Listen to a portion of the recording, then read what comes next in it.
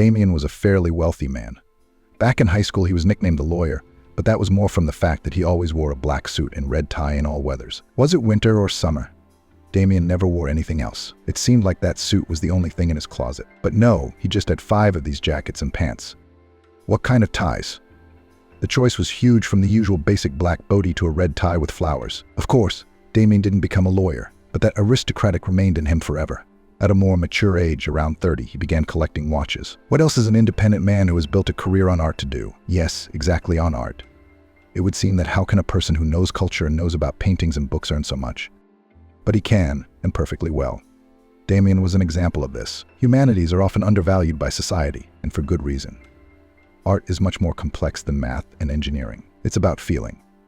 If he had become a prosecutor or a lawyer, he would never have gotten that skill. But he made the right choice. He followed his heart. And while his classmates sweated at work in stuffy offices, he gave lectures, visited museums, conducted seminars, and then he became a famous movie critic. All these fields of activity, of course, over time began to bring him quite a large income. He bought a beautiful house outside the city, a house that was surrounded only by a forest of spruce trees. Those trees always soothed him. He found peace in the rustling of those branches, in the smell of the place, in the atmosphere itself. Often sitting by the fireplace and reading a book, he would look out his panoramic window, as if envying himself. It was indeed spectacular. With him sat his faithful dog of royal breed and quietly wagged his tail, putting his clever head on his master's knee and looking at the vastness, as if he too felt this power, the power of this place. It was really mystical, special. Sometimes you sit at the foot of a fir tree, look up, and there is an owl sitting there. Damien told his daughters about his impressions. It is a majestic and wise bird, and it looks at you, and you keep your eyes on. Are you afraid to scare it away? Or are you really communicating with this mysterious creature? Well, if you ask me, life in the city's a lot better. At least I haven't met any maniacs. Amy's youngest daughter laughed as she put a sugar cube in her cup of green tea. Oh, you've seen too many horror movies and now you're doing something crazy, the older daughter replied. Both daughters were in their early 20s, and Damien had turned 50 last month. He looked very solid for his age. Sometimes his daughters called him vintage dad. Damien laughed. It didn't embarrass him or make him angry. On the contrary, he liked growing up, gaining experience. He was getting better every year, just like the expensive French wine in his cellar. Well, Darcy, what's your opinion on that? Damien laughed in a businesslike manner. Cross your arms? About what? The older woman asked, finally sitting down at the table. She liked tea, but pouring it into each mug was torture, Darcy said. There are only 4 of us at the table, father, sister, myself and my husband. But my father and sister are my guests tonight, so it is my duty to be a proper hostess.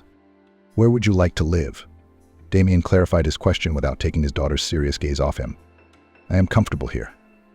The city is a place of opportunity for me. What I would do in the middle of nowhere, I don't know how to answer that either, Darcy said. Dad, I'm not you who reads a book, tells the world about it, and criticizes it, and get $50,000 for it. Damien, you're exaggerating, he laughed. Wait a minute, Amy. My main income comes from lectures to upperclassmen. And you've made a fortune off of them, she said sarcastically. Oh, please. What kind of fortune? Well, I bought a house in the woods. What of it? In fact, I'm just a professor who teaches cultural studies. Yeah, and you also do charity work. And also bought downtown apartments for my 2 daughters, laughed Darcy's husband, Matthew. You should do the same. Damien strongly recommended it. Alex and I go to the orphanages every week, by the way. You can't imagine how much clothing they accumulate after a theater performance. They re-stitch the costumes, and they make great clothes for the kids, Amy said. By the way, where's Alex? I haven't seen him in a while. Where's my brother-in-law? Damien faked indignation. Dad, stop it, Amy shushed him. First of all, he's not your son-in-law. And second of all, I told you at the beginning that he was sick and couldn't make it. I wasn't at the beginning. I was late. You know the traffic on Friday nights, Damien replied. Yeah, the traffic called the flower shop, Darcy grinned, nodding at the 3 bouquets and vases her father had given her. Damien was even embarrassed, but he didn't show it, just laughed with everyone else. He loved his daughters more than life. They were the only reminder of his deceased wife, Sandra. How much they were like that beautiful woman, just as kind and helpful, beautiful, and at the same time incredibly sweet. Damien tried to do everything for them.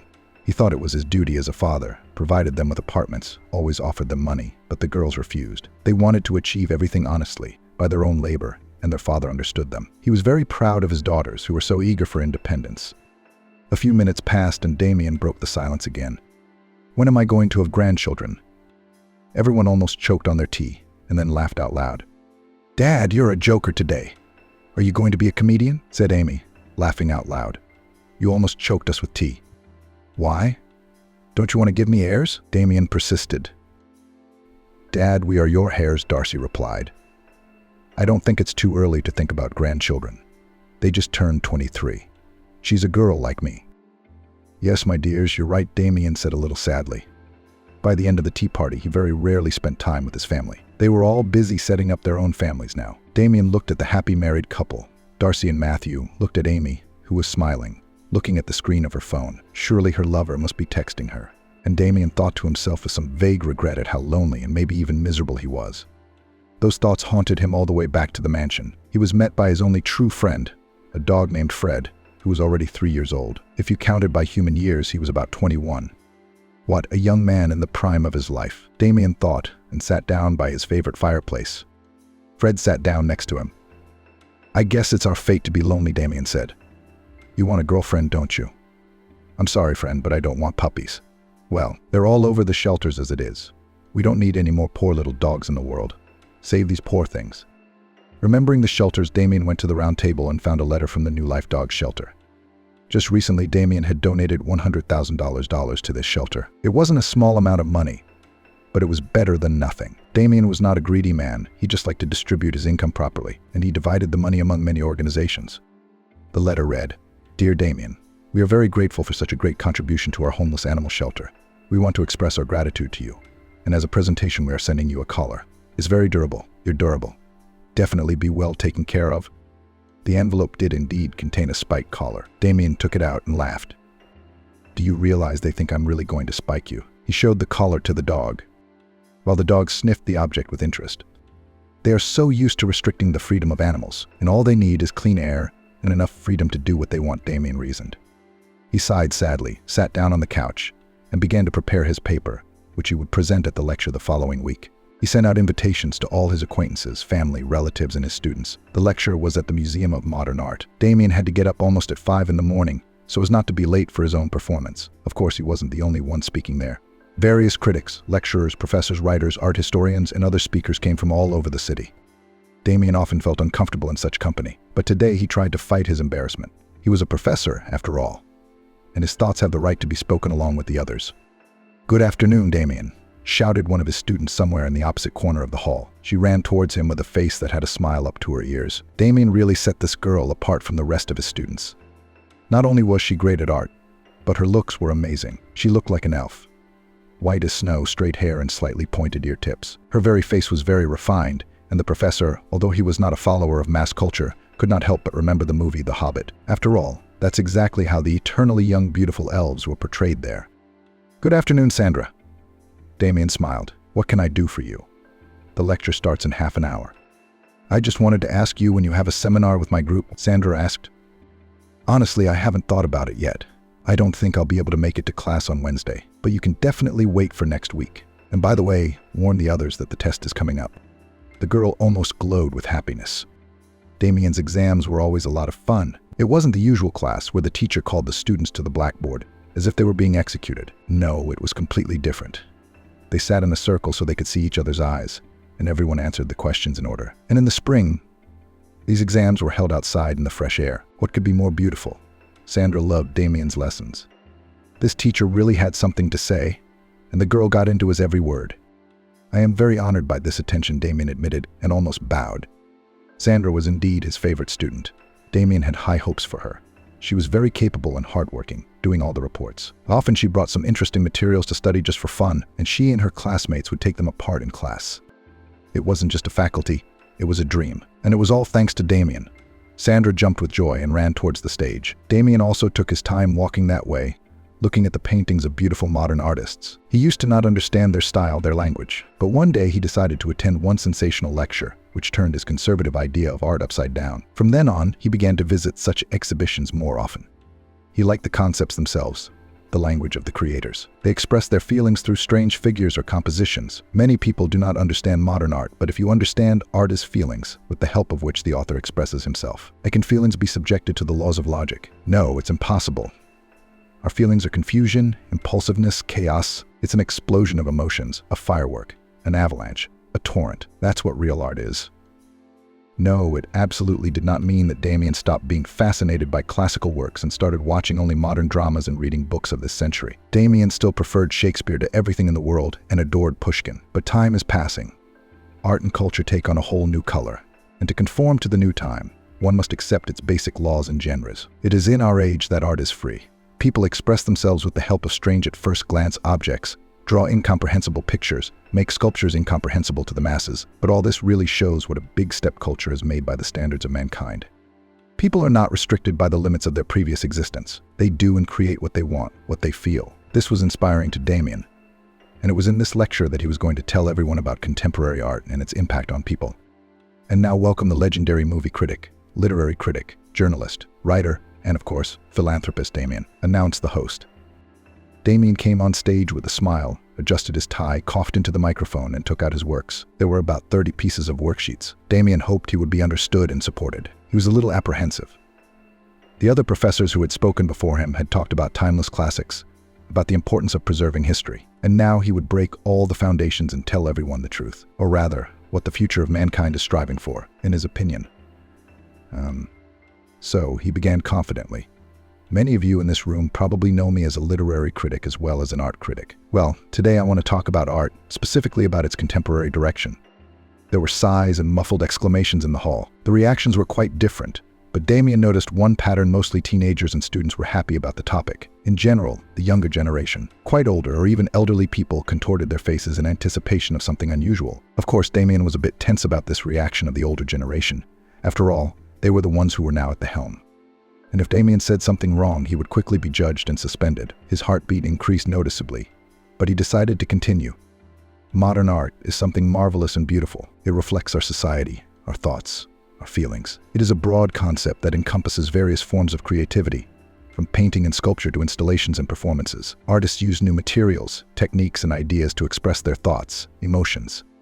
Damien hesitated for a few seconds, but he saw Sandra's gaze shining with support. She seemed about to soar with delight. She really liked Damien's speech. Modern art is also often controversial because its meaning and purpose are not always clear, he continued with a smile. However, that is where its value lies, its ability to provoke dialogue and reflection. Often works of contemporary art offer the viewer new views on the world, evoke emotions, and make them think. It is important to realize that contemporary art does not have to appeal to everyone. It is meant to evoke different reactions and emotions, as well as to open new horizons for understanding and perceiving the world. That is why we are here now, in this museum. Here very young talents show what their thoughts and feelings are capable of, what they themselves are capable of. I think it would be useful for all of you to study at least a few paintings, installations, sculptures. Yes, at first glance you may think that it makes no sense at all, and the artist obviously smoked something before creating this masterpiece. Laughter erupted in the audience. But look closely, Damien continued, pleased with the first lively reaction. Once you remove your preconceptions about contemporary art, once you feel what the author of a particular work wanted to say, only then can you understand yourself. Damien talked for a long time and finally finished. At first there was applause, and then whispers were heard in the hall, quickly turning into loud cheers. I hope that I have helped you a little to see contemporary art in a new way, he said. Once again, I insist that you examine the works in this museum. May each of you discover something new in contemporary art. May we be prepared to reflect on its meaning and impact on our lives. It will definitely be useful for you. Thank you for your attention. If you have any questions or want to discuss this topic in more detail, I will be happy to help. Once again, the room began a vibrant discussion of the words we had just heard. Damien really struck a chord with many. Many visitors began to approach the paintings, sculptures to study them not superficially, but in more detail. Damien was glad that many people were influenced by his words and had a positive reaction. Of course, there were some grumpy old men who immediately left the building after this mini lecture, but that didn't really upset Damien. The main thing was that he had conveyed his thoughts to the general public, and the reporters who filmed all of his speeches would probably post it on social media, which would create even more coverage. Damien came down from the stage and was immediately approached by 3 girls who asked for his autograph. Of course, he didn't turn them down. He realized that it's not every day you can meet someone who is 15 years older than them, but understands their whole life, understands what they live, and what art means to them. Damien noticed a girl not far away who was looking at a painting. She seemed genuinely interested. She was wearing a light, airy white dress with a wide ribbon around her waist. She looked very graceful.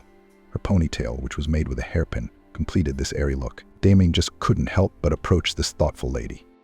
He approached her very quietly and stood at her side, from which the girl, when she turned her head, flinched in surprise. "Oh, excuse me, please," the mysterious stranger stammered. Damien's smile never left his face. He thought he looked like a maniac, but he just couldn't take his eyes off this marvelous creature. "I'm sorry I startled you," he said.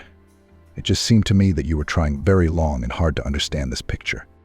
"Yes, after listening to your lecture, I really wanted to take a closer look at these colors and strokes. You inspired me," you might say. The girl smiled.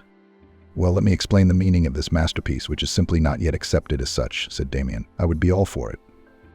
"My name is Damien." He extended his manly hand to this fragile angel. The girl was embarrassed and hid her smile behind the book she was clutching to her chest. Elise, the stranger, finally introduced herself and shook his hand lightly. "What have you got there, Jane Austen?" Damien asked, looking at the book Elise held in her hands. "Yes, I love such novels, romantic, but at the same time, very deep philosophy. It's all about knowing where to dig," she said. "Well, that's commendable," the man smiled. "But let's get back to the painting. This picture was painted by a rather famous artist, Jenny Samuels. Initially, you probably completely missed the meaning of those gray blotches and colors. Samuels is known for her gray hues and abstract style. She creates a sense of haziness and mystery.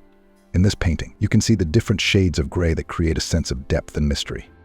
"I am amazed by you," Damien marveled. "It's the first time I've seen someone describe a painting in such detail based on both their own feelings and those of the author." "Really? I thought everyone did that." Elise grinned. "You gave me a whole lecture yourself." "There's an overwhelming sense of unease when you look at it," she continued. "I think gray shades can symbolize uncertainty, melancholy, or sadness, but everyone can perceive this picture differently, depending on their own associations and emotional state. Is that what you feel when you look at it?" "Well, I feel very uncomfortable," Damien admitted. "I feel like the author was depressed at the time she painted it, and deeply depressed. Although I find something in common with her emotional state. I think I even understand her." This red color, Elise pointed to the right corner. "It is a kind of anger, and all the gray colors represent a depressive state. It's as if the artist rarely has any emotion at all. Everything is gray, lifeless. Perhaps this life has become so ordinary for her that she's become unbearably bored." "I'm liking you more and more," Damien admitted aloud, and almost collapsed on the floor with embarrassment. He definitely hadn't meant to say that out loud. "I'm a professional editor with a degree in philology and 20 years of experience." He noticed Liz's embarrassment as well. She clearly hadn't expected that from a stranger either. "Well, it was nice to meet you," Damien tried to end the conversation as quickly as possible. "Maybe we'll see each other again. At some of the exhibitions. Though I don't go to them that often. Today was the only one I've been to in 6 months. I'm looking forward to seeing you again." "You're a very interesting person," Liz said. She shook the man's hand and left for another room. They never crossed paths again. A month passed.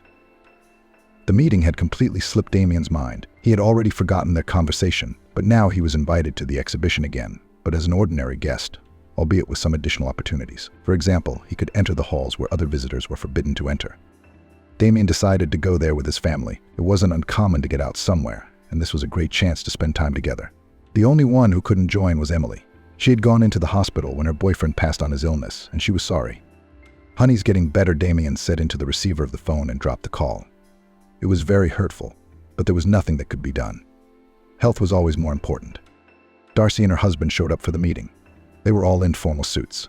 Such handsome, businesslike people. Darcy had done a dazzling hairdo. So many visitors turned around to get a closer look at the beauty. This time the show was held in one of their state's historic homes. As Damien liked to talk about the land Damien lived in, he even joked, "I wish I had a companion to dance at the ball." Of course, there were no balls in the former Noble Assembly. They don't organize balls nowadays. As last time, everyone came to see the paintings of modern artists. "It's a very strange piece of work, don't you think?" Darcy asked her father, coming up behind him. She took another sip of champagne and waited for his answer. Life is so inconceivable sometimes.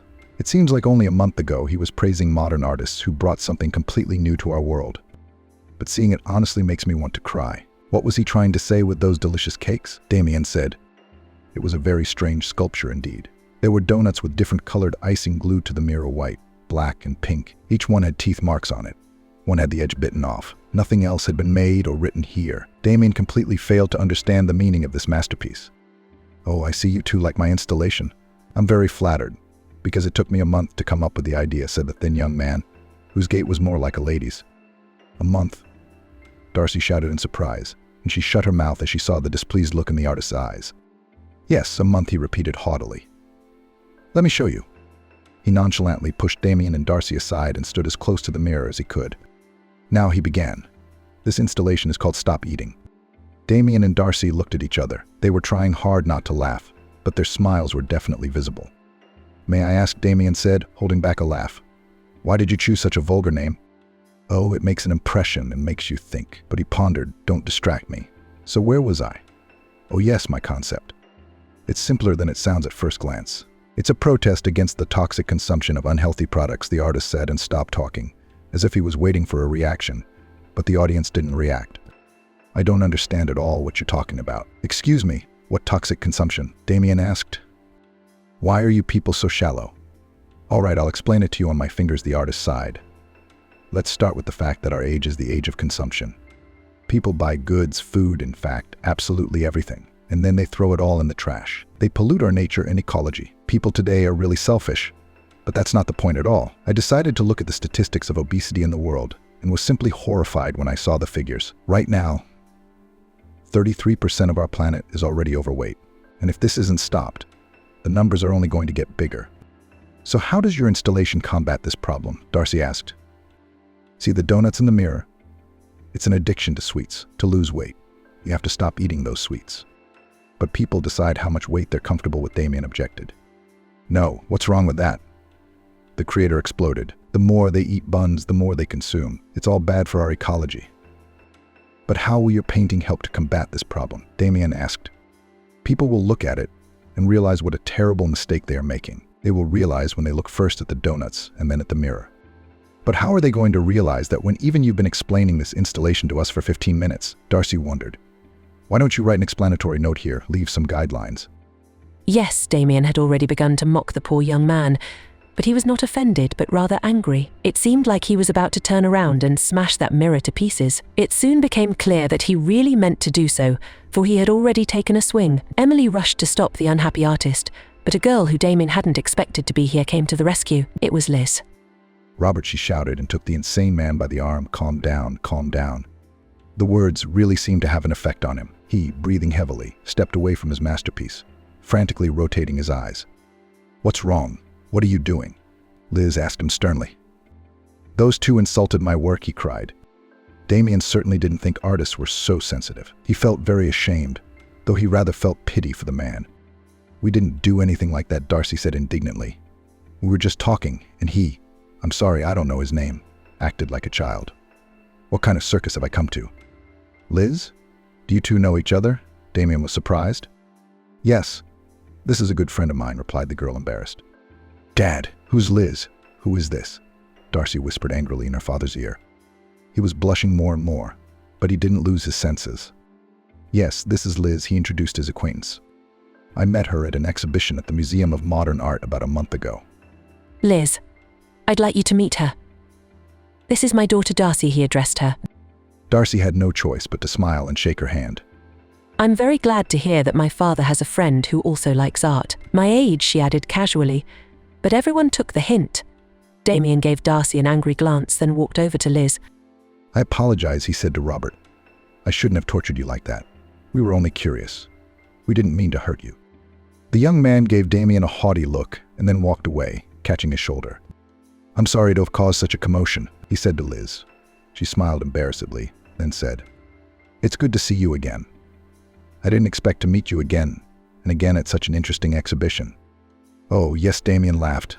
"I'm here with my family." He glanced around to show Darcy and Matthew, but they had disappeared somewhere. He just shrugged and went back to his dialogue with this lovely girl.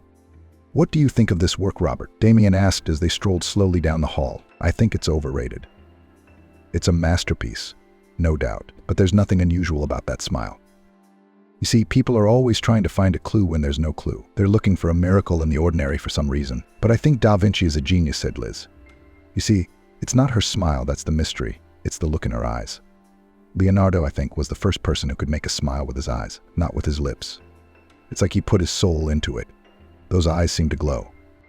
"I didn't expect to hear you speak like that." "Very surprised," Damien replied. "Most importantly, I think exactly the same thing. You're so smart. Let me ask you an indiscreet question. How old are you?"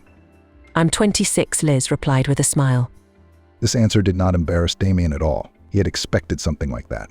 Liz was very young, but she thought like a very wise person who had seen a lot. This seemed like something unbelievable. "Look at them," Darcy whispered to her husband. They were standing in a remote corner of the room, watching everyone like maniacs. Darcy stood businesslike, but already more relaxed. The alcohol had finally taken its toll on her, but she kept drinking. "This champagne is delicious. What are they discussing now?" "I don't think it's the mysteries of art or the meaning of life," she said wryly. "Do you want to come closer and have a look?" Matthew replied. Darcy looked at Matthew indignantly. "Are you stupid? What closer? What we'll see. But you wanted to, didn't you?" "God, I'm just speaking figuratively." Darcy was angry. "I don't like this. And Liz is too weak and clearly has a superficial view of people. You know, I know people like that. A pretty girl like that can't know about art. She just wants to make money. So she thinks about where to put her pretty face." "What are you getting so attached to her for? You don't even know her." Matthew replied. "Maybe this girl is really interested in paintings. Maybe she's an artist herself. You don't know." "There's no need to know." Darcy rolled her eyes, then pointed her finger gently at the girl with white hair. She was dressed in strange clothes. Everything seemed to be made of leaves, and her head was covered with intertwined tree branches. It was as if she was the embodiment of nature in a human body. "See, that's really an artist. That's a really creative person. Now look at her." Darcy nodded toward Liz. "Skin and bones. She's probably anorexic too." "Maybe you're just jealous," Matthew remarked. "I don't see anything wrong with that girl." "Jealous? Matthew, don't you understand?" She turned away from her husband and went back to watching Damien and Liz. They were looking at a large painting on the entire wall. Darcy nervously twirled her glass in her hands. She certainly didn't like what she was seeing. "What if she wants my father's money?" Darcy thought with horror. "Exactly. She wants to seduce him and then take his inheritance. She's a con artist. I'll go and expose her right away." Matthew didn't have time to stop his wife. She rushed toward Damien and Liz at the speed of light. As soon as she got there, she tugged on the poor girl's shoulder. She gasped in surprise. Her eyes were filled with indignation and fear. "I'm sorry," Liz said. "I won't forgive you, you little bitch." "Get away from my father," Darcy shouted. What Liz was outraged, raising her voice. "How dare you?" Liz shoved Darcy, causing her to stagger, unable to keep her balance because of the alcohol she had drunk. Darcy collapsed and something crunched under her. There was the sound of breaking glass. Darcy looked at her arm. It was covered in blood. There were shards of glass on the floor. Her palm was literally embedded in the shards, but she felt no pain. "Oh my God," a woman's voice shouted from behind her. A crowd began to gather around Darcy. But the girl wasn't going to stop. She was so enraged that she lunged at Liz. Both collapsed to the floor and began to fight. Damien tried to pull the fighting girls apart, but it was no use. Nails and glass shards were used. Then Darcy grabbed Liz's hair and pulled it, causing her to scream in pain. "Somebody make it stop." "Security?" people shouted. Two pumped-up guards in black uniforms arrived only a few minutes later. They managed to pull the two angry girls apart. Darcy was held by Damien, and Liz, who was nearly unconscious, was supported by a guard. Liz's throat was covered in scratches, some of the shards even embedded in her delicate skin. As soon as Damien saw this, he immediately abandoned Darcy and ran up to Liz. Darcy grabbed Matthew in an arm and began to calm her down. She didn't want to keep fighting. "Ambulance! Call an ambulance!" Damien shouted, examining Liz's neck. A few minutes later, the poor girl was taken to the hospital. All the guests saw her off, standing on the porch in plaids. It was already getting colder, so it was impossible to stand outside for long. Damien sighed heavily and walked back into the building. There, police officers were questioning Darcy.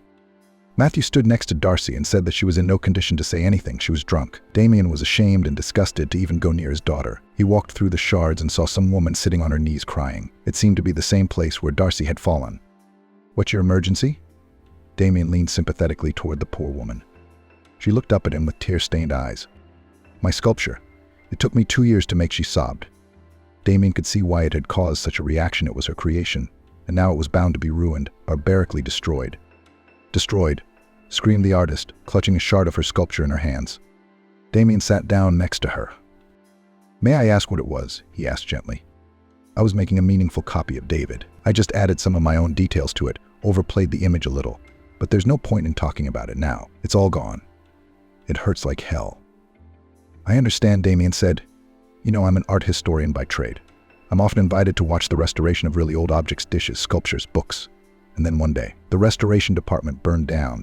You may have heard on the news, many things were saved, but I had one favorite book. I loved to look at the cover, even though I didn't know the contents or the author. So, when everything in that department burned down, I went to identify some items and saw that very cover on the floor. All the pages of that book had burned, but my cover remained. You see, I wasn't allowed to take it with me, but they promised that they would display it in the museum. What's my point? Even an artifact that has lost its historical value can be important to us. Something will definitely be left of it. And even if this cover burned, I wouldn't grieve, because I still have the memory of it. I put a part of my soul into it, even though I was not even the creator. The woman listened to him very carefully and seemed to understand what he was saying. She gripped the shard of her sculpture even tighter. "Keep this piece," Damien said. "It will remind you of your work, of the feelings you had when you created it. Yes, your personal David may be lost, but you still have your most precious possession, feelings and memories, emotions. Isn't that the point of art, to leave something in your soul? Some kind of imprint on your memory. No one else will ever see it. I'm sure that you didn't originally set out to impress anyone. You were doing it for yourself first. You wanted to pour your feelings out somewhere, and creativity has served you well. Even in this shard, your energy remains." "God," the woman whispered. "Please tell me your name." Damien grinned. "My name is Damien," he admitted. "Damien," the woman continued to whisper. "You just opened my eyes," the woman said. "I feel no pain at all. I wanted to kill myself 5 minutes ago. Wouldn't you like to be a psychologist?" "No," Damien replied. "My calling is art." The artist cried and threw herself into his arms. He smiled, stroked her back, and comforted her as best he could, and it seemed to work. After half an hour, the police realized they weren't going to get anything out of Darcy and released her and her husband Matthew. Matthew shook Damien's hand and promised to take Darcy home safe and sound. Damien had no doubt that he would. It was Matthew after all. He still hadn't followed her today, though. Damien approached the police officers. They gave him a leering look and then asked, "Are you a witness?" "I'm the father of the girl who caused all this commotion," Damien answered. "Can you tell me more about what happened? The cameras don't explain much." "Well, it's going to be a little difficult, but I'll give it a try," Damien began. "The thing is, my daughter didn't like the woman I was talking to. I think it was the alcohol, though. Darcy always does terrible things under its influence. Why was she drinking so much of it? She wanted a distraction. Apparently her husband didn't keep track of how much she was drinking. It was a terrible situation. My friend Lisa is now in the hospital. That night ruined things with this girl, too, I think." "Are you aware that you will now have to sue that lady over there?" the policewoman asked. Damien followed her hand with his gaze and saw the very artist he'd calmed down a few minutes ago. She was looking at him with a smile. "I think we can settle this out of court," Damien summarized, smiling back. "Well, we hope so, too. You're better off, but you'll still have to pay moral compensation to all the guests tonight." "No problem. How much?" The officer was a little puzzled by the question. She obviously didn't expect Damien to offer money right away. "They'll find out later," the woman explained. "You're free for today. Thank you for the information. Do you need a ride?" "I'm good. Thank you. I drove my car here." They said goodbye, and Damien left the building. The car was parked nearby, but the man had to walk through the entire park before reaching his transportation. At first he had planned to drive home to get some proper rest. This evening had clearly not gone according to plan. Damien hadn't expected to see Liz there as well, and certainly hadn't thought events would unfold this way. He started the car, but he wasn't going to his house. His destination now was the city hospital. That's where the ambulance had taken poor Liz. "Good evening. Could you tell me which room Liz is in, please?" "Just Liz." He smiled at the young woman at the information desk. Damien realized only now that he didn't know her last name or her first name. "Liz who?" "Give me the last name," said the tired, monotone voice. This shift had obviously been very hard on her. "Honestly, I don't remember the last name. It's a friend of mine. I just wanted to know if she was okay. I'm sorry, we don't allow outsiders." Damien smiled sadly and stepped aside. He decided to wait for a while, in case Liz came out here. At least Damien really hoped so. But half an hour passed, an hour no one came out. Only the nurse behind the counter looked at him suspiciously. Soon Damien was tired. It was already 23 on the clock. He realized that no Liz was coming out, and after wishing the nurse on duty a good night, he left the hospital. As he passed through the gate, he saw a poor grandmother begging for alms. Of course, Damien had a very kind heart and a huge soul, so he handed her a large bill. Granny's eyes went to her forehead. All day long she had collected some pennies in that plastic cup. And now she's being handed a large bill. Damien was about to leave, but Grandma called out to him. "Blue," she shouted, barely catching up with him. She handed him the money back. Damien looked at her with complete incomprehension. "Honey, I don't need that kind of money. I'll get mugged." "Thank you, but it's too much," Grandma said. "Grandma, please take it. I'm not forcing you to do anything. I just wanted to help you," Damien replied. But the old woman just shook her head from side to side. I'm sure she wanted to take the bill and spend the money, but it was as if something was stopping her. Was it moral principles or fear for her life? It didn't matter. The bottom line was the poor grandmother returned the money. Then Damien found a solution to the problem. He took his wallet out of his pocket and pulled out a few smaller bills. "Here, please. Don't refuse at least this," he said, handing the old woman the small bills. Now the grandmother did not have to be persuaded for a long time. She took the money and immediately hid it in a secret pocket of her skirt. Gratitude shone in her eyes. Then she crossed herself. "Damien, God bless you, sweetheart. God give you happiness," she exclaimed. Tears of joy flowed from her eyes. "Can I give you a ride?" "I've got a car nearby," Damien suggested. "No, thanks, honey. There are kind people here, too. The orderlies let me sleep in their back room. Sometimes I help them with the cleaning. I say a prayer service at the hospital church for good health. I'll read one for you, too, darling. There is mercy in this world, after all," said Grandma. She mumbled and crossed herself for a long time, but Damien was already gone. He smiled as he headed for the car. Damien was very thoughtful. He was very concerned about Liz's condition.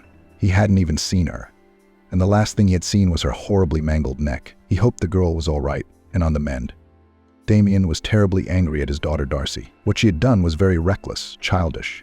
She wasn't a teenager, but she'd done something so stupid and hurt so many people.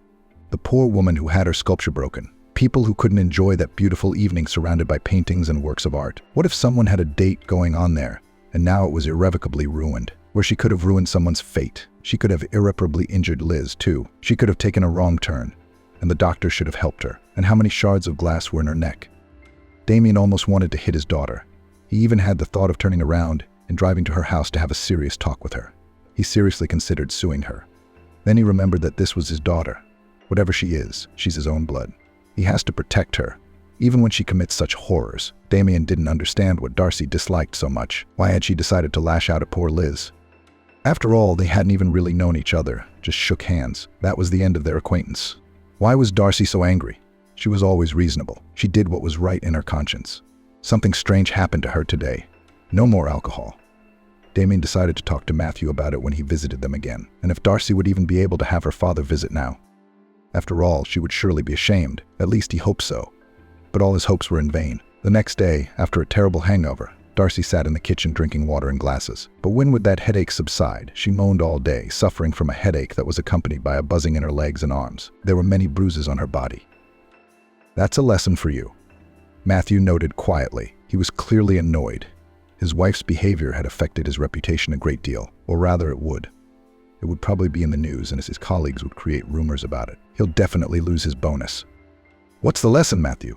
Darcy said, putting a piece of ice and gauze to her temple. "I'm 27 years old, and I don't need life to teach me lessons."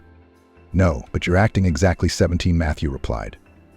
"Though even teenagers didn't stoop to the kind of behavior you're stooping to. I just grabbed that bag off my dad's shoulder. Didn't you see her making a move on him?"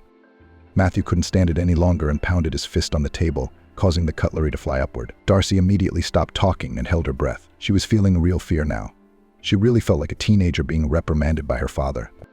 "I spent half an hour trying to prove to the police that you were under the influence of alcohol, and now you're claiming it was all deliberate. Why are you so aggressive, Darcy? Why are you so violent?" Damien was outraged. "Yes, Darcy, I am. You attacked a poor, defenseless girl at a cultural event, clawing at her neck, throwing splinters at her. You don't think that's cruel?" he yelled. "Okay, I admit it. There's a lot I don't remember. I may have done some things unconsciously drunk, but the motive was dictated by my mind, not alcohol. I knew what I was doing," Darcy replied. "Did you want to kill her?" "I don't understand," Matthew shouted. "No, just to teach her a lesson. Let her know who she's messing with. She is not worthy of my father." "Jesus, Darcy," Damien shouted. "Do you hear yourself? Where did you even get the idea that she wants your father for money?" "God, I'm just shocked at you. They were just discussing the exhibition, that's all." He said himself he was seeing her for the second time in his life. "Matthew, don't understand," Darcy interrupted him. "No, I don't want your explanation for what you did. There is no excuse. It was bloody awful. I've never seen you in such a state in my life. I don't think I've ever known you. You see, you're lucky. You've never seen me angry. Isn't that wonderful?" Darcy replied sarcastically. Matthew didn't answer anything. He only looked at his wife with a detached and disappointed look. But then he grabbed his coat and left the house. "Matthew, wait. Where are you going?" Darcy shouted after him, trying to catch up, but he had already called the elevator and left. He wanted to be alone. Or rather, he wanted to discuss last night's situation with a more sensible person. "Damien, are you home today? I wanted to stop by," Matthew said into the phone. He'd already called Damien while he was driving, because he knew that the man was always at home that day. He was either working or resting after his work days. "Hey, Matthew. No, I'm not home today. I'm sorry." Things came up, Damien replied. "Business? What kind of business?" After a moment's silence, Damien confessed. "Come to the city hospital. I'm here." Then the man hung up. Matthew was very surprised by this turn and stopped the car right on the highway. 3 cars honked at him from behind, and one driver even shouted a foul word out the window. Matthew took a moment to catch his breath and then turned around and drove back into town. "Hello, Damien." Matthew said hello as he flew into the waiting room. Damien even jumped with surprise. He was quietly reading a magazine like everyone else in the room, and then Matthew burst in. "Hi, Matthew," Damien smiled. "Have a seat." Matthew sat down next to him without a second thought and waited to see what Damien would say, but the man remained silent. He continued reading his magazine. "Damien, who are we waiting for?" the boy asked uncertainly. Damien looked at his son-in-law with a nonchalant face. Then he took a deep breath and exhaled. "We're waiting for Liz. She's about to get here. Liz is the girl your wife beat up. She's also my daughter." Unfortunately, Matthew blushed. He even had a fleeting thought of getting out of here before it was too late. He didn't want to face the man who yesterday was lying on the floor with a Rassesian neck, but there was no time to escape. A young blonde woman in a white robe appeared in the doorway. She looked haggard, bruises were visible under her eyes. Her whole face was swollen. Her neck was bandaged. The girl moved very carefully, like a robot, without turning her head. However, when she spotted Damien, a smile appeared on her face. She hurried towards him as fast as she could, barely moving her feet. It looked like she was about to trip and fall. But it was all over, and Liz reached them safely. Damien had so many thoughts swirling around in his head. There was so much he wanted to say to this girl, but it all seemed to slip his mind. Emptiness. He felt uncomfortable with the silence, but it was like his tongue wouldn't listen. Damien just stood still and stared at the pretty girl. "Good afternoon, Damien." She extended her hand to the man, but he continued to stare at one point. Matthew even waved his hand in front of his eyes to get him out of his trance, but Damien remained unresponsive. Suddenly, a ray of sunlight hit him in the eye, and it was as if he woke up. He immediately noticed the girl's outstretched hand, her confused look. Instead of shaking her palm, he pulled out a bouquet of flowers. Matthew wondered where it had come from. After all, there were no flowers when he arrived. Damien held out a beautiful bouquet of soft pink roses to Liz with a pleased expression on his face. She gratefully accepted the gift and set it aside on the coffee table. Now they stood again like 2 inept teenagers, looking at each other in silence. Matthew decided to intervene. "Boy," he shook Liz's hand and looked away embarrassed. "I'm Darcy's husband. I want to apologize to you for my wife's behavior. It was a terrible situation. I still feel bad about it." Liz smiled. "Thank you. I'm glad you came to see me," she said, turning to Matthew. "How are you feeling?" Damien intervened in the dialogue. "I had an operation yesterday," she wrinkled her face. "It wasn't that complicated, but I had to endure general anesthesia. The doctor took a lot of shrapnel out of my neck, but I should be out in a week. I'm sorry you can see my swollen face right now. Unfortunately, IVs have a big effect on our appearance." She laughed a little. "I'm very glad you're in a good mood," Damien said. "I hope you feel better soon." There was an awkward pause. Damien realized that Liz wasn't going to say anything else, so he took Matthew's hand as if he were his own son, put a smile on his face, and said to the girl, "Well, off you go. If you don't mind, I'll visit you a few more times." "Of course I'd like that," Liz replied.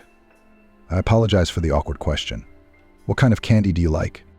The girl blushed even more, then answered, "I won't say. Have a good day."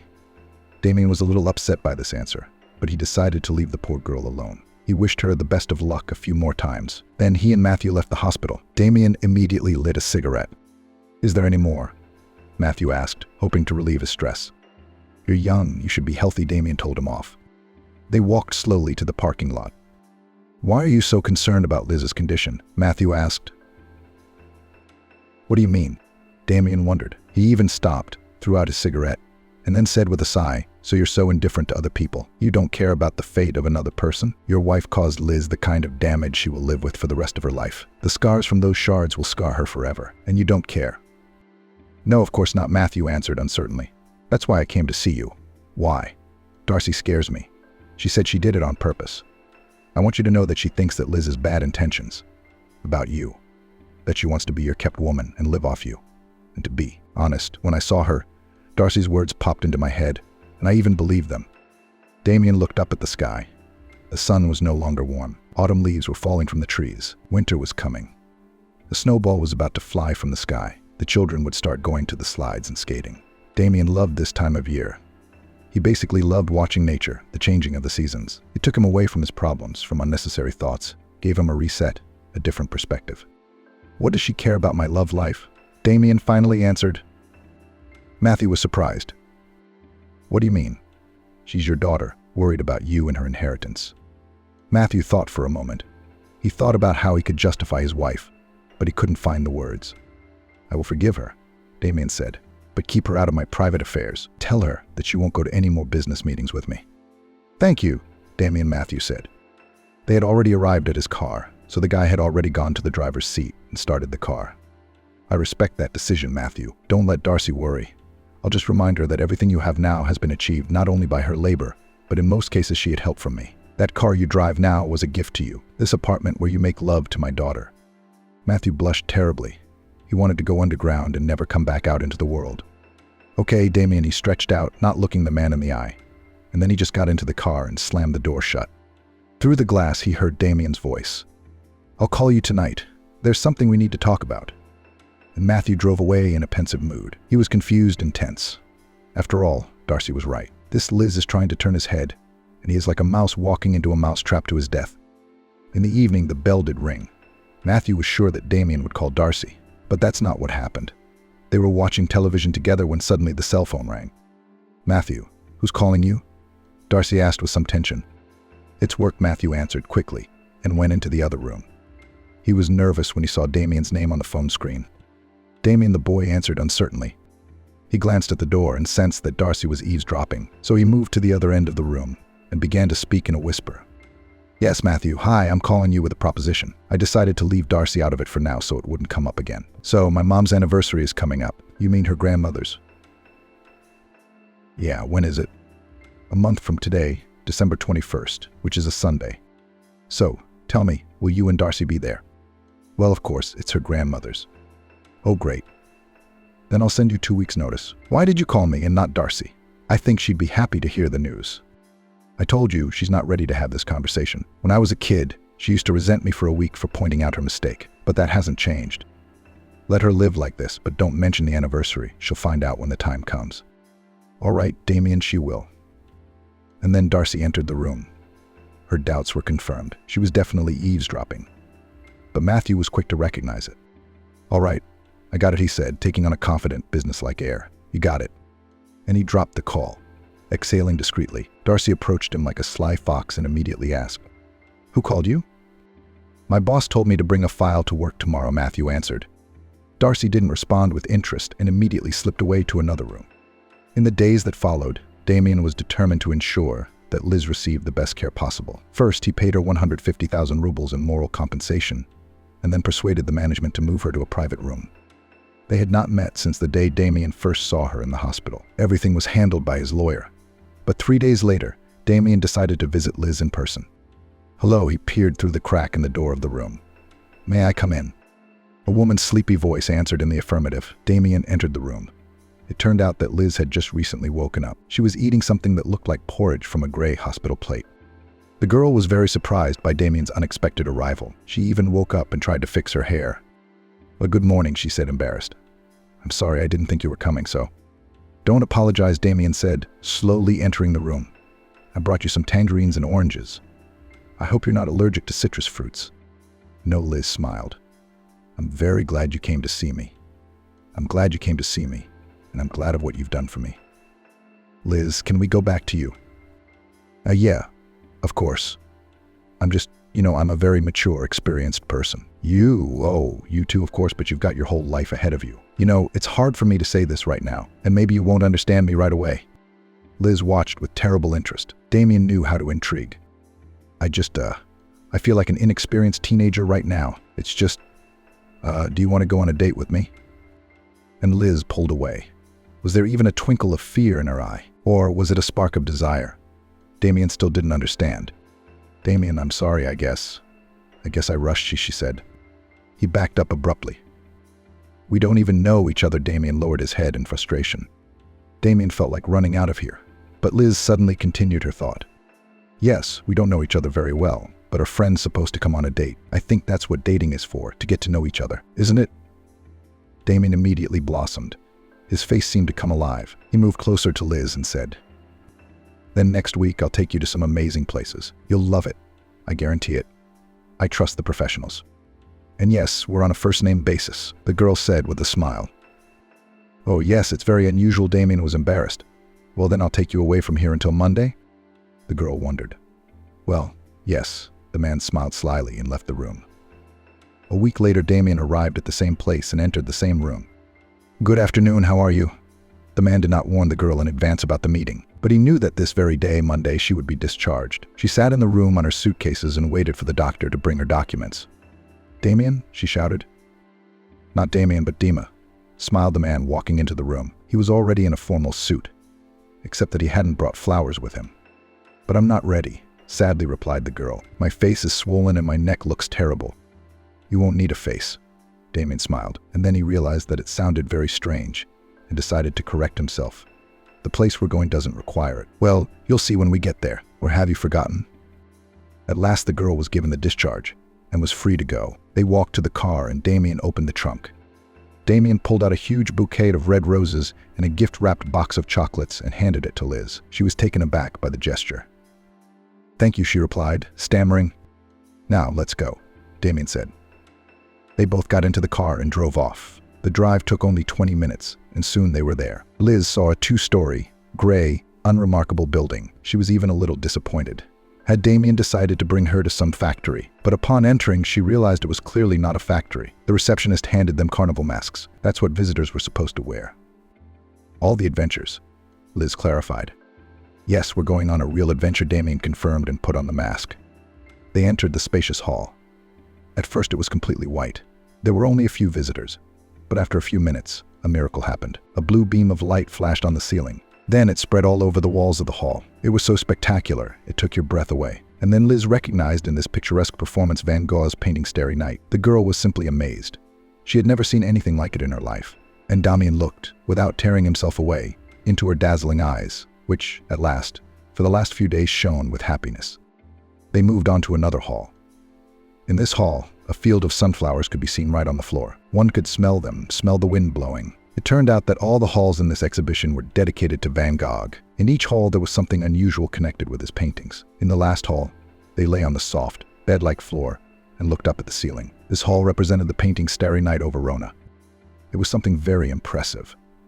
And not just because there was a soft floor. It was as if this painting had come to life. Somehow the organizers managed to make a pool here and disguise it in such a way that it really looked like the sea, relaxing. The music seemed to gently introduce the atmosphere of this painting. Damien cried from the excess of emotion.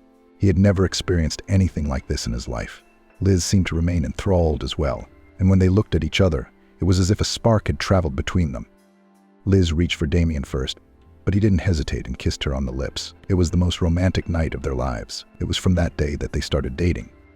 "You decided to date," marveled Matthew, who was sitting in a nearby chair by the fireplace. Matthew arrived at Damien's house to pick up some paperwork, but Damien couldn't help himself and told his son-in-law everything. "Shh, don't tell anyone. I want to announce it myself at our family dinner," Damien explained. "At your mother's anniversary." Matthew couldn't contain his surprise. He was in a terrible state of shock at the news he'd just heard. "Matthew, I trust you more than anyone else in the world. You really have always seemed like a responsible and reliable person to me. That's why I trusted you with this secret. Yes, I do love Liz terribly. But you've only known her for a month. You can't fall in love just like that," Matthew objected. "Son, you're still young, aren't you?" Damien grinned. "Pour yourself a brandy. But when your time is short, you cling to the slightest sympathy. You see, love can be nurtured. It can be grown out of ordinary sympathy. It's all about knowing how to do it. But you really don't know her at all. What if she's not who she says she is? What if you're making a terrible mistake?" Matthew objected in a panic. "Stop scaring and panicking. I'm sure of my choice, and I'll announce it soon," Damien finished. He took a sip of brandy and then concluded, "I think that's all for now. Thank you for the interesting conversation." Matthew made a few more attempts to talk some sense into Damien, but all of them were unsuccessful. The boy didn't understand why his father-in-law was doing this. What is it about this girl? Is she really that special? No, of course not. Matthew had no contact with her, but Darcy's words echoed in his head every time he saw Liz. She was now living at Damien's house and had walked past the living room where they were talking 3 times. She was smiling. But that smile seemed somehow fake, artificial. Maybe Matthew was really paranoid. Maybe he'd fallen under his wife's influence. But something was obviously wrong. A decent girl couldn't just move into the house of an almost unknown man twice her age, and such a pretty girl, too. Now Matthew was almost certain that Darcy was right. Liz clearly wants something from Damien. She'd moved into his house for a reason. But this news of the proposal upset Matthew terribly, as if they'd lost this battle before the battle had even begun, though he didn't even want any part of it. Darcy had started it all, and she seemed to be right about everything. Darcy picked up 2 postcards from the floor. Someone had slipped them through the front door. They were red with a gold ribbon. She recognized her father's handwriting immediately. He loved those colors. They hadn't spoken in a month.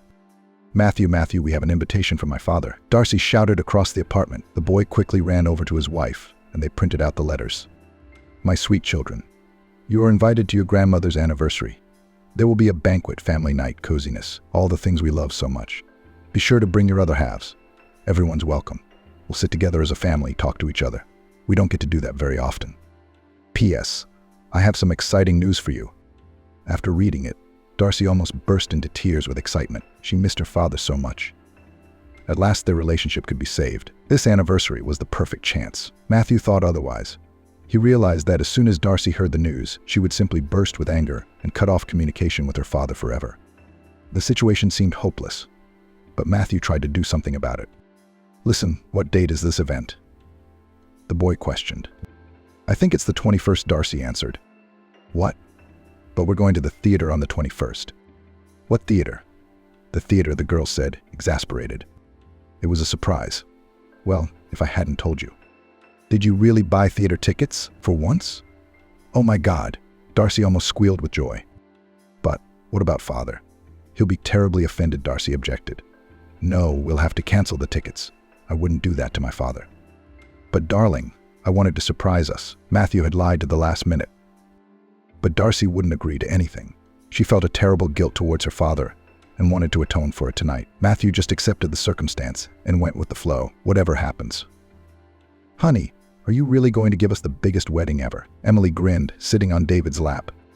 He was fascinated by her beauty and, of course, nodded as if mesmerized. "Well, of course, darling. I'll make you the happiest you've ever been. You won't have to work anymore. But now, to earn the money for our wedding, I have to work a little harder. So if you'd be so kind as to take Max for a walk." "Max?" Emily replied in disgust. "He can't be walked by our servant." "First of all, John is not our servant, dear. He's my domestic helper. It's not his job to walk the dogs, and old Max likes to be walked by someone who's willing to play with him." Emily was reluctant at first, but then she agreed. She tried to honor her man's requests, even though she didn't always like them.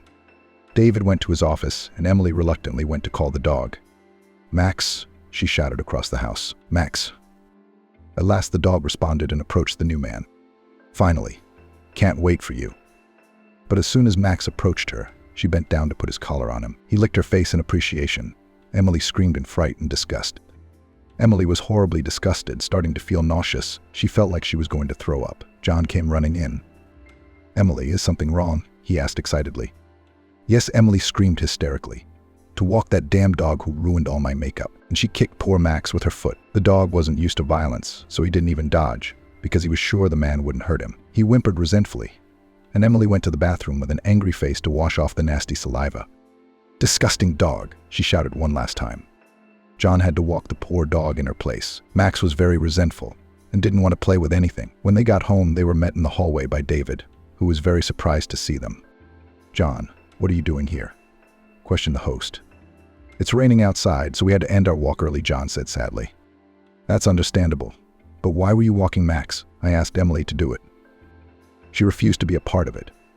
"Apparently she just doesn't like animals," John explained, a little embarrassed. "I'm sorry she kicked Max with her foot." David was furious, but he didn't bother to find out who was right or wrong. Maybe Max had reacted badly to her and snapped at her. It could have been anything. He decided to just forget about the incident until after their wedding. It wasn't long before the big day arrived. Relatives began to congregate at the mansion. Slowly, the cheerful noise and lively conversations began. David liked this chaos. There was something native and warm in it. At last, Grace, David's mom, arrived. Well, at last. David exclaimed and hugged his mother tightly. He loved her terribly. Everything he had achieved he owed to this woman. She had fostered in him charity, kindness to people. She helped him open his first charitable foundation and supported him financially along with his deceased father. "Sonny, come here, Mommy will give you a kiss," smiled the old woman. She kissed her son on the cheek and went into the living room, where her favorite chair was waiting for her. Soon Emily, Darcy, and their other halves arrived at the house. My granddaughter's Naomi called out from the living room, "Come here, my darlings." She began kissing and hugging everyone. A nice domestic conversation began. In half an hour, all the other guests had gathered, but there was still one behind the scenes. But David wanted to announce him a little later. "How have you all grown? What a great bunch of you," admired the Jubilee. All this time, while the relatives were chatting with each other, Darcy did not take her eyes off her father. When he noticed her attention, he approached her.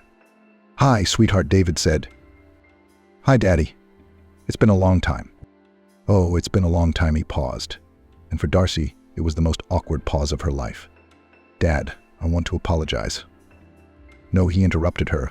"Let's not dredge up the past. Let's just start fresh. I want us to continue loving each other, as father and daughter should."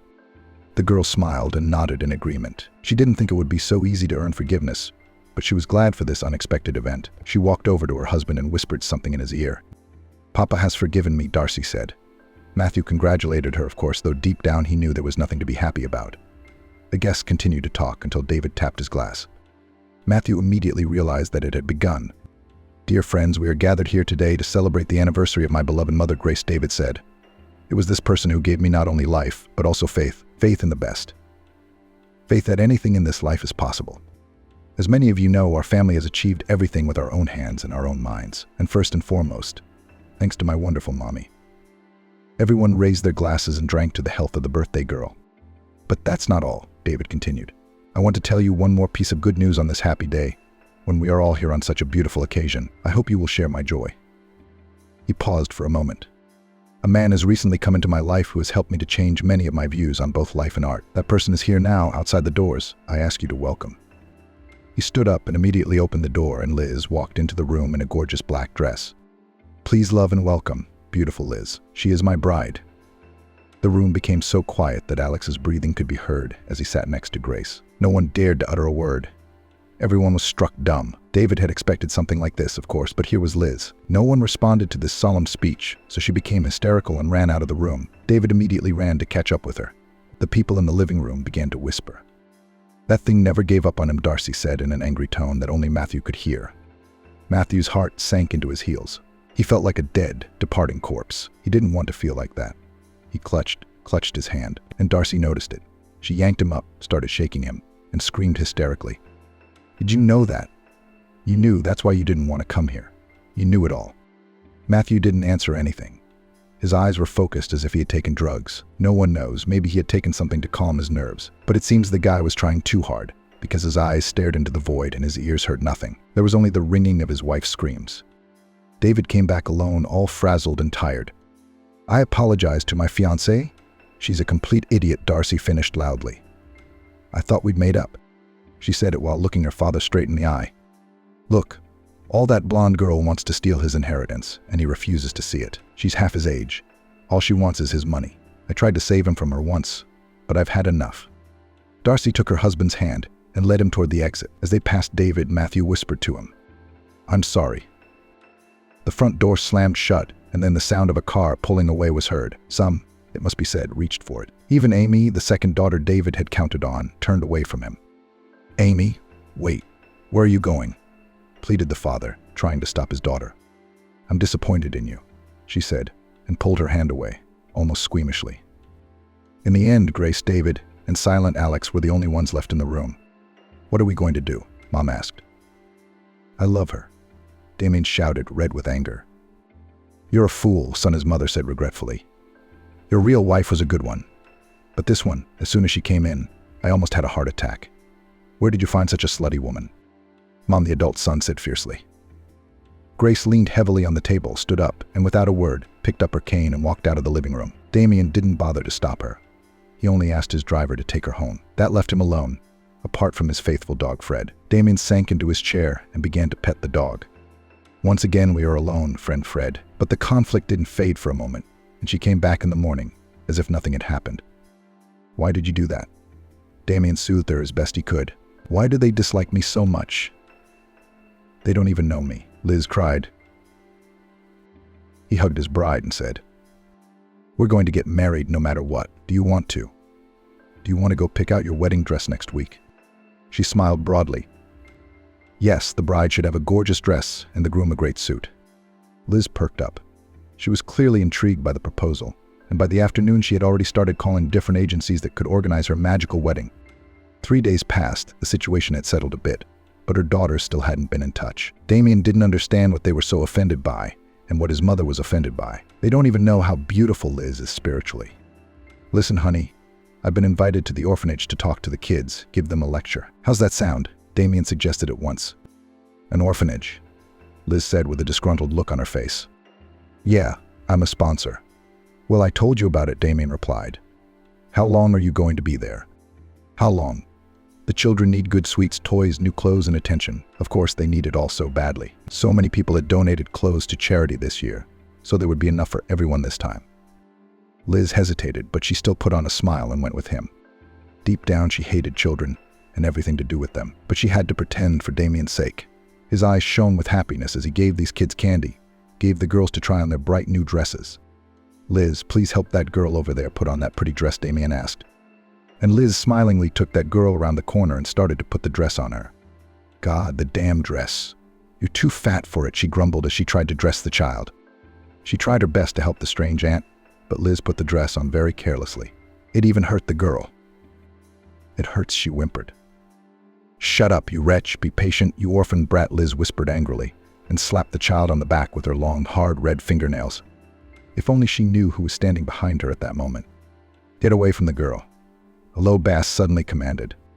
Liz turned around in horror. Damien was staring at her. He was terribly angry. Get away from the girl, he repeated. Like a fox, she sprang up quickly, glaring furtively, and stepped back a couple of meters.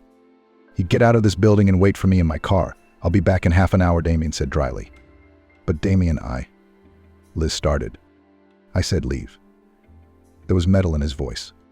Liz didn't test his patience and walked out of the orphanage, cursing this girl and this day. Just as Damien had said, Liz got into her car and waited for her fiancé. Soon she saw him on the porch. He was hugging the teenagers, again giving them gifts. But Liz wasn't the least bit ashamed. Yes, she had been rude to the girl, but she really didn't listen to her. However, until they were married, Damien would call the shots. Liz had already figured that out. But why do it? Why spend so much money on strangers? Liz yelled to Damien across the car. She really didn't understand it. It's called kindness, Damien replied. And Liz hadn't heard of it.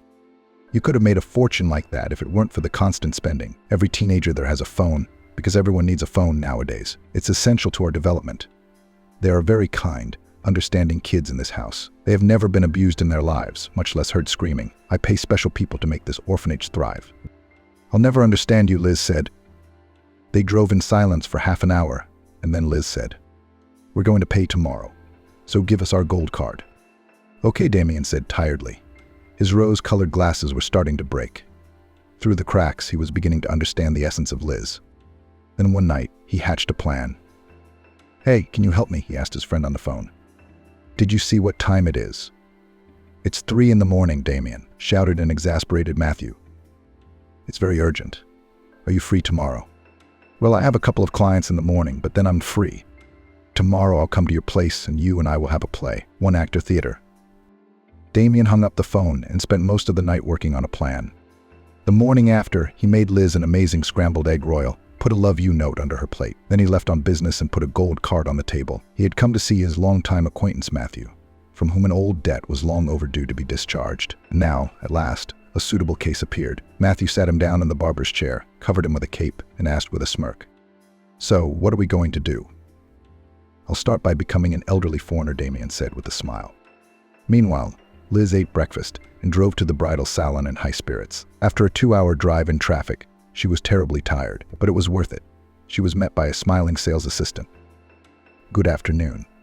It's a pleasure to welcome you to our boutique. What would you like for coffee? She asked. Yes, hurry up. Liz interrupted her as she looked at the dresses. I'm sorry, but we don't have coffee. We sell dresses, the saleswoman replied. And this is a boutique, not a market. Liz was indignant. Coffee for me, I said. The poor shocked employee ran off to get a cup, and Liz continued to look at the white dresses. Just then some gentleman entered the boutique, clearly a foreigner, wearing dark glasses, a beard, a solid paunch, and a strange tall black hat. God, what a freak ran through the girl's mind. The employee returned with a plastic cup and handed it to Liz. She looked squeamishly at the cup and then at the saleswoman. "What is this?" Liz shouted. "Are you suggesting that I pollute the environment in my hands with this crap? God, what kind of unscrupulous people are these people?" "Excuse me, can I have a refill?" she whispered fearfully. But Liz snatched the cup away from her, or rather, almost snatched it from her hands. She took a sip of coffee and grimaced. "You call that good coffee? What was in the machine?" the clerk muttered frustratedly. Liz rolled her eyes and started looking at the dresses again. Liz picked up the hangers and threw them at the employee, as if they were in the trash. The exhausted consultant realized this and began to follow her around the room. Liz dropped some of the dresses and didn't bother to pick them up. "Hey, you come here," Liz shouted to a coworker. She ran up to her, but not so eagerly. "Find me my size," Liz demanded. "You see, the thing is, these dresses are made to order," she replied. "We sew them or alter the chosen dress to the customer's size." "Well, then, take my measurements or whatever it is you do. Do something." The employee ran behind the screen, leaving Liz alone with the man in the room. "Young lady, I apologize for intruding. When is your wedding?" he asked politely in a slight accent. Liz looked at him haughtily, appreciating his rather plain suit. This foreigner was obviously economizing on his appearance. Liz noticed that immediately. "None of your business," she snapped at him. "Yes, I suppose it is," the man nodded. "Excuse me, just one more question. I just have a wedding coming up too. Can you tell me what kind of suit to get? You girls are always good at that." "You don't need a suit, you're just wasting money. And your wife obviously doesn't care," Liz grinned. "Why are you being so cruel?" said the man sadly. "I was only trying to make her happy." "Man, get away from me," Liz thought. "I'm busy right now." The stranger stepped away and then left the salon altogether. It seemed that Liz had really ticked him off, but she didn't care. She had been very nervous since yesterday, and all that anger was being vented on the people around her. An employee walked into the hall with a measuring tape. The employee walked over to Liz and began taking measurements. "Oh, you're hitting me. Be careful," Liz shouted, twitching as if she had been pricked. "I apologize," the poor shopkeeper apologized. She seemed to regret working here 1,000 times. In a few minutes, she finished taking measurements and moved away from the nervous customer. She came to the cash register and began to write down something on a piece of paper. "I have written down your measurements," she said cheerfully. "Now all you have to do is choose a suitable dress." Liz went back to browsing through the assortment, which she shivered at. Somewhere on her face was a look of disgust. "No, I need something else." "These are all awful," she concluded after a few minutes. The employee sighed heavily and went behind the screen again. She came out a couple of minutes later and brought a lovely dress, lush, glittery, rhinestone embroidered, with delicate feathers along the bottom in English white. "Oh, it's just right," said Liz, delighted. "Check out." The saleswoman smiled. She could please even such a fastidious customer. That was progress. She went to the cash register, calculated the advance payment, and wrote something down on her slip, then handed Liz a card. "The order will be ready in a week. If anything changes, please call me," she said. "Okay," Liz replied. But her words were interrupted by the horrible smell of rotten fish. Liz turned around and saw a hobo in tattered clothes. He was holding a real dead fish in his hands. Liz couldn't believe her eyes. "Honey, I want that fish back," shouted the drunk. From the reaction of the employee, it was clear that she was just as shocked by what she saw as Liz herself. "Man, are you confused? This is a bridal salon, not a market," she replied, dumbfounded. The situation in the bridal salon had become completely absurd and unacceptable. A drunken tramp with rotten fish, a beggarly old man threatening Liz. It was all too much for her. The alcoholic came close to the cash register, the horrible odor making Liz sick to her stomach. She couldn't stand it, so she snatched their phone card from the clerk and ran out of the store into the fresh air without even paying. Breathing in the frosty winter air, she felt better. But not for long. On her right, she was called by a horrible, ragged old beggar. God, they don't let a sick old man enjoy his life, slamming and slamming these doors. "It'll be easier from here." Liz was indignant. "It won't. At least they give you money. People like you should be rotting in the dungeons. You don't bring anything to society, you just do your nails and ask for freebies. Get out to here. Stop scaring people. And if you give me money, my dear, I'll go away safely." The old man smiled ingratiatingly, holding out his dirty palm. "You know what I'll give you now? I'll kick you under the breath, and then I'll call the police. They're on your right, they'll give you warmth and food," Liz said angrily. "You're cruel. Why would you do that? I'm just having money problems right now. My son has cancer. I'm trying to feed him somehow, and even a penny would help. So you got a job, asshole. What am I giving you advice for anyway? You got to pay for my advice too." "I'm not a free counselor," Liz said and walked away, calling her personal driver on the phone. Evil always comes back. the old man shouted after her. Liz stopped. Those words made her incredibly angry. I walked up to the man and spat on the pavement a centimeter away from him. "I hope people like you die out soon," she whispered threateningly. "You stinking bitch. Where do the police look?" Then the tramp's heart started to race, and it got worse. The gray-haired old man lay on his side. He seemed to be suffocating. "Help," he whispered. "I'm dying." Liz listened to nothing. She called her driver, got into the car and drove home at breakneck speed. Damien continued to pretend he was a poor man dying of a heart attack. "Oh my God, man, can I help you?"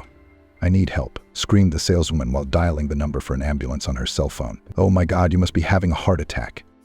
But Damien stopped her with a wave of his hand. "Don't," he said sadly, in a different tone of voice. "I was just disappointed in an angel today," he concluded with a note of bitterness in his voice. He immediately got up from the asphalt. The employee rushed back to the store, and a few seconds later brought him some water. He drank it greedily. "Thank you very much," he thanked the nice girl. "I'm ashamed of my fiancée. She spoke terribly to you. She's a terrible person, I must admit." "Is that this is your fiancée?" The saleswoman marveled. The tramp smiled and stood up from the pavement. He shook the snow from his clothes and stared at the girl employee of the boutique. She was standing in the cold in a short skirt and a thin tank top. Shivering from the cold, she wrapped her arms around her shoulders. He immediately caught up and threw his clean jacket over her, which he took out of a nearby bag. The girl tried to refuse at first, but he convinced her. "Don't worry, I borrowed this from an actor friend of mine. It's a perfectly ordinary jacket. It doesn't have any lice on it," the pseudo-bomber smiled. He led the excited employee back to the store and asked, "Can I ask you one favor?" "What is it?" "You see, yesterday I had a fight with my fiancée. I thought it was nerves, but during the night it was like my eyes opened, and I decided to give my future wife a test. I wanted to test her for kindness, for cordiality. Unfortunately, this experiment was a complete failure, a failure in my personal life. I saw the true face of the one I thought was a goddess," the man said. "I'm sorry that it stinks," he suddenly asked, forgetting about his request. The female employee laughed. "Yes, some crazy person came in with a dead fish," she laughed. "Now the whole store will have to be ventilated for 2 days." And then the girl looked at him strangely and suspiciously.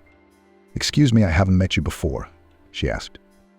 "Yes, I came into this store today in the guise of a foreigner. Maybe you saw a stranger here with a strange hat." Yes, that was me too." The clerk was amazed. She didn't know people could transform themselves so professionally. It was real magic. Damien also smiled at this comical situation, but his frustration continued to plague him. He couldn't marry a girl who didn't match his principles at all.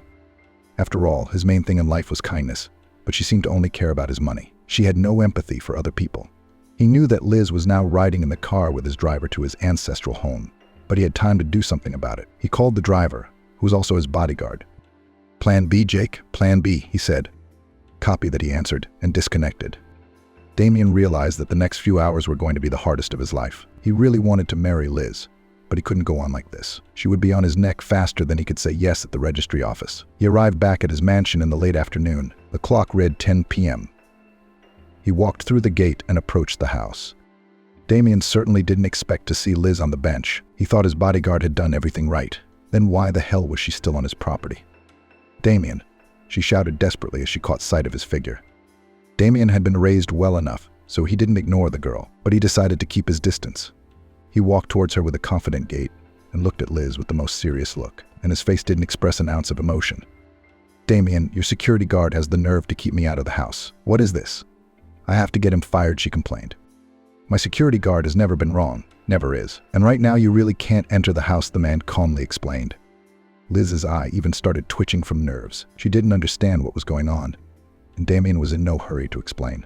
He just remained silent for a moment, then pulled out the keys to the front door. "Damien," Liz shouted, "what does all this mean?"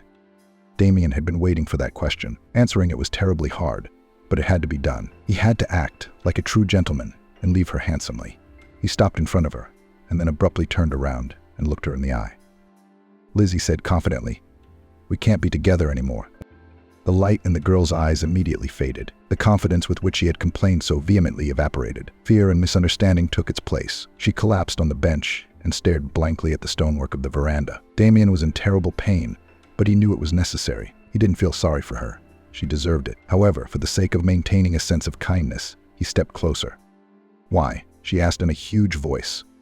"I was there, Liz. I was in that damn wedding parlor today. The bum you refused to give a penny to. That was me. You were following me? She was outraged. No, Liz. I just wanted to see your true face without the mask, and I'd seen enough. There was silence. Damien thought so. Liz certainly had nothing to say. You're dumping me because I didn't help the poor guy, she laughed. You're dumber than I thought. Damien staggered back. Liz sounded very grim, confident. She sounded like a mad woman whose devious plan had gone awry. The man took 2 steps back from her, and Liz, in turn, stood up resolutely. Yes, you may have seen my true colors. I'm sorry I'm not as good a sheep as you thought I was. You must have dreamed I'd be a wonderful hostess and wife. Bullshit. It's ridiculous, Damien. What girl in the modern world wouldn't think about money? Wouldn't be mercenary? You must have thought I was all white and fluffy, that I wouldn't hurt a fly. You were wrong. I know who I am. No, I'm not proud of it. But I just don't see the point in giving my money to people who don't want to do anything themselves, who don't want to solve their own problems at their own expense. Do you really think the world is full of marriages like yours? There are only a few like you, Liz said in a confident tone. The rest of us are just trying to survive on our own, to get through one miserable day. And I'm upset that in all your life you still haven't realized that not everyone is as rich as you are. Your daughters have never seen poverty, never lived from paycheck to paycheck, never counted pennies, never trembled at night from hunger. They are happy people. You and I didn't know each other very well, Damien said. It all went too far. It happened too soon. We don't know anything about each other. Maybe that's a mistake. Maybe that's a mistake, too, Liz agreed. But one thing I know for sure is that I'll always look out for my own benefit. I don't care about the people around me. Why I came into this world alone, and I'll leave alone too. And there's only myself to rely on. Are you wrong? Damien asked. No, Liz argued. No, I'm right. And I'm glad we broke up before we got married. I was getting sick of your kindness. She shushed him and headed down the stairs. Damien stood still and stared at the floor. Liz started to walk away, but he managed to call out to her and ask, Liz, tell me, did you have any interest in art? It was fucking art that saved me from poverty, Liz replied briefly and walked away into the darkness of the night. Damien didn't see her call a cab as she drove away. He continued to stand on the veranda and stare at the floor. Just now he felt so insignificant and humiliated. Never had his kindness been portrayed in such a bad light. The days that followed passed like a blur. He had asked his agents to deliver all of Liz's belongings to her, but when they arrived at the right address, no one was there. Who knows where she had moved to?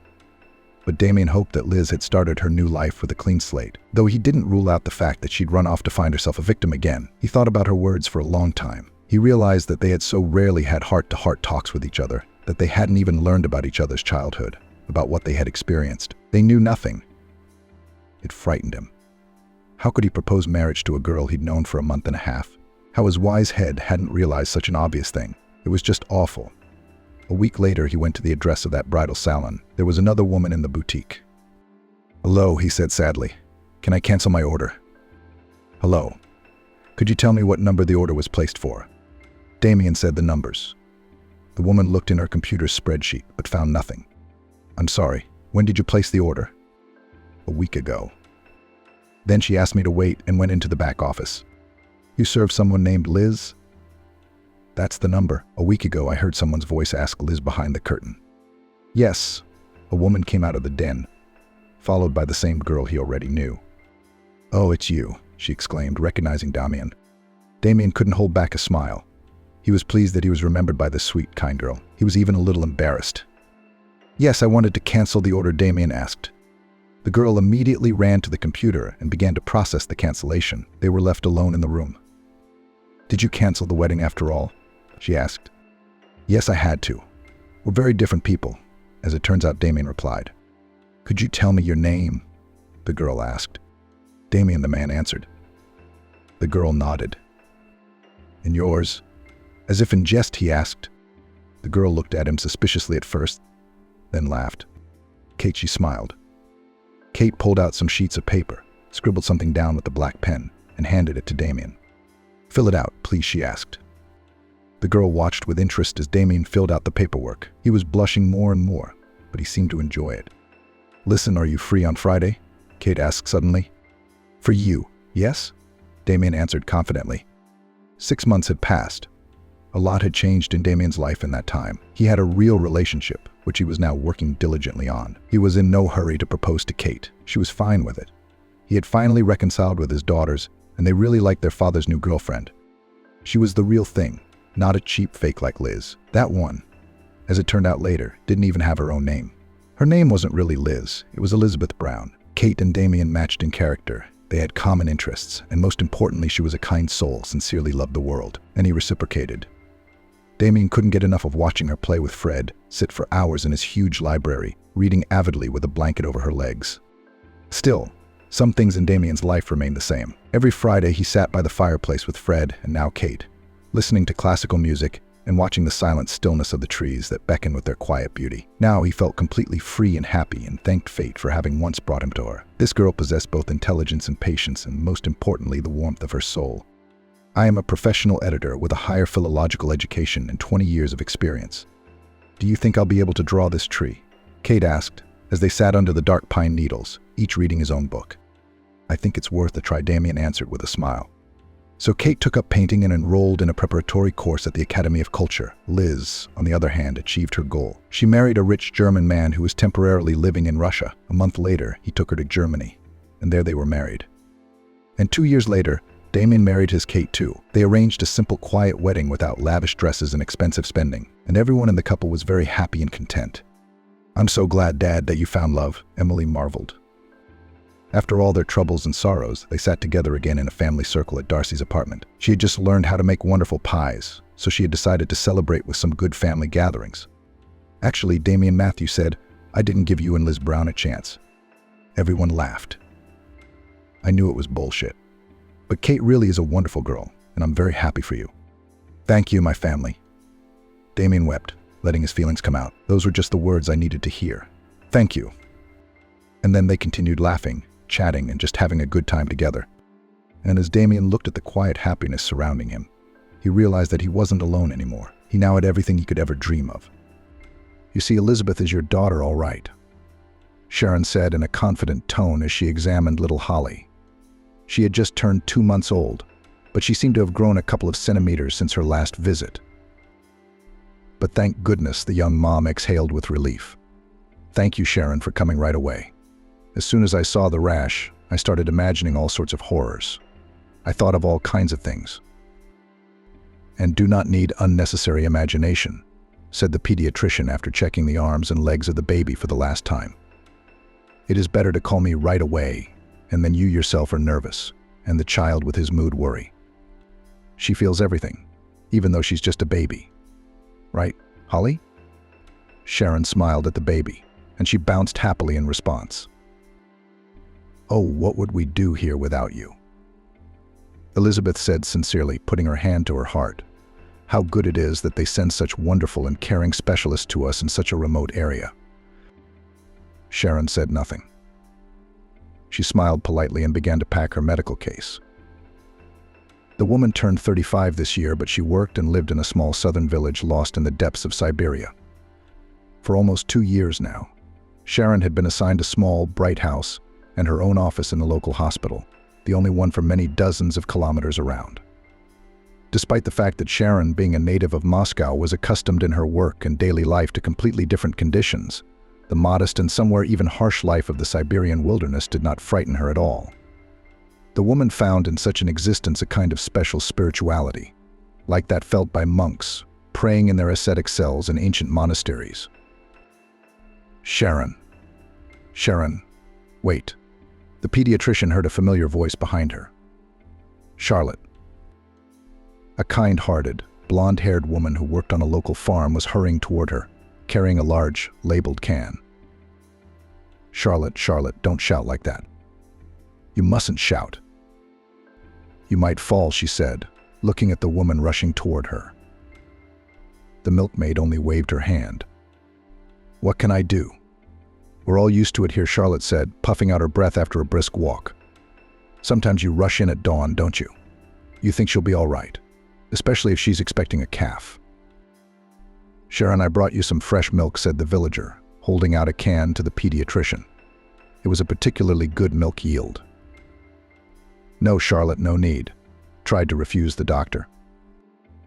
But the milkmaid was very persistent. Take it, she shook her head. Do you know how much of this stuff I have at home? But you still need it more. Your work is so important. You treat our children every day until night on rounds. It's not just milk, it's nothing. Charlotte just did not spit on the ground from irritation, remembering the previous pediatrician. For you, do you know what kind of doctor she was? She basically didn't care about the kids. Only did what came to the hospital to gossip, all the gossip we'll discuss. She'd put all kinds of makeup on her face and twirl her tail in front of our paramedic. Sharon hurried to take the can and thank the woman. She sensed Charlotte was about to get back on her favorite horse. And so she did. But whatever that St. Petersburg goat does, Charlotte continued to rage, no matter how much she tortured him. Vincent wouldn't even notice her, for crying out loud. I hear you, Charlotte, but I really have to go. I've got a lot of paperwork to do at the hospital. But Charlotte was unstoppable. She couldn't rest until she'd spoken her thoughts and feelings to the end. That was her broad country nature. Vincent's a different kind of bird. He's a what's his name, isn't he? The woman thought of the right word and was silent for a moment. Aesthete. That's not the kind of girl he wants. Charlotte looked at Sharon with a cheerful slyness and finished. Like you would find my wife quiet, calm, so that in the children of her soul to put her soul. The young pediatrician was embarrassed, feeling herself blushing to the roots of her hair. Sharon, please. Charlotte continued. You should look at him, and Vincent, as soon as he lost his wife. So consider, 5 years as a widower. He doesn't fit in here. He came to us from the capital too. Sharon truly wanted to go to hell at that moment. She quickly mumbled something about not having time. She thanked him again for the milk and hurried away from the chatty Charlotte. Everyone, literally everyone in the village was wooing her to Vincent, the local paramedic. Sharon didn't argue he was a good-looking man, tall, broad-shouldered, with a gait full of dignity, and only 5 years older than her. But despite the attention Vincent was showing her, Sharon didn't reciprocate it. To her, the handsome widower paramedic was just a pleasant colleague who had no feelings for her at all. And how could it be otherwise when the young pediatrician's heart was forever occupied by another man, her own husband? Sharon hurried to push the sad thoughts away. All the more so as the modest, beige and light gray building of their rural hospital loomed ahead. As she walked up the porch steps, she thought about how lucky she was that the people here had received her so warmly and friendly. Not every stranger from the capital city could win the trust of the villagers. Sharon, however, had managed to become practically one of their own. It was largely because she was literally obsessed with her work. And now, entering her cozy little office, the woman wanted to start filling out some paperwork right away, when her attention was attracted by a huge, lush bouquet on her desk. Someone had managed to put the flowers in a vase so that a wonderful fresh fragrance spilled over the room. That's not all that flashed through Sharon's pediatrician's mind. I've asked you so many times, she sighed. Sharon. Knock, knock. Can I see you? Vincent's perfect white smile brightened as he slowly pushed his way between the door and her office. Good afternoon, Vincent, Sharon said with a strained smile. I assume these are flowers from you? Do you like them?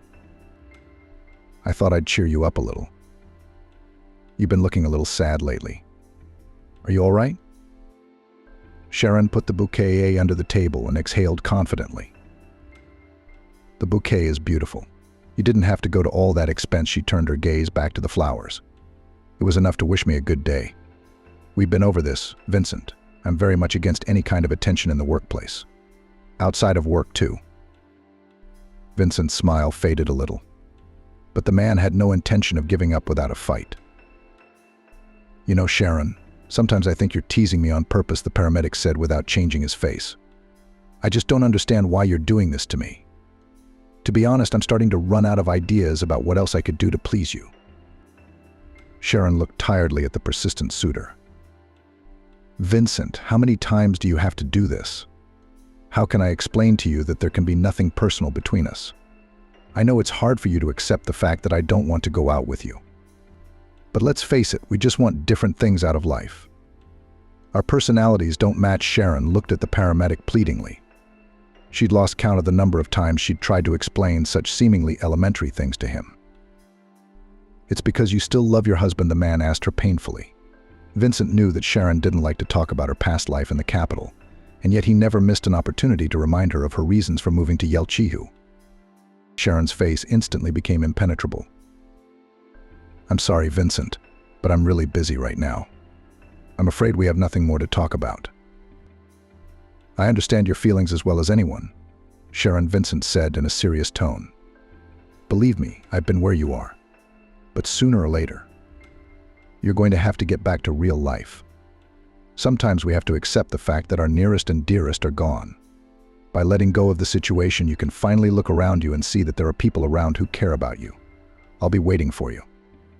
Sharon, I hope you soon realize that you and I have a good chance of making a wonderful family. Sharon looked at the paramedic. Her lips were trembling and her eyes were full of tears. Vincent, please.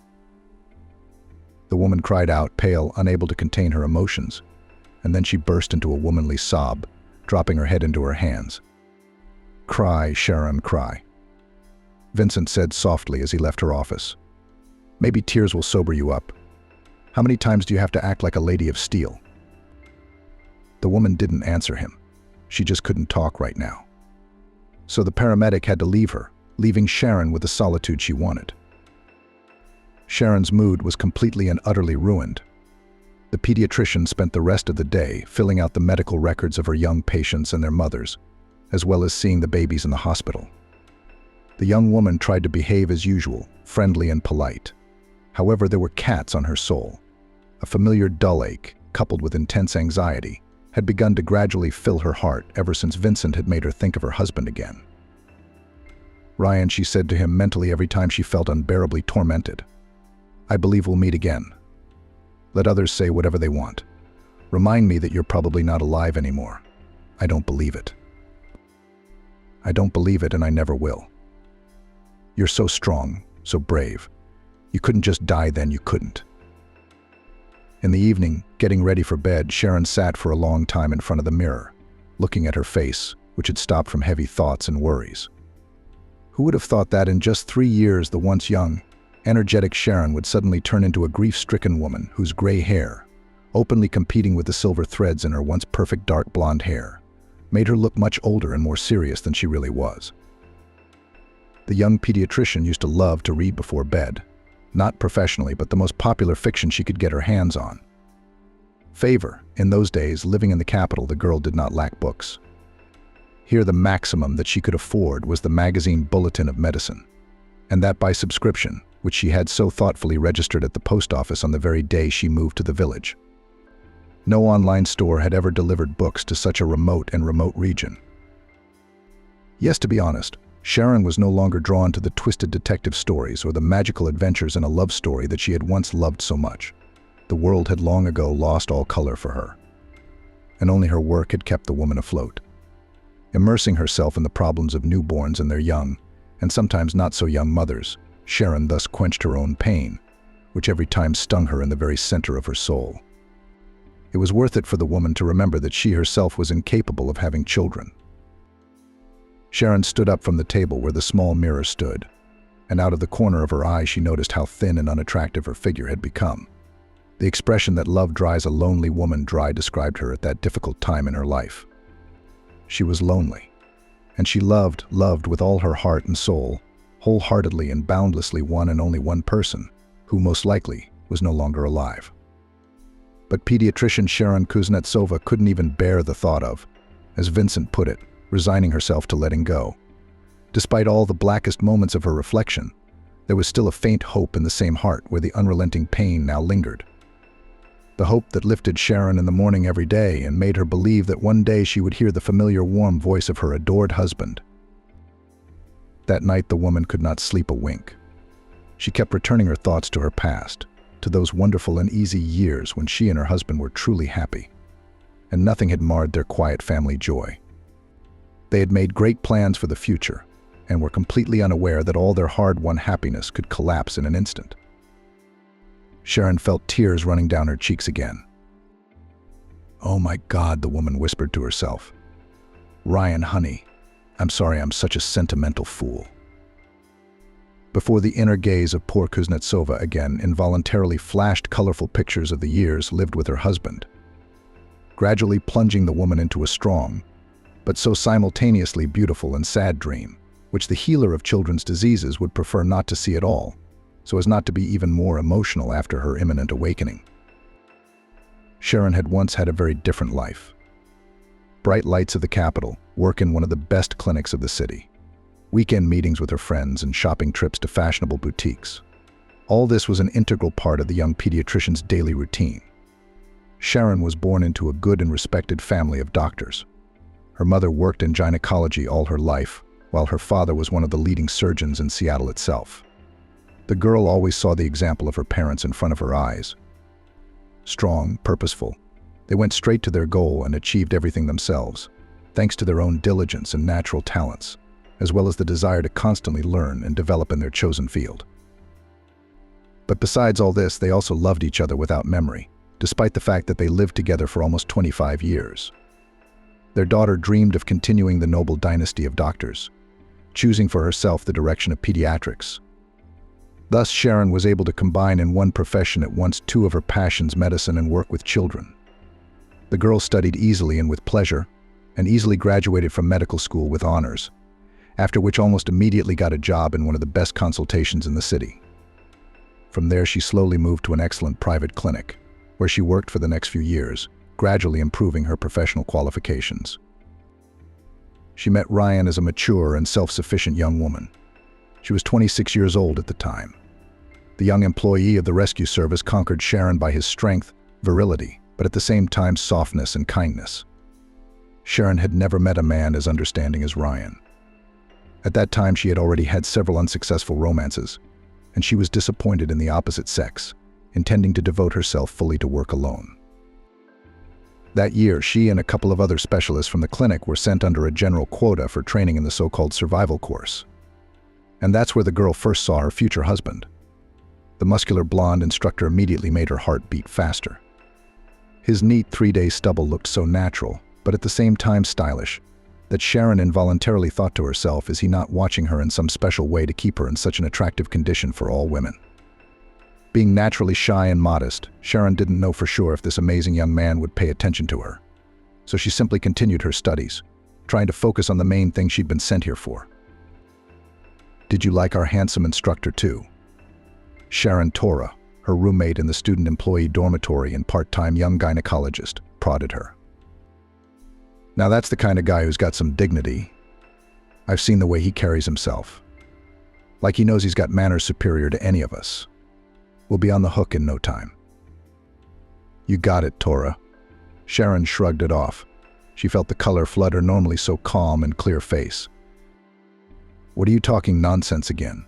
He's handsome, of course, but nothing more than that," she said. "You were staring at him when he was giving CPR to that mannequin." She made a joke about her, that's all. "I imagined him doing the same to you."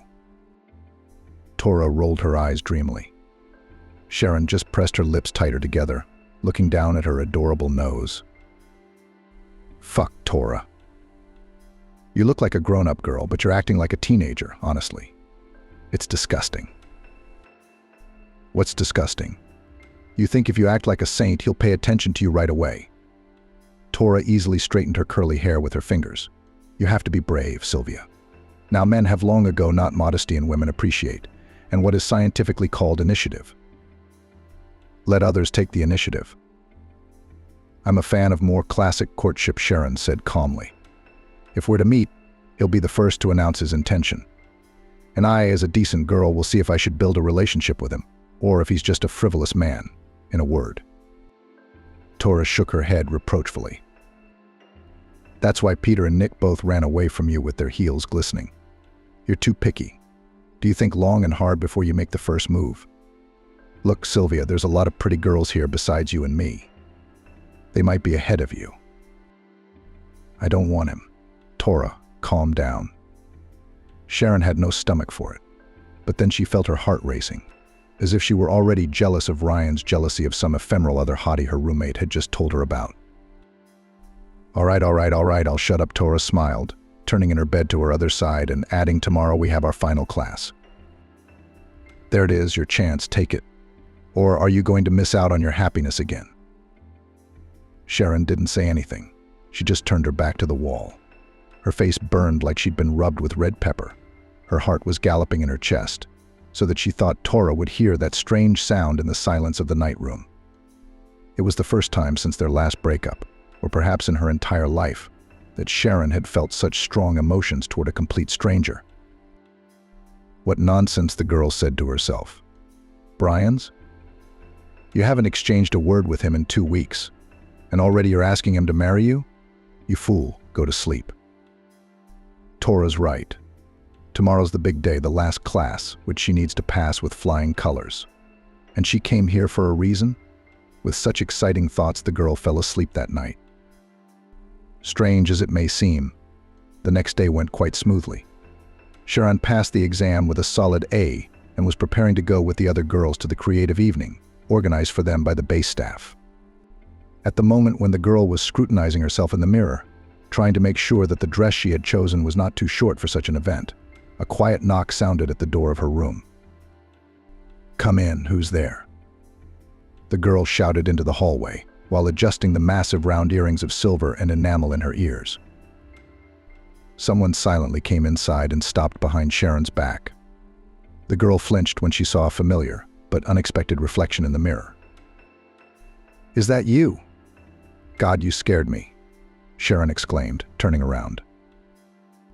In front of her stood the same instructor, Ryan Smith, whom she had been thinking about so often the last few days. I'm sorry, I didn't mean to do that at all, the boy said, and lowered his stunning blue eyes in embarrassment. In his hand was clutched a small bouquet of wildflowers, which he, shyly, slowly extended to the girl. Here, this is for you. I'm sorry, I didn't know what kind of flowers you prefer, but we have amazing nature here. So I thought maybe the local flora would make you happy. Sharon looked up at him, her dark gray eyes wide with amazement. Ryan's face gradually flushed with a delicate blush, just as it must have done on her skin now. It's my pleasure, she said, taking the bouquet from him. They are really beautiful flowers, better than any roses. A shy hopefulness flashed in Ryan's eyes. I was wondering if you wouldn't mind going to the dance with me. We're having some sort of disco at the end of the night. It's funny, of course, grown men dancing to popular tunes. But still, I've been looking at you since last week. He was embarrassed. I apologize for being so frank, but Sharon, I like you very much, so I'd like you to do me the honor of spending this evening with me as my companion. Sharon's excitement made her speechless for the first minute. To think of it, the harsh-looking lifeguard turned out to be such a gentle and vulnerable person. One could never guess what was behind the facade of a male brutality and outward calmness. Ryan, it turned out, had been feeling the same way she had.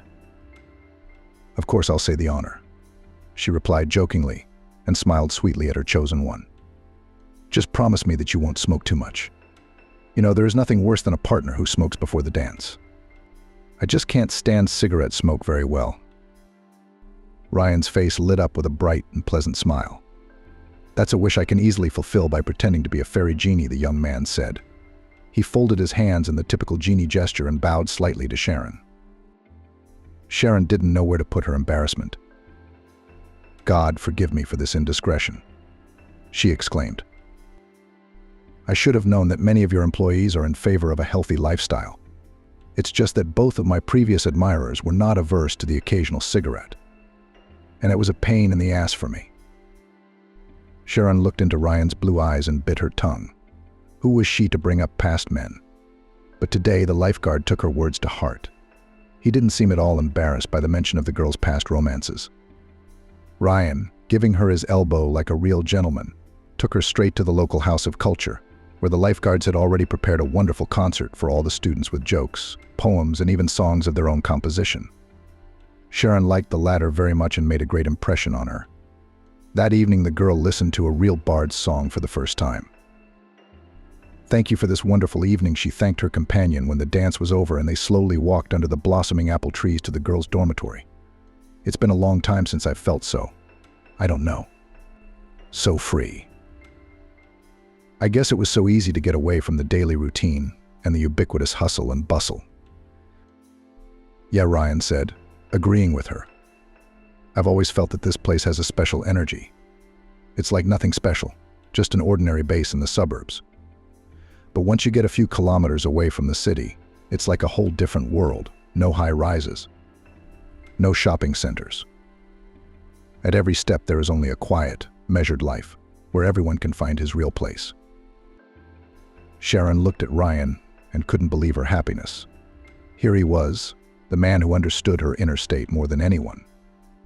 No matter how much she loved the city with its frenzied pace of life, bright, sometimes shouting windows, ubiquitous cafes and stores, but only here, many kilometers away from the metropolis, she truly felt what life was. It was as if all her senses were heightened in an instant, giving her some secret, but at the same time so simple knowledge. Every person has a true purpose. It is only necessary to follow it at the call of your heart, and then harmony and grace will come into your life. Sharon suddenly looked at him seriously. "Ryan," she said, "can I see you again? I don't mean to be impertinent, but I just think that something good could happen between us." "Sure," Ryan assured her calmly. "Let's exchange phone numbers. I'll text you as soon as I get into town." Ryan smiled so joyfully and childishly that Sharon's heart was immediately warmed by the warmth of the light feeling that was budding in her soul. Back in the metropolis, Sharon thought a lot about what this amazing trip had given her. Should she write to Ryan herself? Or was it better to wait until he was free to make the first move? The girl's doubts were dispelled when a few days later she received the following message on her phone: "I'll be in town the other day. Do you want to meet in the park?" Without thinking for a second and trembling with joy, Sharon immediately replied, "Yes, I'll be looking forward to seeing you." The girl received a playful smiley face in response, and then exhaled with relief. It seems that a new stage in her life was beginning. The first date was followed by several more, and soon the relationship between the young people became really serious. Ryan and Sharon couldn't seem to spend a day apart. They were constantly on the phone, calling each other and sending each other cute postcards. Just like young college students just getting their first taste of true love. Less than 6 months later, Ryan proposed to Sharon. The girl naturally agreed, promising the young lifeguard that she would make him the happiest man in the world. "I'm the one who should promise you such things." Baby Ryan kissed his bride and said, pleasantly surprised, "Remember, a man's duty is to take care of his woman and give her only love and joy, but also to protect her." "You'll never regret being my wife," Ryan said to Sharon. Sharon's parents approved of their daughter's choice. Ryan instilled confidence in them and said the normal, right things. And after talking to Dustin, the girl's father, he became like family to them. "I grew up in an orphanage," Ryan told them honestly, "but I know what a real family should be like. Sharon had told me a lot about your relationship with Brenda. If I can come even an inch closer to something like that in my marriage to your daughter, I'd be happy." "It's good that you intend to make my daughter happy," Dustin told him. "But what about the fact that your job is dangerous? You might leave me alone. What then?" That question didn't bother Ryan at all. "We have all the security measures in place at the base. Yeah, there's a monthly diagnostic on vehicles and equipment. And in case of any damage, parts or technically important parts of the equipment are replaced immediately." Ryan spoke to the bride's father as if he were reporting on the condition of the facility to his superiors clearly and precisely, so that the man had no doubts.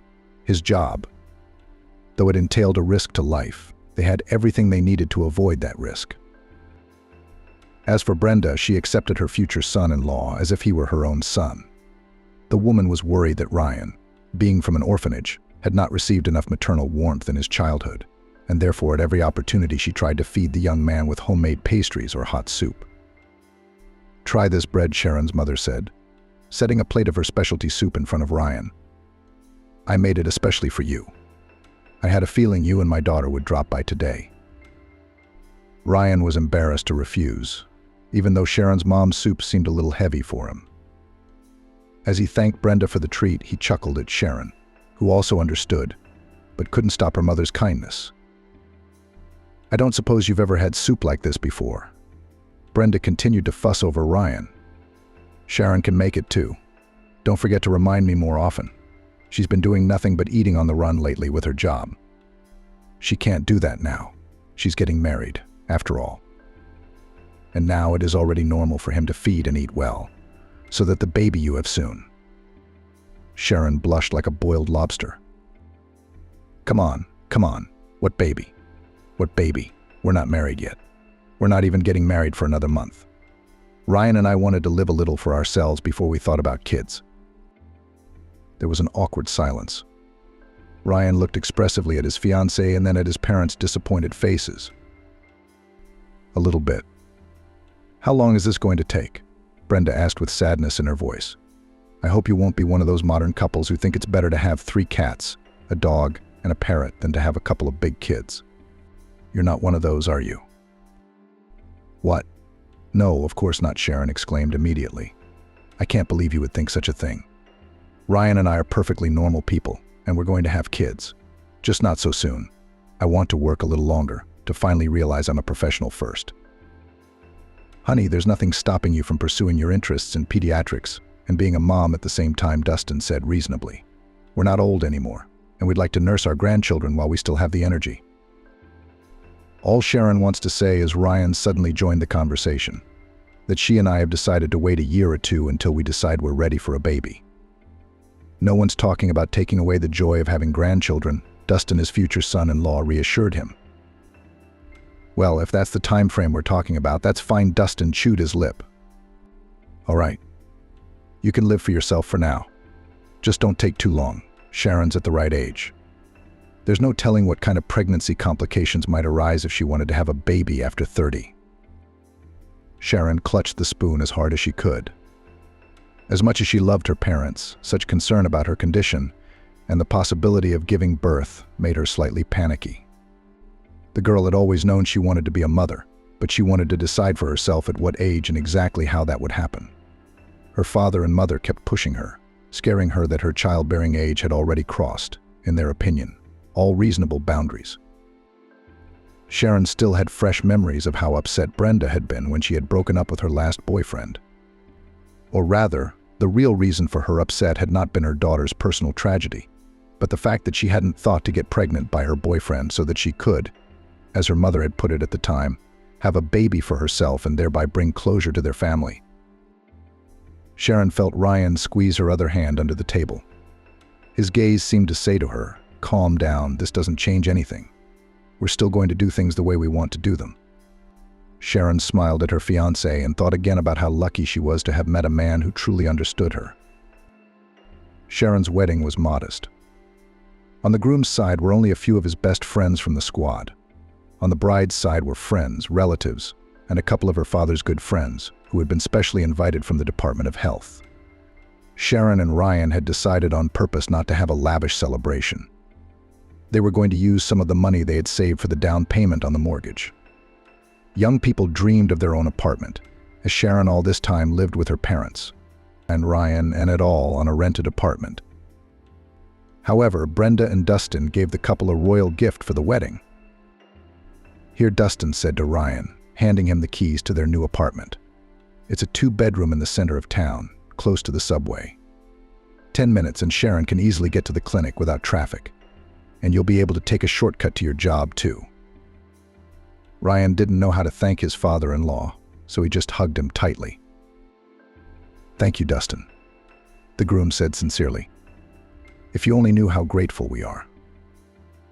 Don't mention it, said the bride's father. I do it first of all for my daughter, to make her life more comfortable. You take care of her and do not forget about the grandchildren. My mother and I will be waiting for them very much. The elderly surgeon reminded his son-in-law, and then jokingly wagged his finger at Ryan. When she learned that she and her husband would now have their own apartment, Sharon squealed with delight and threw herself on her father's neck. Daddy, my love, she said, kissing her father on the cheeks. You are the best, my darling. How did you and Mom manage it? Dustin said, infected with joy for his daughter. I knew you'd be getting married soon. So my mom and I decided to prepare a family nest for you in advance. We're not animals. We know how hard it is for young people to get their own place these days.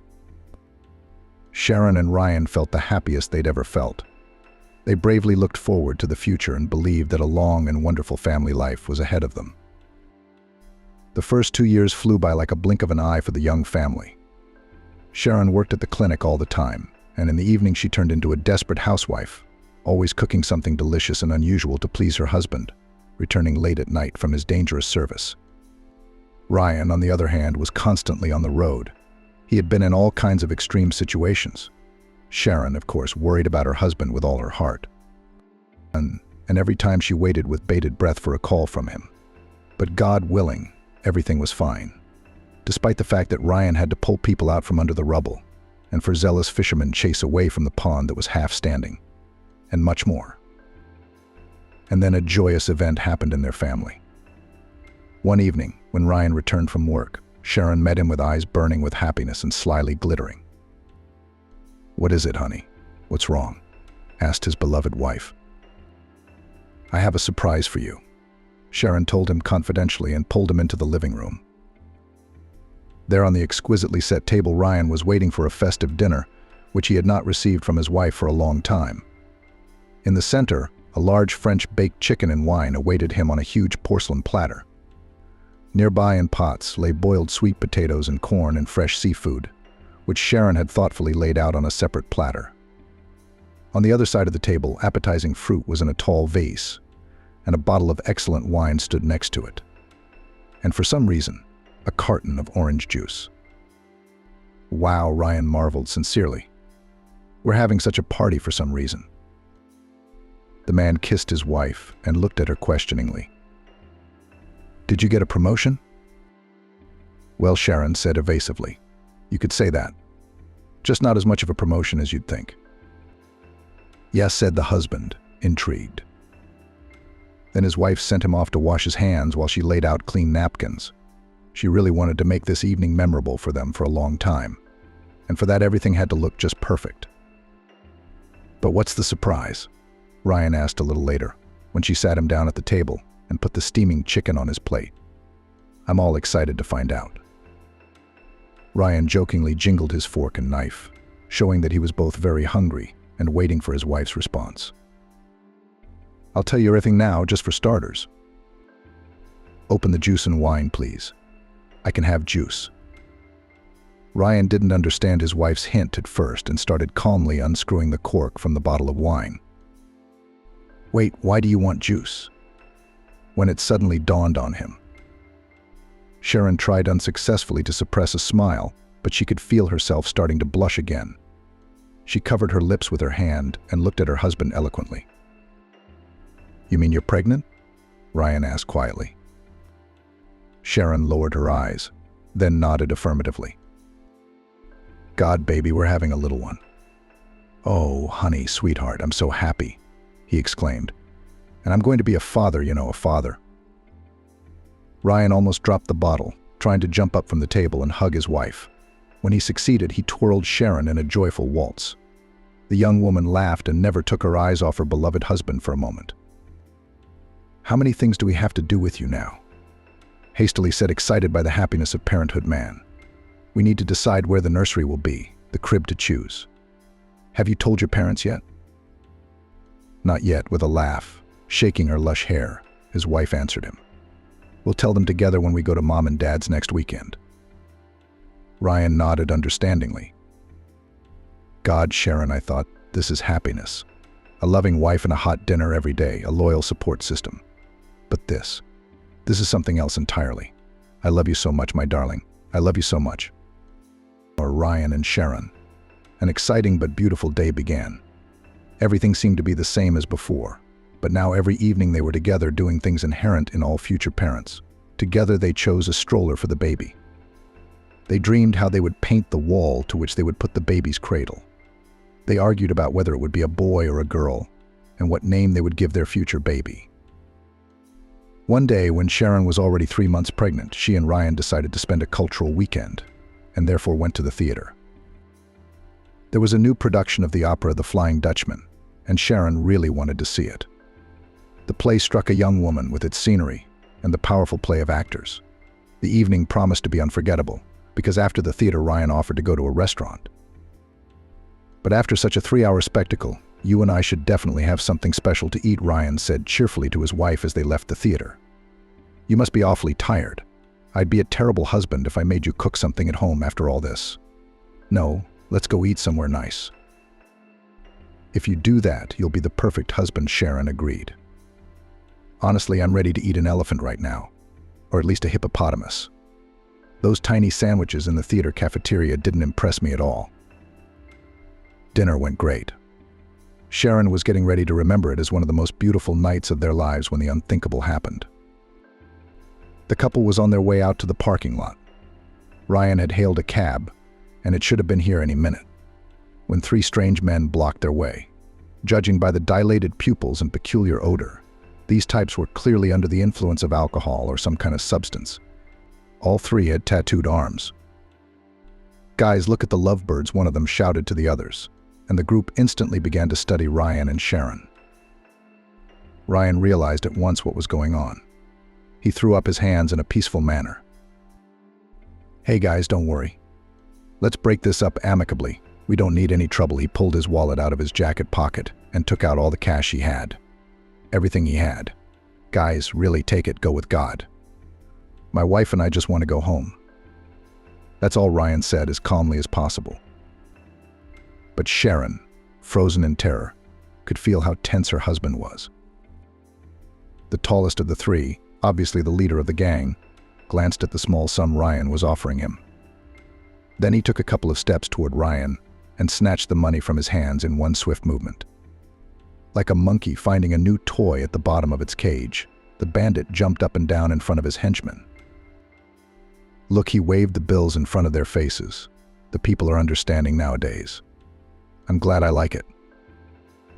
"It's boring," one of them said in a nasty voice, and then he stared at Sharon. "No fights, no chicks for once." The bald, stout man took a slow step toward Ryan's wife. "I think this one's pretty good," the bastard said. "Juicy sweet. Don't you want to have some fun with some normal guys?" Ryan was instantly eager to fight. Sharon felt her mouth go dry. A second later, a nasty, sour lump rose from somewhere in her throat, making the woman instinctively clutch at her stomach, where the life of her small child lay. Fear. A nasty animal fear for the life of her husband and their unborn son or daughter was what Sharon felt at that moment. She pressed herself against her spouse's back, closing her eyes for a second. "Don't go near her," asshole Ryan threw in his face and immediately assumed a fighting stance. One move and you could kiss your worthless life goodbye. "Wow, this praised piece of shit can also talk," the third bandit, who was very muscular, answered instead of his comrade. "Science. Try saying that again." With these words, the bastard pulled out a shining folding blade, suspiciously resembling a razor. "Not so brave, eh?" said the fat man enigmatically, pointing to his friend's arm. "Now, my friends and I will quickly clean up your face, so that you know how to talk to respectable people. Will your new clothes come with us? Don't worry, it's not far to the nearest bushes." All three of them laughed like old hyenas. Ryan was like a rock, ready to make a death-defying leap. "When I say run, just run. Don't look back," Ryan whispered over his shoulder to his wife. No, I'm staying here with you," Sharon slipped into his jacket pitifully. "Come on, honey, come on out to the big guys. Come on, honey. Come out to the big uncles," the fat thug said. "They want to play with you so badly that your husband can hardly get away with it," he laughed. All three of them lunged at her husband. "Ryan," Tora shouted, and Ryan was immediately engaged in a pitched battle with the three ghouls. He began to strike them with his legs and arms, trying to drive the bandits away from him. The man couldn't make a single grab because he risked slowing down too much, which would be a fatal loss for him. Sharon darted to the right, hoping to outrun the razor-wielding thug, but he was nimble and immediately delivered a powerful blow to the woman's stomach. "Where are you going, Otter?" The thug whispered and grabbed Sharon by the hair, pulling her against him. The woman felt first the stench of his breath, then the cold blade against her tender neck.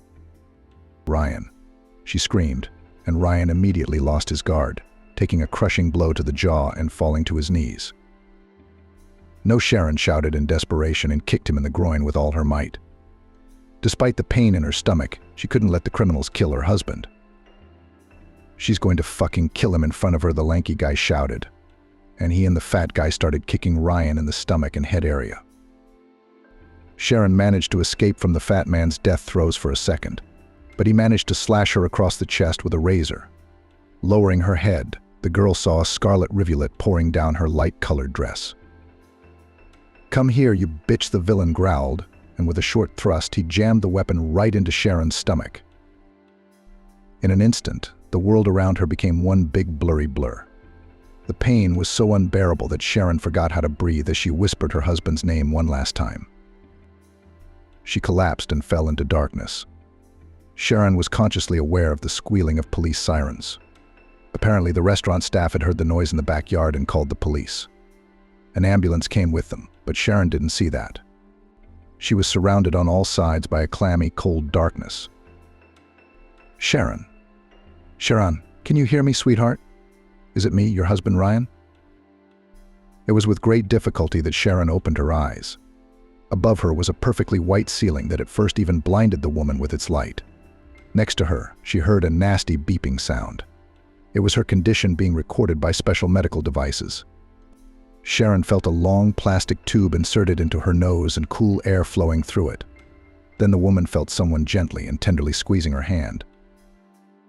"Ryan," she said very weakly. "Is it really you? Are you alive?"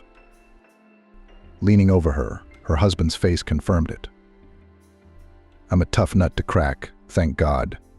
You scared me a lot, sweetheart. I thought I'd lost you." It took Sharon exactly half a second to recall the events leading up to her hospital stay. "Baby," the young woman exclaimed in a pale voice and immediately pressed her hand to her belly. It was completely flat and tightly bandaged. "Our baby. Ryan. What's wrong with him?" I asked my wife, anticipating the worst. Instead of answering, the man lowered his eyes and then ruffled his hair in a nervous motion. "The doctors fought for your life for so long. They had no choice. There was no saving our baby anyway. I'm so sorry, honey, I'm so sorry." No way. It can't be." Sharon was hysterical. The attending physician came running into the room. "What have you done?" The elderly surgeon glared angrily at Ryan while trying to hold the convulsing woman. "Who gave you permission to tell your patient such news when she was on the verge of death? Leave this room immediately. Nurse, hurry up and get me a sedative." The doctor turned to the nurse, who ran to the nurse at the same moment. "It would have been better to say it right away," Ryan said grimly, struggling to rise from his chair. "It would have hurt more later." The surgeon looked at him for a moment, then shook his head sternly. "I understand you're both in shock, but that didn't give you the right to risk your wife's health like that." Ryan seemed to ignore what the surgeon had said. He looked at the unfolding picture with a sense of utter hopelessness. His beloved had almost died and lost a child, and he, an emergency worker, couldn't prevent it. "Sharon, I'll come back tomorrow," his husband said with tears in his eyes, and left the room. The hardest part for Sharon was just ahead. After a long and painful recovery, the doctor announced a disappointing verdict. Because of her injuries, she would never be able to have children again. The young woman was absolutely devastated. After arriving home, Sharon could not remember what had happened in those moments around her. All the days merged into one hopelessly gray streak. Ryan tried to somehow reach out to his wife, to bring her out of this comatose state. But it was no use. The parents, as depressed by their daughter's condition as her husband, also tried to talk to Sharon, but she was completely unresponsive. No one but Ryan and her family knew how hard it was for Sharon to get up in the morning every day to get back to at least a semblance of her old self. It wasn't until almost a year later that she was able to consciously perceive her surroundings again. The pain of losing the baby was still too fresh to completely forget the experience. The woman's stomach was now forever imprinted with the marks of that horrific evening. Sharon hid the scars under dark, tight clothing. She could no longer wear a swimsuit or a light summer dress. She kept feeling like strangers would stare at her gruesome cuts. Even with Ryan, she now acted cold and reserved. And by no means did that mean she blamed him for what had happened. But she knew the anguish he must have felt, and she no longer thought their love was appropriate. At least not until the whole story had finally dissolved into the daily routine of life as it went on. To recover and distract herself from the inevitable longing, Sharon went back to work, even though it was unbearably painful to look at other people's children every day. More and more often she found herself thinking that little by little, a little at a time, she was getting better. The pain was slowly receding to the very bottom of her soul, leaving only a calmness bordering on indifference. That had been Sharon's salvation to begin with. And then, when she found herself in a state where she had just found stable ground beneath her feet, her whole world fell apart again into tiny pieces from which she could no longer reassemble anything. It had been exactly 3 years ago, the year before Sharon had finally moved to Yale Chio. Ryan had gone on a business trip somewhere up north, to Siberia. There were terrible fires there that year, and Sharon's husband was called together with other emergency workers to extinguish the fire on helicopters by dropping a special extinguishing compound. The worst thing, in what all the time after that Sharon blamed herself, is that she felt exactly nothing. Calmly let her beloved husband, the only person she had ever known, go on that damned business trip.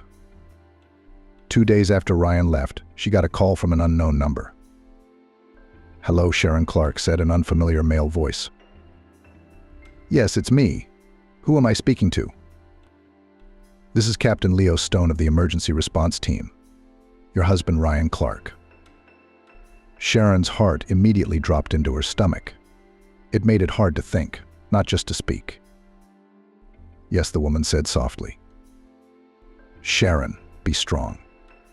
Your husband died heroically while fighting a fire in the woods." Sharon felt the floor beneath her begin to move slowly away from her. Grasping the edge of the table to keep from falling, The pediatrician interjected. "So how is it dead?" "No, there must be some mistake. He's only been gone 2 days." "I'm sorry," the captain said a little more gently. "Your husband's helicopter got into a difficult situation.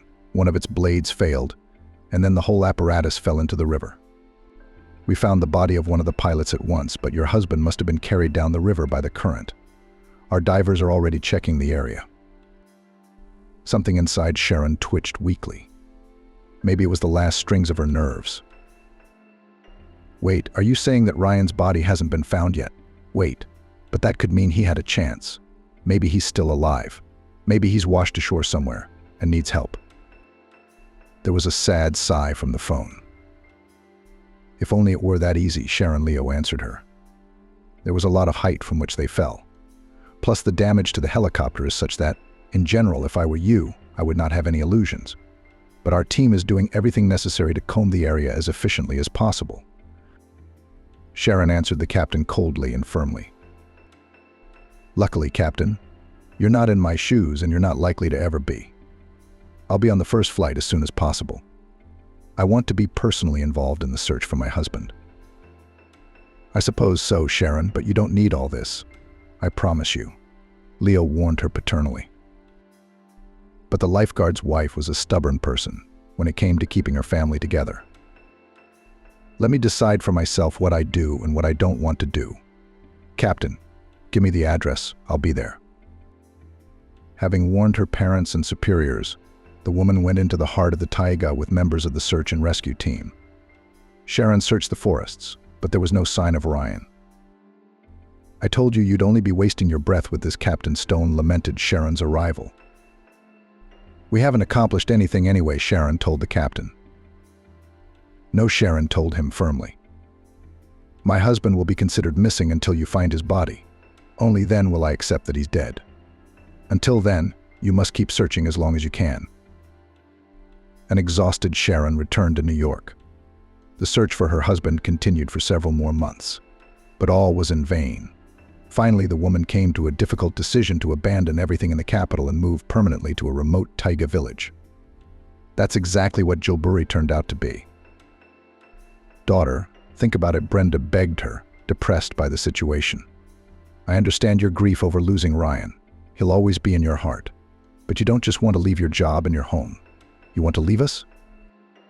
Sharon's elderly mother was struggling to hold back tears.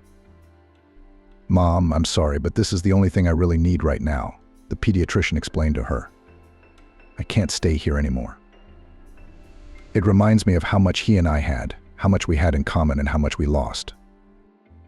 Brenda looked at her daughter with an attentive, understanding gaze. "Promise to write to me," at least her mother asked with a pleading tone in her voice. "Of course I will, Mommy," she said, hugging the older woman and assuring her daughter. "I'll write as soon as I get settled in. I'll write right away. I have already agreed with the local hospital. They take me immediately on specialty. Can you imagine? The staff there is very small. Only 10 people. So you don't have to worry about rumors about me." "Oh, honey.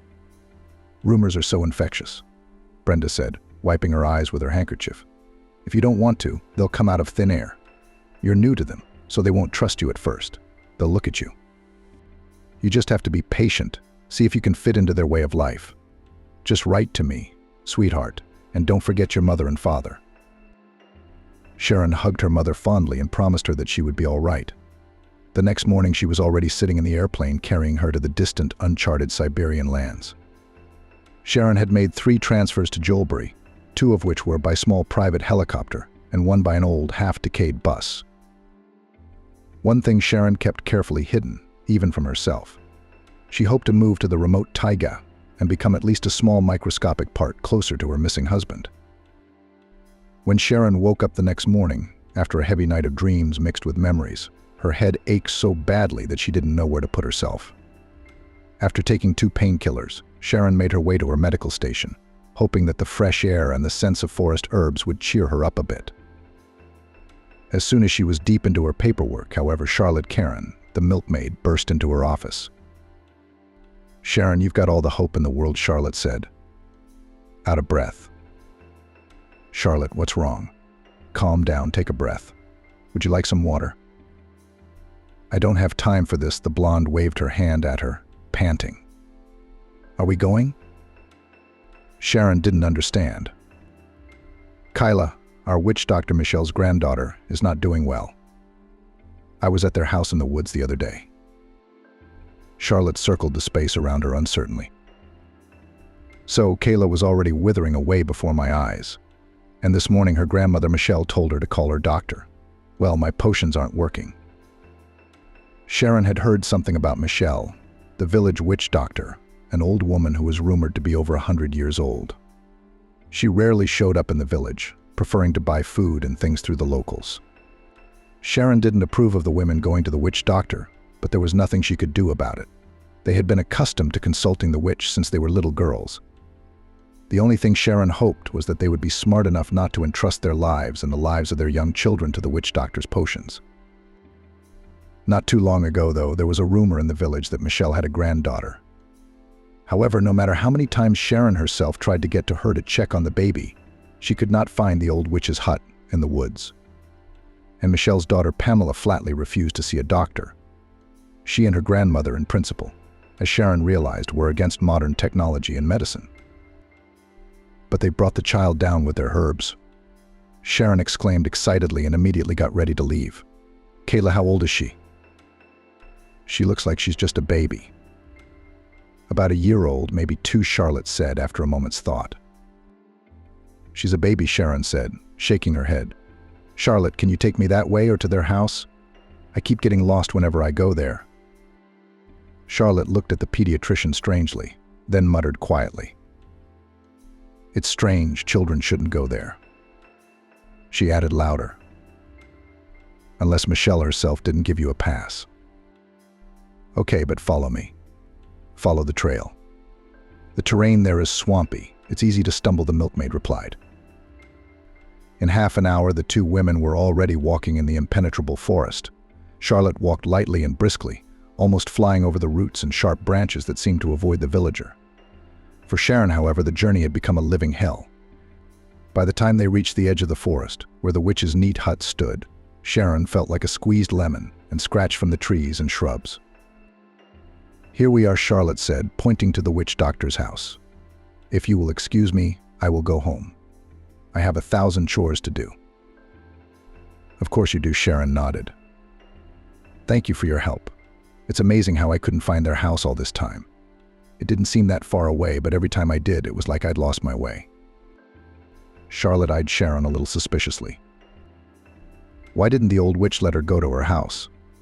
Maybe she thought it was the right thing to do, she said on the way back. Maybe she sensed some kind of competition from her. Sharon was a doctor, after all. A real one. Michelle and Pamela never liked doctors. Sharon, left alone, hurried up to the porch of the hut and knocked quietly on the open door. There was no answer. Then she decided to go inside herself without invitation. The atmosphere inside was mystical. It was as if Sharon was visiting Baba Yaga herself. Everywhere hung bundles of various herbs, jars with incomprehensible potions, and a pungent aroma of juniper and spruce needles. The young woman went into the living room, hoping that the sick child was lying here somewhere. The room was rather ascetic: an old oak table, a couple of chairs, kerosene lamps, a chest of drawers, and a couple of framed photographs. One of them showed a certain girl in a dress similar to the ones used for burning the pancake effigy in spring. She stood in an embrace with a very old, wrinkled, like dried olives, woman. Apparently that was who Michelle and her daughter Pamela were. My God, how old is Pamela then, thought to herself an amazed Sharon. If it's true that her mother is 100 years old, then this woman is definitely a witch. She managed to have a baby, too. Sharon put the picture back and looked at the second picture. And that's when her inside snapped. "What are you doing here?" came from behind her in a chastening old man's voice. "If it were up to me, you'd be wandering in the swamps like this. Yes, it seems that now the situation is desperate. The taiga itself let you come to me." Sharon slowly turned to the witch doctor, meeting the gaze of her unkind black eyes like the eyes of a raven. Michelle was very petite, less than half Sharon's height, but she looked very determined and a little hostile. "Where did you get that?" Sharon asked, pointing to the second picture, where her Ryan stood with a bushy beard and long hair down. Sure, he'd changed a lot in appearance, more rugged, and his eyes were unkind. But it was definitely him. "You put that back," the old woman said. "It's not yours. It's not worth looking at." Sharon's lips quivered and her knees went weak, as wobbly as when she had tried to escape from the bandit. "I'm not doing anything until you tell me where you got that picture," Sharon almost shouted in the witch doctor's face. The woman tightened her immortal, dry lips a little. Then she answered, "You'd better ask him. Will you see him soon? Did he follow you into town too? We just missed each other. You know, that's your fate." Michelle sighed heavily and then asked with pressure, "So you're going to treat my child or not? What did I call you here for?" Sharon woke up as if from a long sleep. She was trembling inside. "Show me your granddaughter," the doctor nodded and followed her into a small room, the vault of which was even lower than the living room. Here in a tiny crib lay a pale little girl. Only her cheeks burned with an unusually bright blush. "Is that Kayla?" Sharon asked. "Take care of her right away," Michelle replied. "She's been getting worse since the third day. I don't know why my potions aren't working." "Yes, do you realize that your granddaughter has pneumonia?" Sharon asked her loudly, her eyes glittering. "The girl needs to be hospitalized immediately. Thank God Charlotte brought me to you. If you had, you would have lost the baby. Do you realize that?" The witch doctor's face crinkled like she'd taken a bite out of a sour apple. "Don't burn like that, do you understand?" The old woman replied obediently. "No, I'm just wondering where her mother is," Sharon asked, looking angrily at the old woman. "No, you should have let it go like that.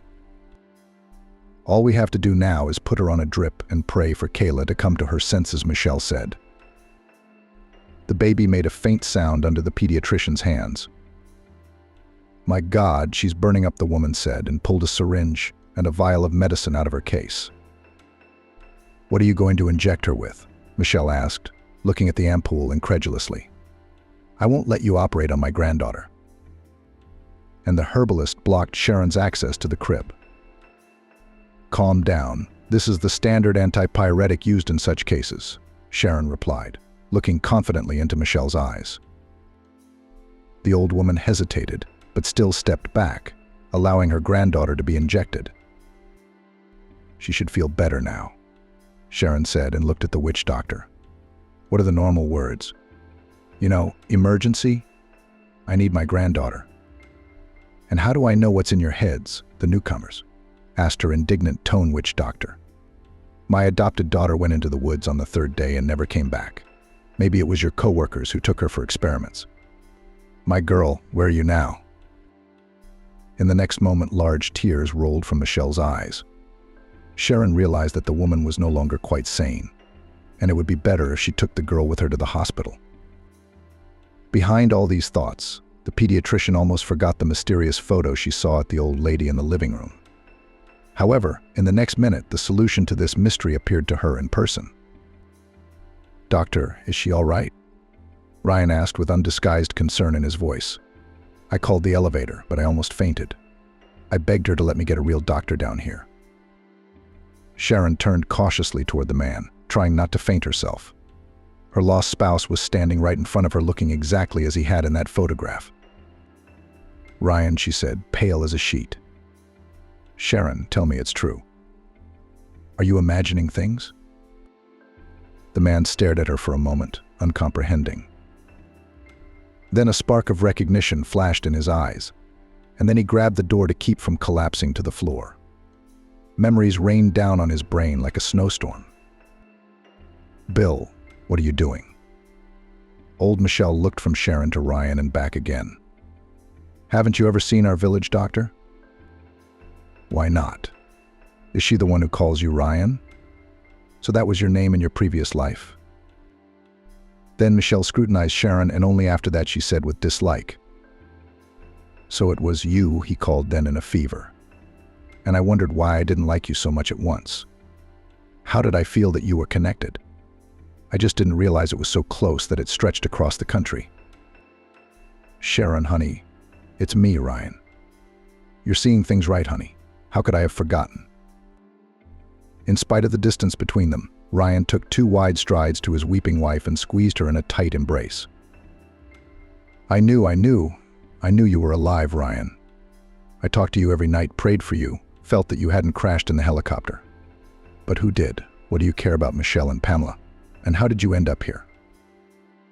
Her husband looked at her with anxiety, but with boundless love, then said, "I will tell you everything for sure. Only please, let's first take my daughter to the hospital. I'm very worried about her condition." "Daughter?" Sharon said in amazement and pulled away from Ryan. "Pamela had a baby with you?" There was a moment of tense silence between the couple, but then Sharon managed to pull herself together and said, somewhat dryly, "Yes, you're right, the child's life comes first." Taking the girl in his arms, the man hurried out of the hut. He easily led Sharon out of the woods and back to the village and carried his daughter directly to the hospital. When Kayla had been given all the help she needed and Sharon was sure that the little girl's life was no longer in danger, she sank tiredly onto the small couch in her office. "We can talk," Ryan said softly as he walked in. Sharon looked up at him, her eyes red with worry and tears. "Do we have anything else to talk about?" she asked in a colorless voice. The man walked carefully into the office and locked the door behind him. "Sharon, I have so much to tell you," he began. "But before I do, I want to assure you that if I could remember a single day of our life together, I would have come straight back to New York. I promise you." The woman smiled sadly in return. "I guess you had such a good time here that you didn't even have to remember anything. Nothing stirred in your soul while you were hiding with those forest witches." Her husband grabbed her hands and forced her to face him. "No, Sharon, you've got it all wrong. I just couldn't remember anything. You know I couldn't." And Ryan began his sad story. "I was blown into the river by a shockwave. I don't really remember how it happened. I just felt a strong jolt and a few seconds of free fall, and then cold and pain, when Michelle found me on the shore. I was badly mangled and unconscious. She and her daughter Pamela managed to drag me to her hut. And there," the man sighed nervously, "there I spent the next 6 months, barely regaining consciousness. Those women cured me, no matter what anyone says. Some of their potions have incredible healing powers. I don't know, maybe it was something like a coma, except when I finally woke up, I was a blank slate, you know? I didn't even remember my name, didn't know who I was." Ryan rubbed the bridge of his nose, as if he wanted to erase from his memory all the terrible things that had happened to him. Sharon listened without interrupting. She wanted to know the whole truth from him, all the way to the end. I've been relearning how to walk. There's something wrong with my back because I can't always keep my balance. But that's okay as long as you don't try to run too fast or carry too heavy a load. Pamela has been with me from the beginning. She nursed me, spoon-fed me. She brought me back to life. I'm sorry, but it's true. A bitter grin appeared on Sharon's face. How touching. The woman silently admitted to herself that she was overcome with jealousy. And then I started walking again solely because I had completely lost my memory. I decided to stay here for a while until I remembered who I was, and if I had a family. Naturally, I helped the women with their chores and hunted. But I did all that without leaving the woods, you know. Michelle led me to believe that I might be a fugitive. And then the police station would probably have an APB out on me. Ryan tried to explain to his wife. There was Sharon responded resignedly. Only the APB had you listed as a missing person. Sharon covered her face with her hands, unable to take in all this information. God, I've been looking for you for so long. I'm alive, Ryan replied firmly. I'm alive and I'm sitting here trying to explain everything to you. How do you explain your daughter? His wife brought him to the point. Ryan looked off into the distance, and for a moment he was transported into his own thoughts. I love Kyla very much, and I want to take her with me when this is over and she's fully recovered. It was a moment of weakness. Sharon, you have to understand, I didn't remember anything at all, and Michelle was so good to me. When she told me she was pregnant, I knew that whatever happened, I would take care of my daughter. His spouse turned away. She didn't want Ryan to see her face right now. Except Pamela was gone. Karen? The woman didn't understand. Pamela's gone. Remember when Michelle said she'd gone into the woods and hadn't been home in 3 days? Well, I found her today. What's wrong with her? Sharon whispered with a bad feeling. She's dead, Ryan replied shortly. Oh my God, Sharon exclaimed, clamping her hands over her mouth to keep from screaming. How did this happen? Her husband rubbed his palms, sweating with fear. Sharon had never seen him so frightened. I guess she went to pick herbs and berries. So, anyway, it was a bear. I only recognized her by her dress, her basket. Sharon felt her feet go cold. Michelle, are you going? Ryan only shook his head. I suspected she'd already figured it out. She'd rather think her daughter drowned in the swamp than have me tell her such a terrible truth. They have a slightly different concept of death here. I buried Sabrina there, in the forest, so Michelle, God willing, will not stumble upon her. The taiga gives and takes back. Michelle said she found Sabrina as a lonely teenager. She was supposedly hiding in the woods from her stepfather. So she took her in. You don't regret her? She was a really nice person, Ryan said quietly. What can I do now that I found out about her like that? Sharon felt shame burning inside her. Alas, it was only after the news of Pamela's death that she had been able to see her as the person who had saved her husband's life, not as an insidious rival. Sharon? Ryan asked her quietly. Can we get out of here as soon as Kayla's better? We will. You can forgive me, right? Sharon looked into her husband's blue eyes and made the only decision she could make. Of course, Ryan. I'm still your wife, and I'll always be your wife. And so it was. As soon as little Kayla recovered, Ryan and Sharon quickly packed for the road and were ready to take a bus that evening to the nearest airport, where they could be flown to the mainland by helicopter. And then they could take a regular airplane to New York City. Ryan wanted to go to say goodbye to Susan as he was stunned by Charlotte's tragic news. It turns out that the old healer was gone the night before. Apparently could not survive the disappearance of her daughter, suggested the milkmaid then, and no one knew exactly how old Michelle was. Sharon even wept when she learned of the old woman's death. No matter how she felt about her and her unconventional methods of treatment, she never wished her a similar fate. Don't worry, Sharon Charlotte assured her. We'll give her a proper Christian burial. The pediatrician thanked the kind countrywoman, and after saying goodbye to everyone except Vincent's annoying paramedic, left with her husband and Kayla back to the capital. When they returned home, the first thing they did was to officially adopt little Kayla and restore all of Ryan's papers. Sharon's parents were happy to learn that their son-in-law was alive after all. They threw a big party for the occasion, and Kayla became the long-awaited granddaughter who came to them almost 10 years after their daughter's wedding. Ryan went back to work in rescue, but due to an injury he could no longer work in the field, so he went back to where he once started. He now counsels and trains young lifeguards. Now he is full of strength and energy, and wants to make his life more calm and measured, directing most of his time to raising his daughter and his beloved wife. Sharon, on the other hand, continued her work at the clinic. Returning to her former duties, she, as before, treats children. Only now she has her own little daughter waiting for her at home, whom she loves more than life, and for whom she thanks God every day. So, having gone through a series of difficult trials, the Clark family finally found a second chance for happiness. And this time they are not going to miss it.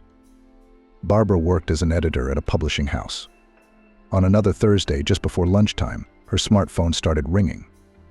On the screen she saw the words "Mom." Although calls during work were not a frequent occurrence, Barbara didn't expect anything bad. She figured her mom just missed her or wanted advice on clothing choices. Barbara answered the phone. As soon as she heard her mom's voice, she immediately knew something was wrong. The voice was strange, muffled.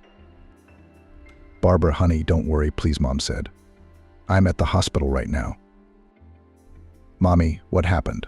What hospital are you in? What do the doctors say? What do you need to bring? What's the room number?"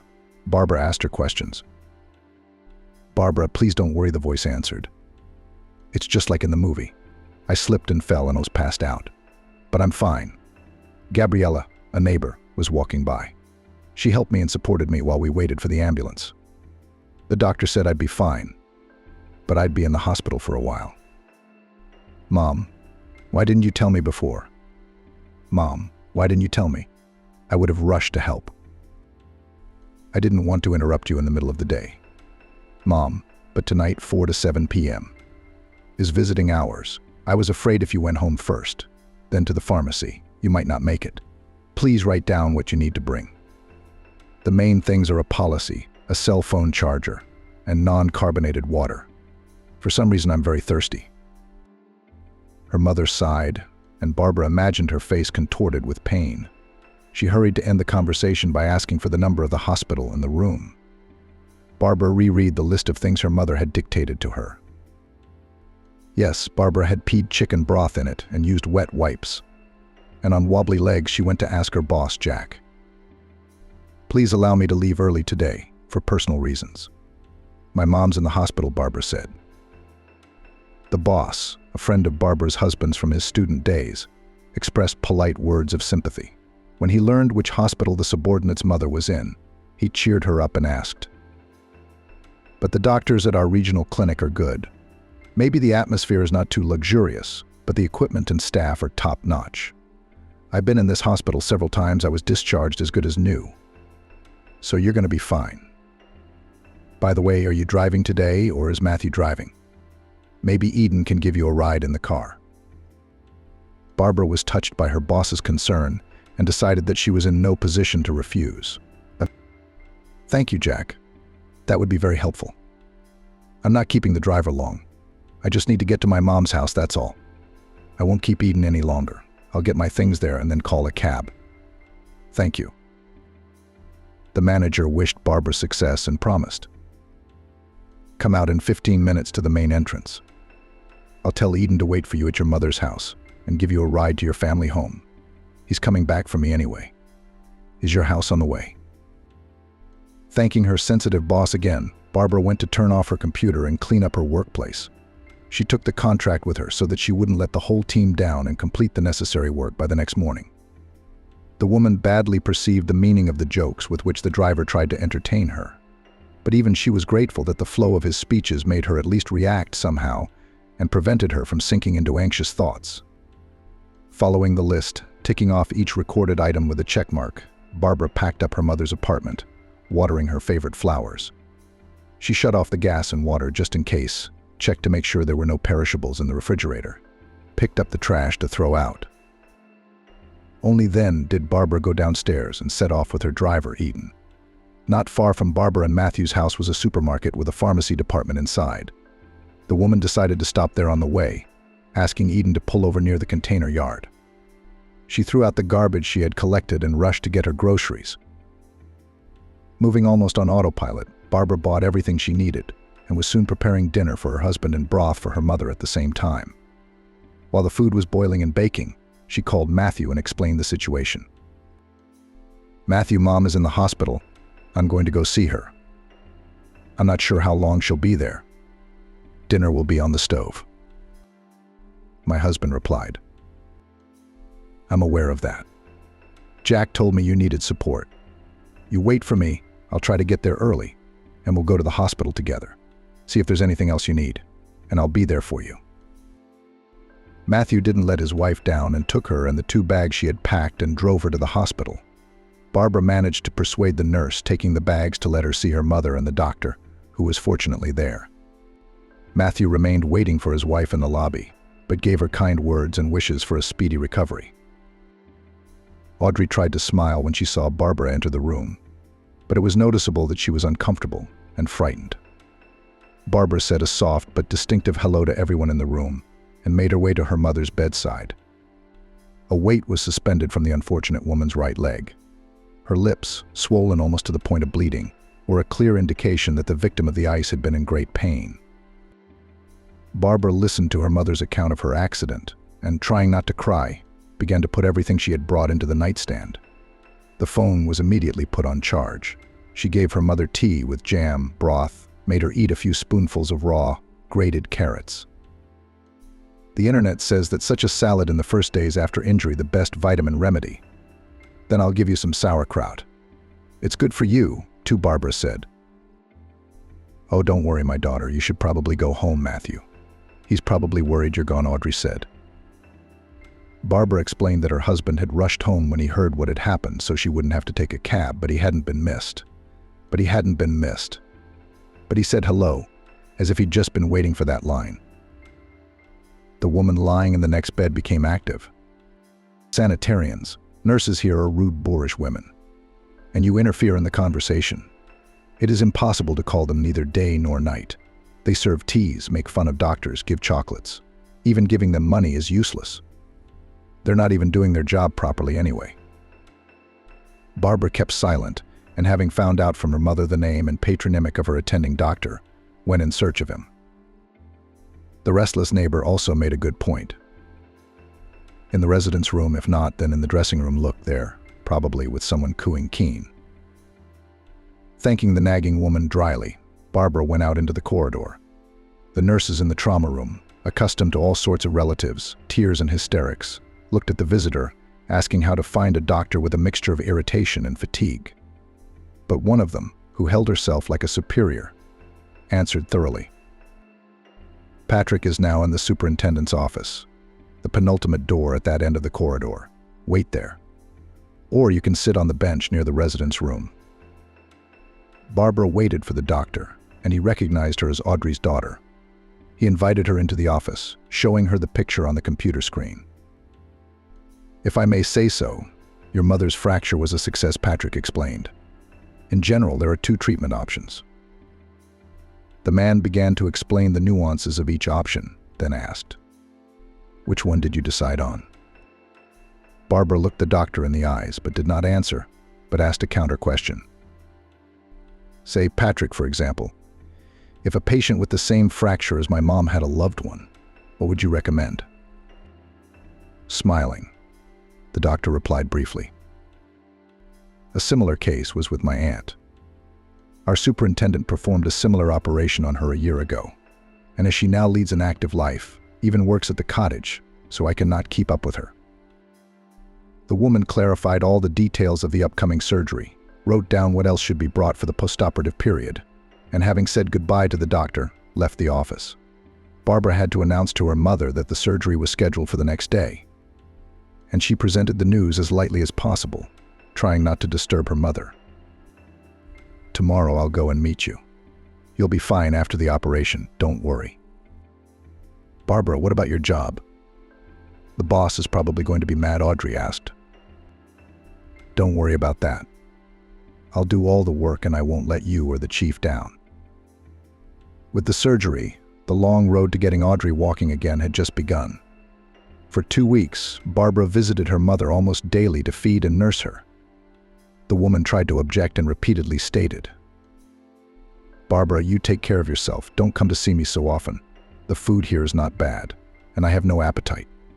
Where would it come from if my energy is not used for anything?" But Audrey couldn't change her daughter's mind. When the day of discharge arrived, Barbara went to the doctor's office for recommendations. Patrick was cautious and warned, "Your mom is a very energetic lady, but I've made my point, and I'll make it to you again. I wouldn't be overly optimistic if I were you. But there's no need to despair, although you can't use your injured limb for full weight bearing. Crutches are your mom's best friend for the next month. And then you have to be careful too. Of course it is necessary to move, but carefully. Prophylactic treatments are indicated to prevent bed sores. In 6 weeks, I'll be waiting for a follow-up X-ray. We'll see what stage of fusion the bone will be in. That's pretty much it." Barbara asked. "Maybe some vitamins for Mom to take?" Patrick shrugged. "Well, in principle you could, but in general you should be told about the rehabilitation plan at the polyclinic where you live." Barbara called a special cab specializing in the transportation of people with limited mobility. And after a heroic trek through the streets, Audrey was finally in her apartment. Barbara faced a new problem. Audrey's physical condition still left much to be desired. Even a simple trip to the restroom or kitchen could result in a new injury. At first, Barbara came to Audrey's house twice a day, and closer to the New Year's holidays, she was practically exhausted.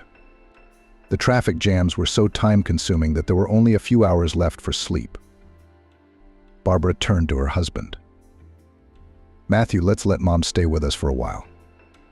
At least I won't have to go back and forth between apartments." The man answered grimly, and after a quick pause, "Barbara, I feel wonderful about your mother. Audrey is a wonderful woman, but I'm sorry, but I'm going to be blunt, we have nowhere to put her here. I mean, it's a studio apartment. It's a big room, but there's only one room. When I talked you into taking out a mortgage, I didn't get any sympathy. Both you and your mom were against it. Matthew, there's got to be some kind of a screen. It'd be like having 2 rooms. Look, but Audrey would be the first thing that would be uncomfortable. I play computer games loudly. I listen to music all night. Besides, you should ask her if she'd be willing to move. I'm 100% sure she'll say no. Your mom is very tactful and wise and realizes that the further away she lives, the better her relationship with her son-in-law will be." Matthew turns out to be right. Audrey, having barely heard the idea of moving into her son-in-law and daughter's apartment, only exclaimed indignantly, "There can't even be a conversation. At home and the walls help. I will not go to your place, especially there, and it will be inconvenient to be sick in peace." Barbara obeyed her mother's will. She didn't want to argue with her husband. She continued to waste time standing in traffic and left the place of a lawyer in Jack's firm. With the permission of her boss, Barbara transferred to a half-time position and was very glad that the manager was able to meet her needs. She prepared the contracts during the visit and trained her smart girl, and diligently performed all the duties that did not require constant presence in the office. The rehab, however, took a lot more money than the woman had realized. Sometimes she shared with her husband her indignation at the fact that pharmacies changed prices at will and tried to sell the most expensive version of a drug. And then Matthew would grumble. "Look, Barbara, your mother must have some free medication."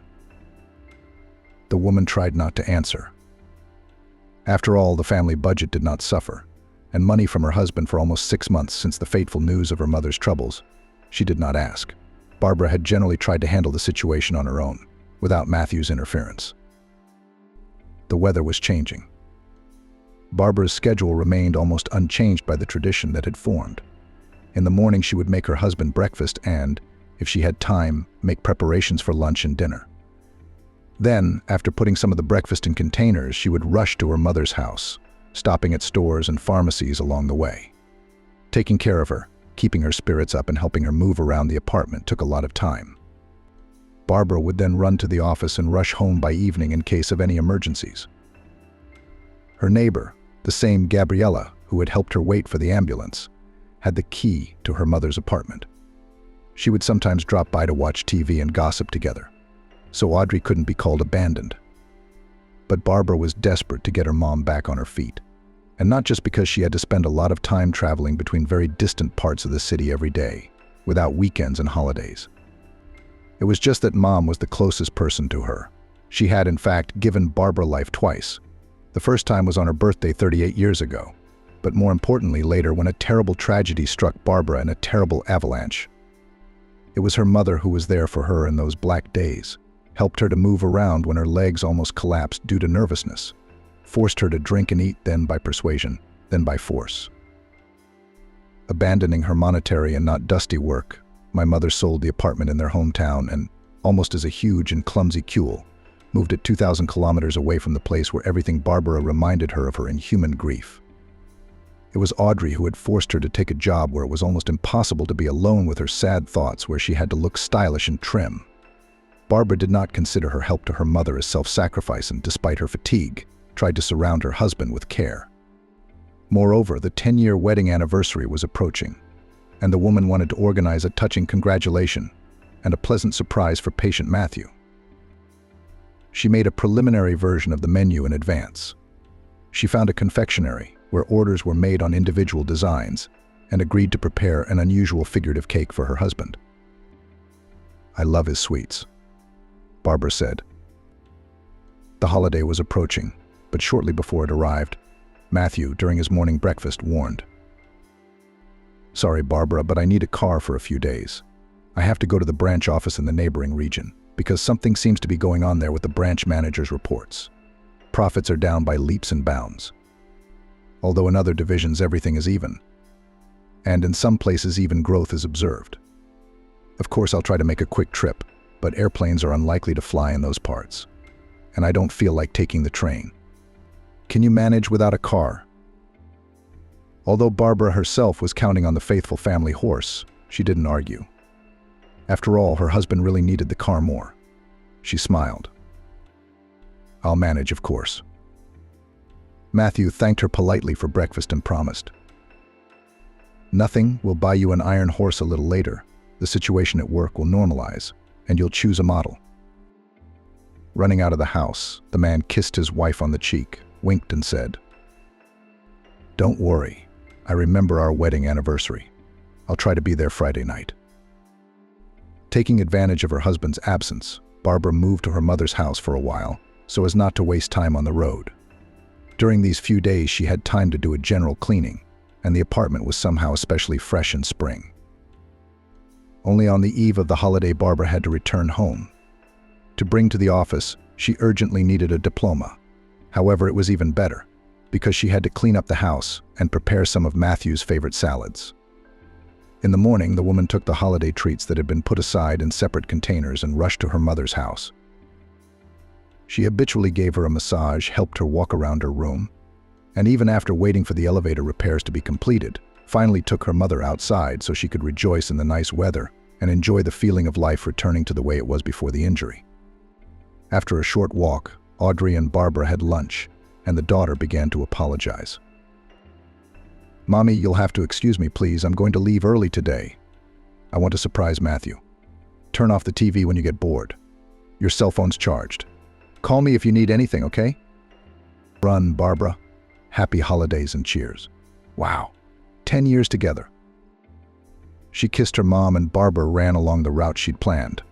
Spring, which had long ago entered its rights and was rapidly approaching summer, gave soft warmth, and the sweet and tart aroma of blossoming lilac set the mood for the most romantic mood. Contrary to popular belief that marriage in May portended trouble, she did not have to suffer in her second marriage. On the contrary, Matthew was for a woman a safe haven. There were no violent passions between them, but there was mutual sympathy and respect. Barbara appreciated her husband for the fact that he did not pry into her soul, did not pester her with jealousy and suspicion, did not demand to give birth to an heir or heiress. It was only when he announced his serious intentions that Barbara warned him directly and honestly that children were not part of her plans. The man was not frightened by this statement. A few years after the wedding, Matthew asked if she had changed her mind about the child. But having heard a categorical no, did not begin to find out the reasons and did not raise this topic again. The man was a good partner, and of course she loved him in her own way, with all the strength her wounded heart was capable of. Following the list she'd made the day before, Barbara bought drinks, picked up the calamari Matthew adored. And so she bought little things: a crusty baguette, fresh green salad, fruit. The 2 large shopping bags that Barbara had thoughtfully brought with her were gradually filling up.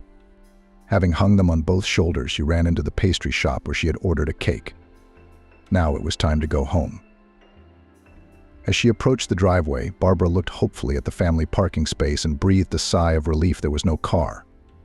So she would have time to set the table, hang the balloons, and dress up before her husband returned. Praising herself mentally for the handy bags, thanks to which one hand was free, the woman hurriedly opened the door and finally found herself in the family nest. Placing the box with the cake on the banquet, Barbara suddenly froze with surprise. The familiar hum of a residential apartment building was brazenly interfered with by a foreign sound coming from the kitchen. Strangely, there were no foreign shoes on the mat. There were no foreign things visible, but the clatter of dishes came to her quite clearly, as if someone had moved a massive plate or a bulky mug. Matthew and Barbara kept no pets. All they wanted was a cute dog. An unfortunate accident with their mom had tweaked that plan.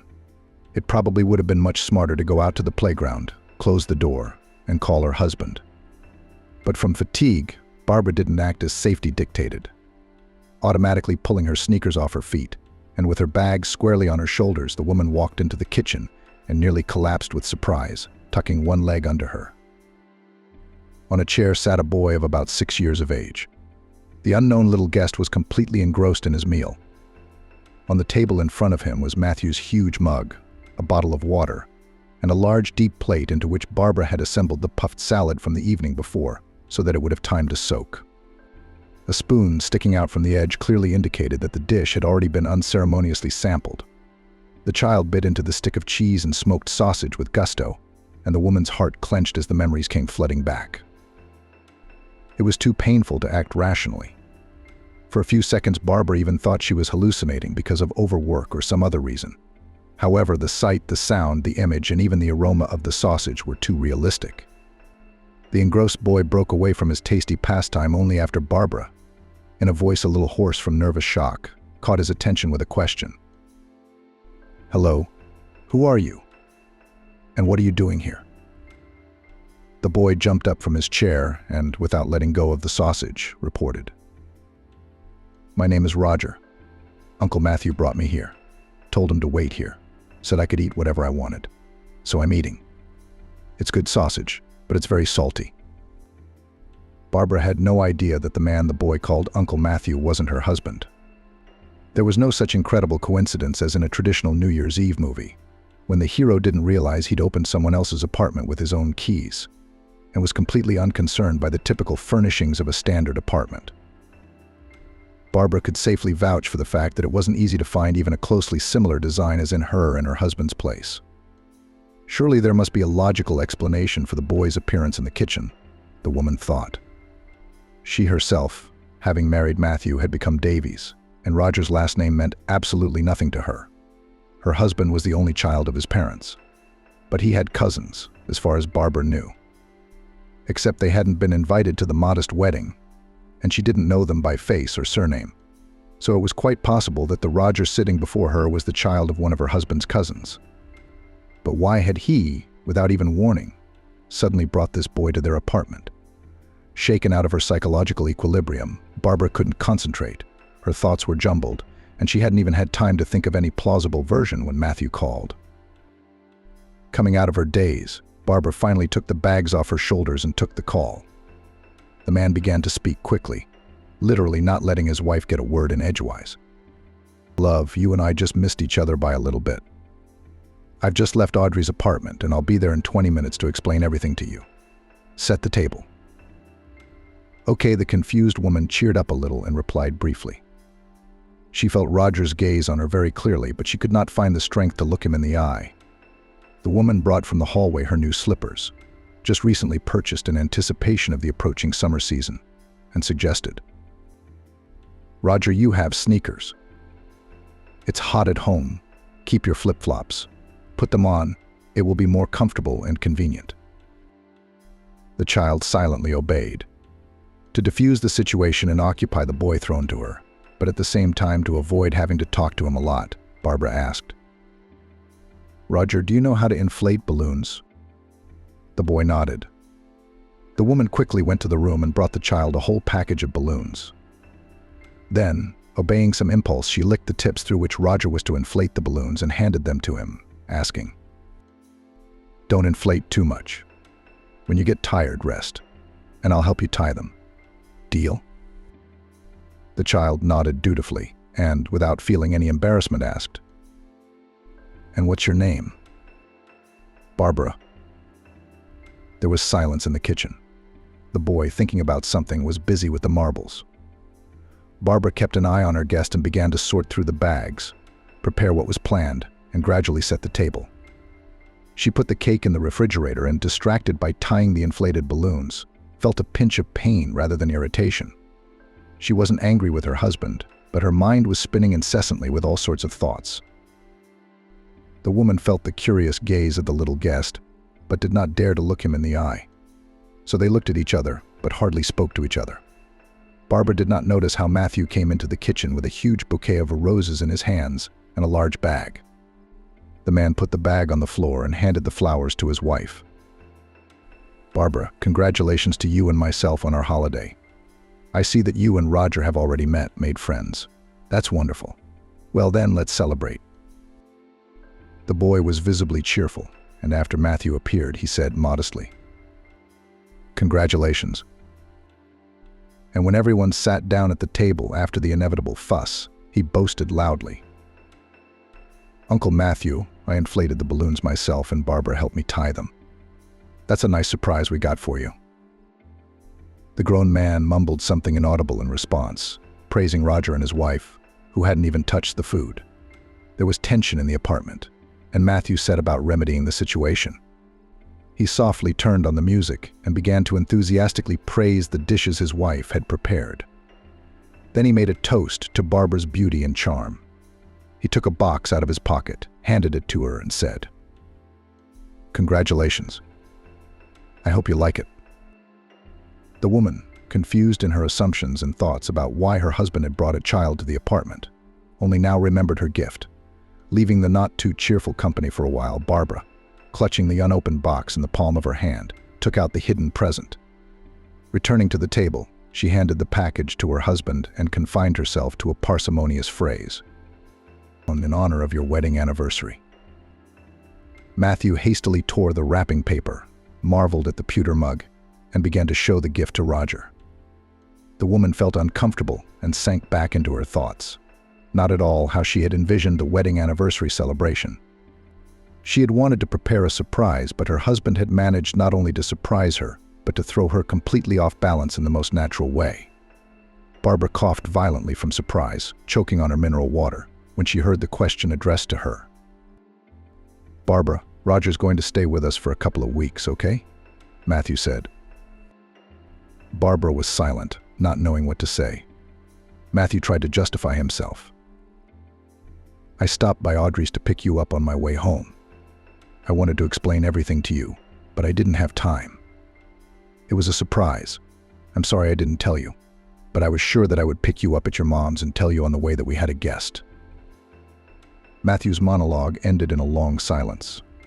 Barbara moved the food on her plate with her fork without looking up at her husband. He, confused, didn't know what else to say for himself. With childlike directness, Roger broke into the silence by asking, "Aunt Barbara, thank you. I've already eaten. Can I have some cake now?" The boy showed the empty plate, and with a stony face, Barbara got up from the chair and went to the refrigerator. She wanted to scream, stomp her feet, and sob. Her faith in her husband's honesty was shaken. But she knew it wouldn't make it any easier. The most likely explanation for Matthew's bringing Roger to the apartment seemed to be that he had been unfaithful. With all her being, Barbara now hated the man she had loved for 10 years as much as she knew how. Matthew, who knew his wife well, guessed from her impulsive movements that she would say what was on her mind. So he decided to take the little guest away from the table to a sitting area where he could distract himself from the upcoming serious adult conversation. "Roger, come on, I'll turn on the game console. True, my games are mostly complex, but we can find something to your taste on the internet. Or cartoons if you want." "Are you allowed to eat cake there?" asked the boy. "Of course you can eat anything," Matthew said. The boy's eyes sparkled, and he trustingly followed the owner of the apartment to the cozy, soft corner. Barbara, having heard the conversation between her husband and the guest, cut a large piece of cake, carefully placed it on a plate, turned on the electric kettle, and carefully watched it boil. The click of the kettle turning off brought Barbara out of her reverie. She was making tea. The woman placed a cup of the delicious beverage, sugar and spoon, and a plate of cake on a tray, then carried it to a table near the play area of the apartment. Matthew was showing Roger a collection of computer games, but the boy, who was clearly well-mannered, broke away from the fascinating activity and thanked. "Thank you very much." Barbara nodded and turned and walked away. When Matthew came into the kitchen, he found Barbara sitting on the floor, holding a pair of children's sneakers. Tears were rolling down her cheeks. The man tried to make a joke. "Barbara, what's wrong with you?" A child with dirty shoes walked into the kitchen. "Now, robot vacuum cleaner, turn on, let him work. It's no big deal. It's nothing. Why get upset over a little dust? Especially since it's a holiday." Barbara looked at her husband in a way that made him uncomfortable and said quietly, "Matthew, I think I've told you repeatedly that I don't want to be in the same space with the children for too long. It's beyond me. There must have been good reasons for what you did, or, as you put it, for the surprise. And you're understandable. But I'm sorry, I don't have the slightest desire to deal with any of this today. I'm going to go to my mother's and stay with her for a while." Matthew could not understand the reason for such a categorical decision of his wife, but he saw that Barbara was on the verge of a nervous breakdown, so he suggested, "Barbara, I'm really very guilty for not warning you, but I can explain everything. I think that when you hear me out, you'll realize that I couldn't have done anything differently. I'll wait until you're ready to talk." Suddenly, the woman gently put down the children's sneakers, wiped the tears from her cheeks with the back of her hand, and went to the door, as if she hadn't heard her husband. Matthew took his wife's hand and asked, "Barbara, wait a minute. I'll call a cab to Audrey's house so I don't have to worry about you." Barbara nodded and was soon in the cab car. She was holding her purse in her hands. The road was clear, and it took much less time to get to her mom's house than it did during peak hours. As soon as the woman opened the door, she heard, "Gabriella, come in, dear. I'm not feeling very well."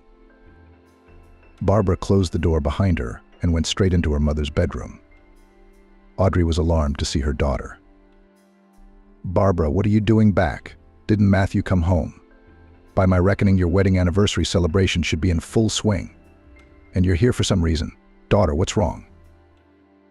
Barbara walked over to her mother's bed, sat down on the floor, and leaned her head against Audrey's palm and told her everything that had happened since she had come home and seen Roger there. When she had finished her story, Barbara made her suggestion. "Mom, I'm pretty sure Roger is Matthew's illegitimate son. The boy looks to be about 6 years old. So my husband cheated on me and had the nerve to show me evidence of his infidelity on our wedding anniversary." Audrey tried to reassure her daughter.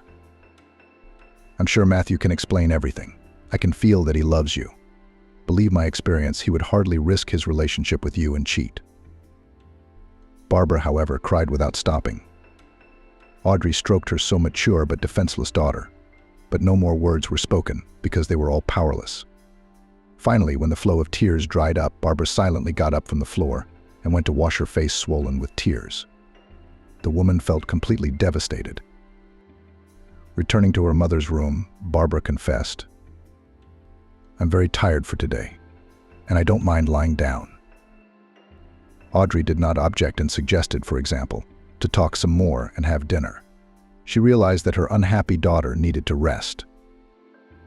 "Of course, Barbara, but let's get you and me something to calm you down." "Of course, Barbara." Valerian at least. It would do you and me good. Barbara complied with her mother's request and went to bed. The nervous tension was so intense that the woman passed out and woke up when the clock read 10.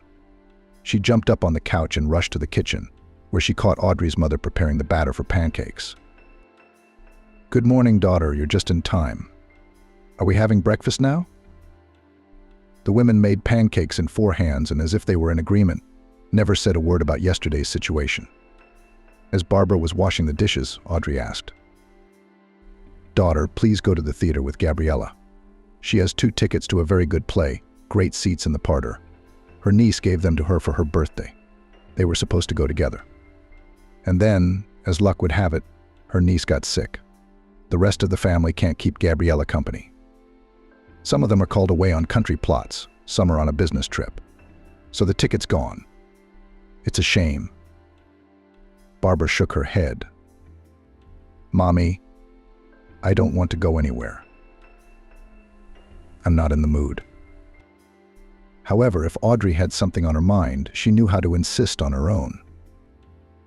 "That's why you should go, because you're not in the mood. Art is great at switching thoughts in your head and changing emotions. Please, daughter, not for the sake of the missing ticket, but for me. I want to." Barbara had to comply with her mother's wish. However, she refused the offer to run to the hairdresser beforehand and get a new haircut. After waiting for Gabriella to take Barbara away, Audrey called her son-in-law and said in an almost commanding tone, "Matthew, Barbara won't be here until about 3 p.m. Come over, we need to talk." The man did not resist, but warned, "Audrey, I'll be there, but I don't have anyone to leave Roger with.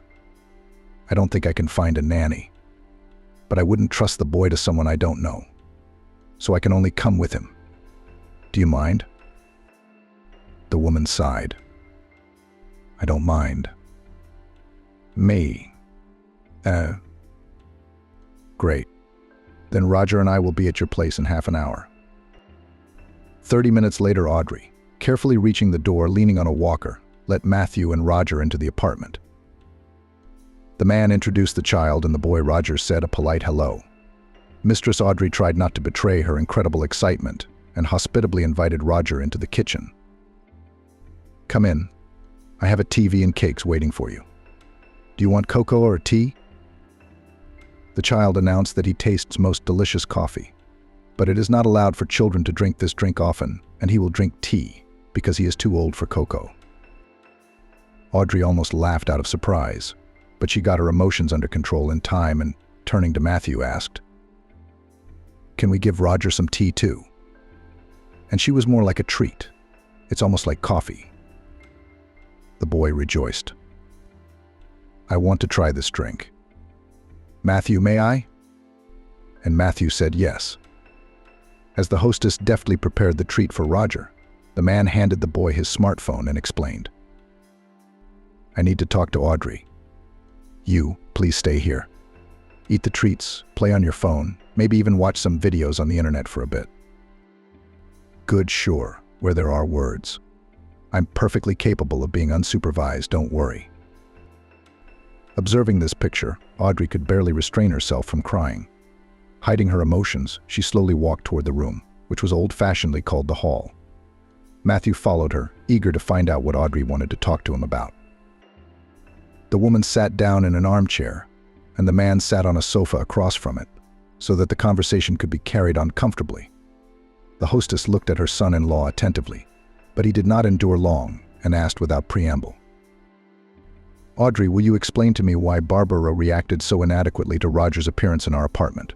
Will I admit my guilt if anything I did not warn her? But we're adults. Instead of having a calm conversation, she basically just ran to you. Is that normal?" The woman did not interrupt the indignant speech of her son-in-law, but his question was not in a hurry to answer, and asked a counter-question. "Before I start a difficult conversation to try to help my daughter to keep the family, I need to be sure that it makes sense. Tell me the truth, Matthew. Is Roger your illegitimate son?" The man's outrage was unparalleled. "No, of course not. I've never thought of cheating on Barbara. I love her very much, I respect her, but her attitude towards children is starting to scare me. Roger was in our apartment because of a desperate situation, but Barbara didn't even try to get along with him. Although, as you may have noticed, he is a well-mannered, bright, and charming boy. Matthew's answer calmed the worried Audrey, and taking a deep breath, as if preparing to make a parachute jump, she decided to tell her son-in-law the truth. What is it? All things secret, as they say, come to light. As a husband, you have the right to know why my daughter avoids contact with children. I think I have the right to tell you her story, which at first seemed like a happy fairy tale, and then turned into a terrible nightmare that destroyed the usual life. Barbara grew up a wonderful and clever girl, and was a real joy for me and my husband. We had no problem to arrange her to study in one of the best gymnasiums in our city. The income of our family and the positions held by me and my husband allowed Barbara to be her own among the same, as they say, golden youth. However, the gymnasium had a very strong teaching staff, and grades were not for sale, as you might think. Children were skillfully interested in learning, and our Barbara was one of the best students in the class. She was even made a tutor for her desk mate Frank. The boy was from a very good family, quite influential in our town. His dad was a district attorney, and his mom was in the same department in the last position. In general, they lived better than our family, but they didn't hinder the development of their son's friendship with Barbara. They welcomed her wholeheartedly. They did not talk to me and my husband through the lip, but quite kindly. When Barbara was in 10th grade, her father died suddenly. A blood clot had broken, according to the autopsy. It was Frank's family that supported Barbara and me after this loss. I still thank them for that, because I was in such a state that I almost went to my husband. So of course I didn't mind at all when Barbara decided to marry Frank. So what if they were just over 18 at the time? Obviously, you can't stand in the way of real feelings. Frank's parents didn't mind either and were even happy to have my daughter as part of their family. A year after the wedding, Barbara and Frank had twins, 2 boys, Adam and Henry. Healthy, cheerful, and strong, they grew up and made us all happy. Barbara couldn't get enough of her babies. You know, Matthew, she used to tell me that she was walking, rolling the stroller in front of her, and her heart was ready to jump out of her chest every now and then. Of course, I helped whenever I could. My mother-in-law repeatedly suggested that Barbara hire a reliable nanny, but my daughter refused every time and mostly managed on her own.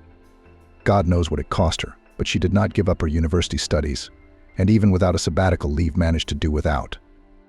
And her father-in-law put her in a prestigious and well-paid job in such a position that the working day was strictly rationed. There was a social package and other benefits. He had the opportunity, of course. And he was not ashamed to patronize his daughter-in-law. Barbara was smart. When the boys were 6, my daughter became pregnant again.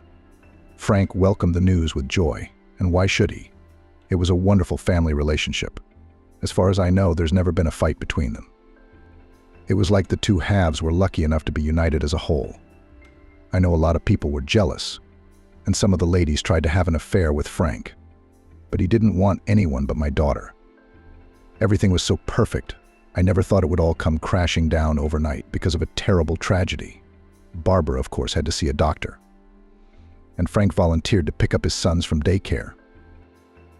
By a ridiculous coincidence, his car broke down that day, and he decided not to call a cab, but to take the children home through the park. The weather was beautiful, and although the rides were not yet open, there was a pizzeria at the exit of the park that the boys were eager to go to. Frank met a buddy on the way, and while he was talking to him, the kids scattered. They ran out onto the lake, but the marsh ice was treacherously thin. My grandchildren, as witnesses later told me, didn't even have time to scream. They went under in a flash. Frank and his buddy rushed to the pond. But no luck. Only the divers who arrived at the scene of the tragedy managed to catch the boys. Frank later tried to justify himself, like a clockwork, constantly repeating that he was distracted only for a few seconds. What's the use? Our boys had drowned. There was no fixing it. My son-in-law was the first to tell me this bitter news because he was afraid for Barbara, and for good reason. I went to the private clinic where I knew Barbara was at the time. My heart told me that it was better to have doctors close by when the worst of grief came upon my daughter. Seeing me in the hallway, Barbara must have realized everything by the look on my face. She was hysterical after hearing the news. Barbara could not be calmed down, even with a large dose of medication. She never went home that night. She ended up in the hospital with a nervous breakdown. My daughter was worried about her dead sons and was unable to save the baby that was developing under her heart. The doctors didn't even consider him a baby yet, and she had already lost him. At Adam and Henry's funeral, Barbara stood like a stone statue. No tears, no emotion. Pale as death. Especially frightening was the emptiness in her eyes. Frank was no less worried. In his 25 years, he tried to take Barbara's hand for support, but she shied away from him like a leper. She never again crossed the threshold of the apartment where she lived with her husband and sons. How many times Frank had tried to talk to her, I couldn't count. Only it never worked. Barbara just cut her husband out of her life. Frank's mom came to us when she realized my daughter didn't want to see or hear from her husband. She was on her knees, begging me to forgive her son, saying he wasn't himself. I shared my sad thoughts that he was on the verge of leaving this world. But Barbara didn't react. She could never forgive her husband for the death of her sons.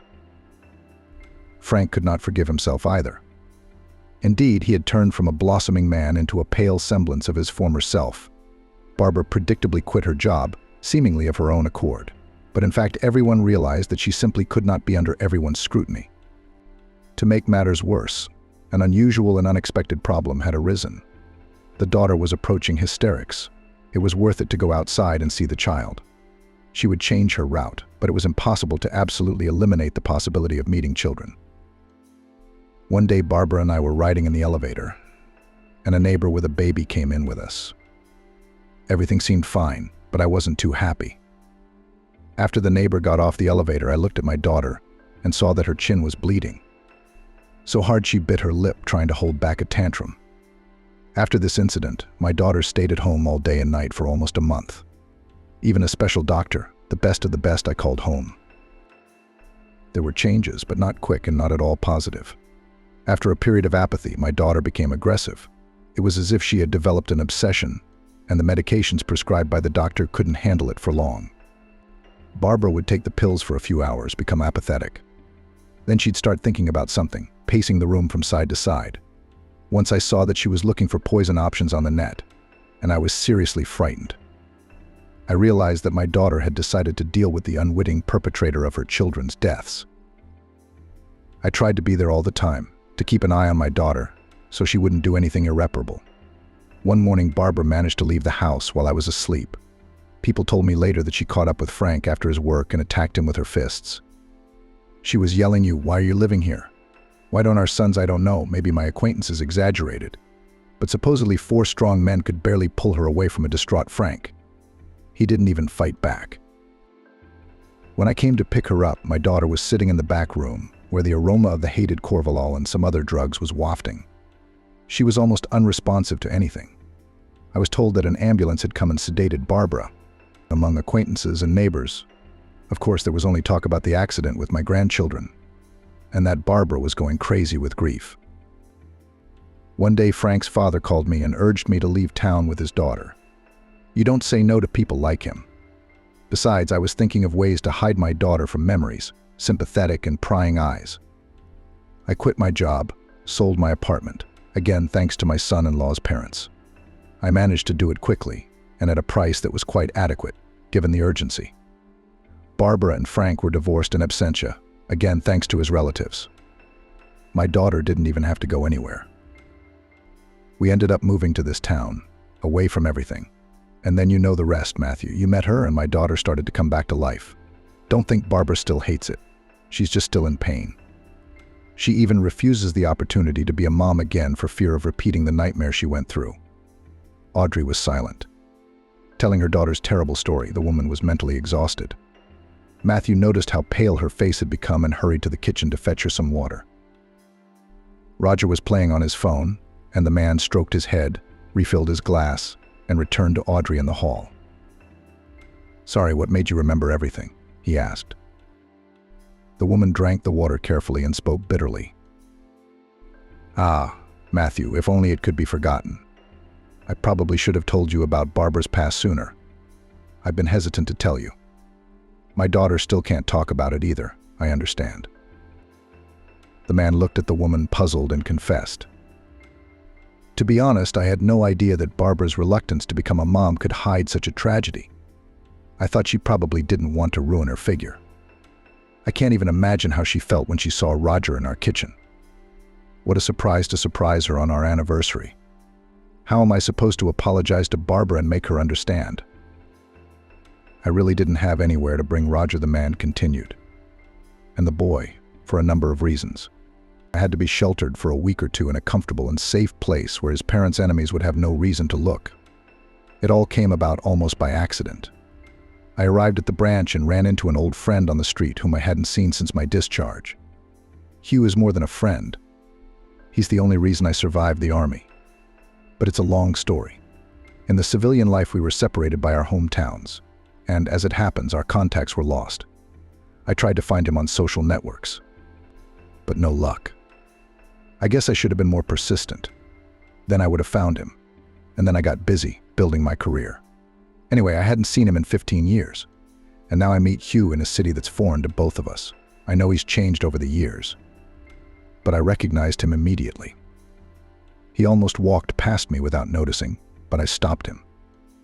It turned out Hugh had come to solve his sister's and her husband's problems. They were embroiled in a lawsuit with some inadequate people who were used to dealing with things in a criminal way. Roger, of course, is just a perfect boy. He got to know his way around in a strange place. He even went to bed by himself, having brushed his teeth beforehand. Hugh was most worried about Roger, his nephew. He explained to his sister that the child should be hidden just in case, because through him the bandits could easily influence the decision of the issue in their favor. But they couldn't think of any safe place. And that's where I came in.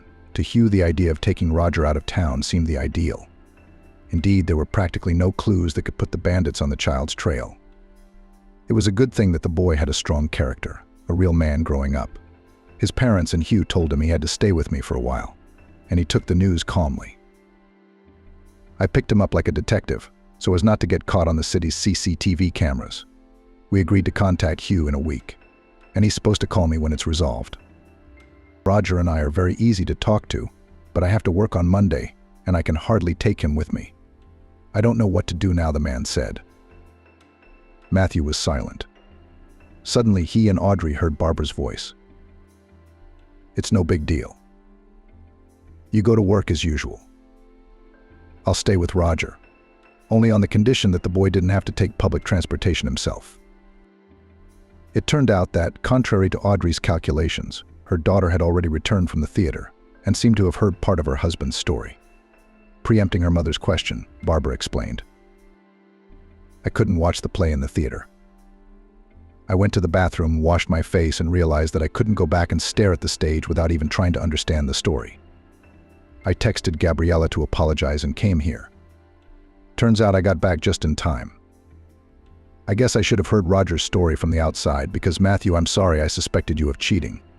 And I wouldn't have believed you if you'd told me all that yesterday. Today I can look at the situation more rationally. Mom, you don't mind if I visit with Roger, do you? Barbara asked. Audrey, trying not to frighten away the change in her daughter's attitude toward her children, spoke very carefully. Of course, come. Audrey wanted to say something else, but tears came to her eyes and she decided to change the subject. Barbara. Matthew, aren't you hungry? I could eat something right now. Let's go into the kitchen. All the more reason to see if Roger's having a good time. I've forgotten all about the rules of hospitality. When the boy saw Barbara, he remembered to say hello. The woman's voice trembled slightly as she responded to his greeting. Matthew, who had understood the reason for his wife's strange behavior, was now amazed at her resilience. She had been through such an ordeal and had never tried to appeal to his pity or to elicit sympathy by telling him what she had faced. Barbara gently but insistently dismissed Audrey's attempts to feed everyone gathered in her kitchen that evening. Thank you, Mom, for everything, but we should probably go home. I'll stop by tomorrow afternoon, she said. Matthew, realizing that he had received his wife's forgiveness, was very happy and bid Audrey a heartfelt farewell, promising, "We'll visit you all tomorrow. If you are feeling well and the weather is warm, we can go to the countryside. How would you like that, Audrey?" That's a wonderful idea, Matthew. Let's not get ahead of ourselves, the woman said. After saying goodbye to the hostess, Barbara, Matthew, and Roger drove to the other side of town. The man sat behind the wheel, and in the mirror he could see his wife carefully fastening the boy's seatbelt. It was obvious that for Barbara it was a completely natural gesture, brought once to automaticity. She was obviously a reverent, caring mother. She loved her children very much, and after the tragedy that had befallen her, she was suffering in a way that her worst enemy could not wish. Matthew carefully parked the car in the driveway. The man carried Roger, who had drowned, to the apartment. Barbara laid him on the couch, spreading the crumpled sheet, carefully removed the boy's shoes and covered him with a blanket. Watching his wife, Matthew felt incredible tenderness for her. Suddenly, the woman he loved opened up to him from an unfamiliar side of her personality, and he realized that he had made the absolutely right choice. Later, with the door to the kitchen closed, they drank tea with the remaining cake, and as if there had been no wall of misunderstanding between them yesterday. With jokes and kisses, they planned the schedule for Sunday afternoon. The man dared to bring up the unpleasant subject and confessed. "Barbara, I'm a real idiot. I almost ruined everything by my actions, and I want to say thank you very much for understanding." His wife smiled. "Well, to be honest, I overreacted too, so I suggest we forget it. Forget it." The weekend passed cheerfully, and even better than the spouses expected. They managed to get Audrey out for a walk, who was much less happy about the sunny May day than she was about her daughter's happy eyes. Barbara was happy to answer Roger's questions and to keep an eye on him to make sure he wasn't in danger. Neither her mother nor her husband dared to reproach her for her hyper-opaque behavior. Roger did not seem to mind at all that he was surrounded by the utmost care. By agreement with Barbara, he called her by her first name without using the word aunt, and he seemed quite pleased with his unexpected journey. When they had brought Audrey home after the entertainment, the trio had to wait, for there was no chance of leaving the woman without being fed. No one minded, however. Late in the afternoon, as Barbara was putting Roger to bed, the boy asked her quietly, "Do you think my parents are doing well? Will I be able to see them soon?" Trying to keep her voice firm and convincing, Barbara replied, "Of course they are doing well. Very soon they will do all their business, and you will meet them." The reassured boy fell asleep. Barbara, fearful of waking the child, called her husband into the kitchen and began to question him about the story Roger's parents were involved in. "Barbara, I honestly don't even know all the details of that evening. My husband told me everything very briefly. But I realized that his sister and her husband were really attacked by some scumbags." The woman began to ask questions that surprised her husband. "These bandits are from the town you went to, or are they newcomers? Did they call each other anything? Did they have nicknames?" Matthew told everything he knew.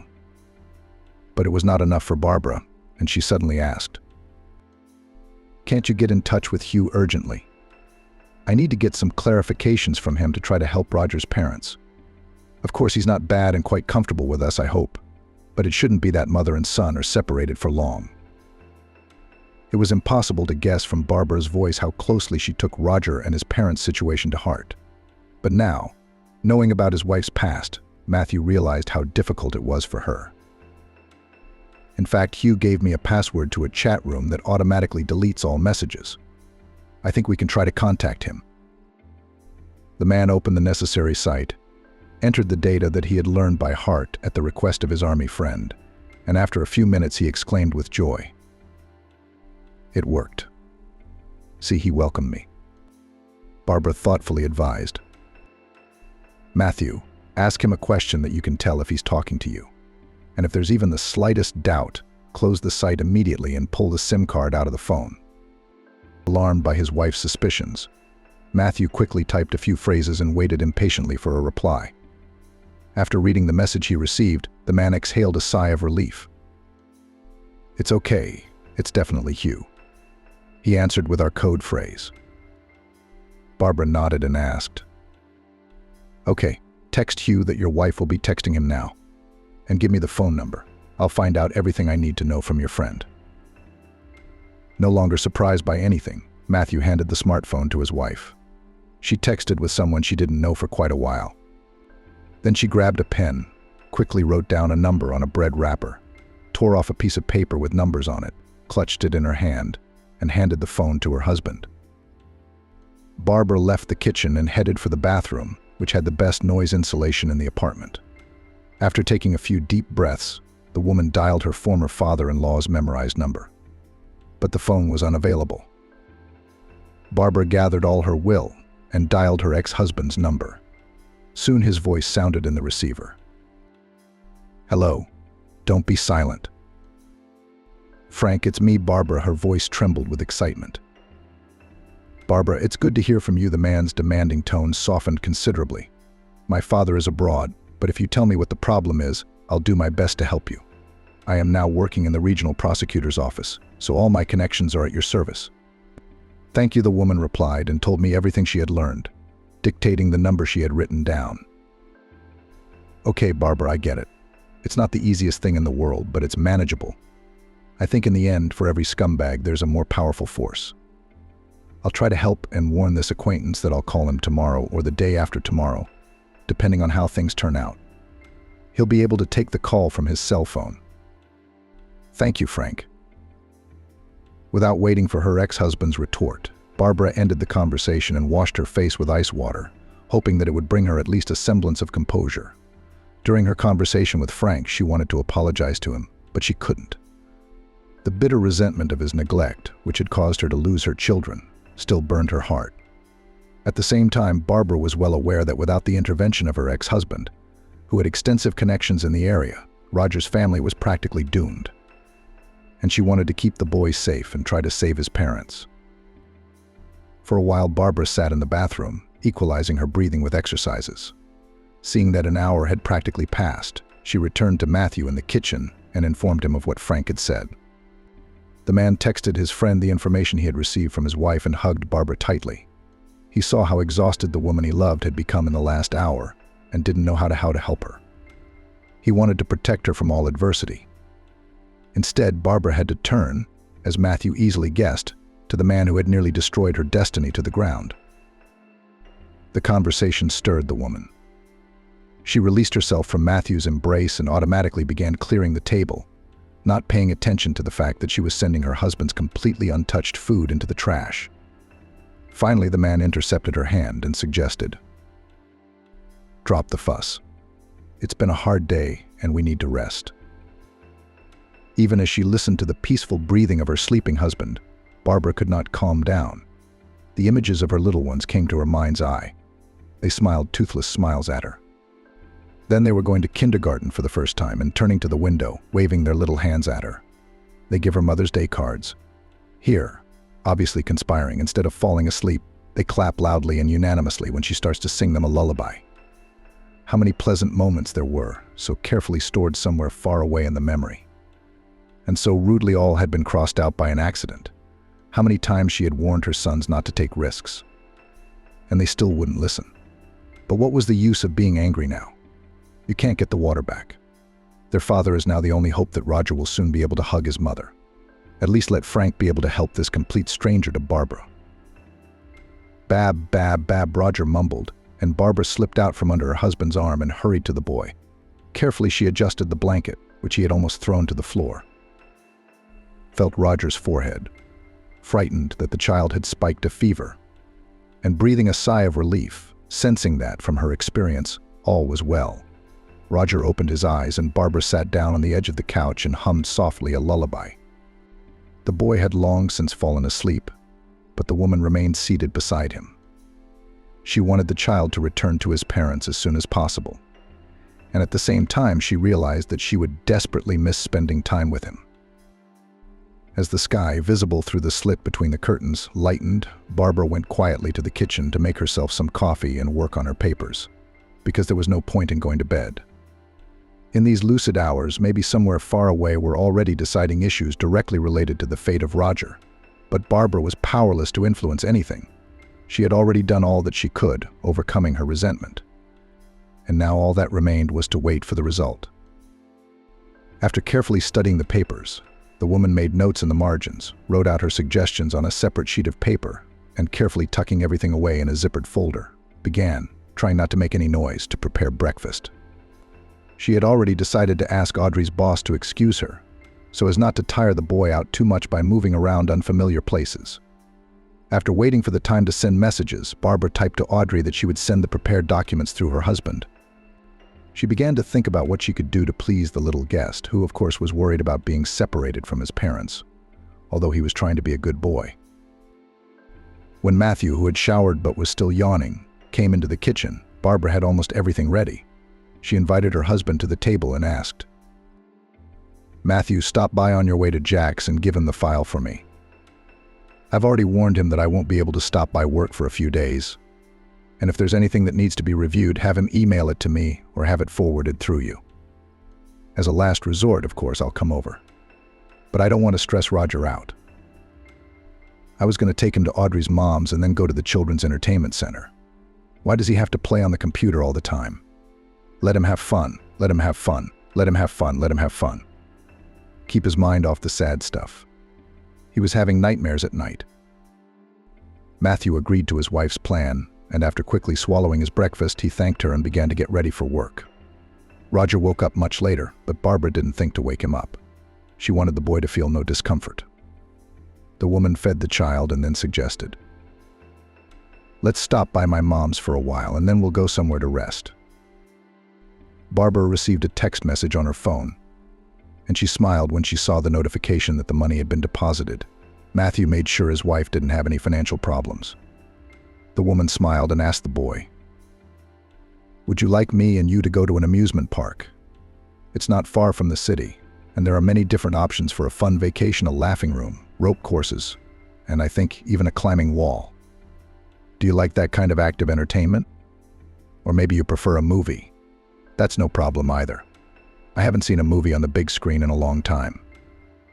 Roger confessed embarrassedly, "I'd rather go to an amusement park, to be honest. So that's where we'll head." Audrey was delighted when her daughter came to see her with the boy. It meant that Barbara believed her husband and didn't go out of her way to demand that the child be placed somewhere because of her traumas and memories. She could see that Barbara seemed desperate even after her brief interaction with Roger and barely got them to leave as soon as possible. "Daughter, I feel just fine today. Go have fun. I'll call you if there's anything, of course. In fact, don't worry about it. Really, I have more energy today after yesterday's walk." Audrey turned to the boy and asked Roger, "I beg you, rest well for you and for me." The boy nodded gravely and promised, "I'll have Barbara take pictures and send them to you. You have an advanced smartphone, don't you?" The woman smiled and praised. "Well done. That's a great idea. I'm sure I'll have fun with you." Barbara checked. "Do you have a charged cell phone?" Barbara reassured her mother, saying she could recharge her phone in the car at any time. Soon the guests left Audrey, and she, left alone, began to dream that her daughter would finally decide to be a mom again. It was obvious to the woman that Barbara could perfectly find a common language with children. She had suffered for so many years, purposely avoiding contact with them. "Let everything turn out well for the injured girl," Audrey pleaded, hoping aloud that the plea would be heard somewhere upstairs. Barbara, driving with particular care, was taking Roger for fun and felt the weight of the responsibility she had voluntarily taken on. The boy had first of all asked to go on the rope course, and the woman had agreed.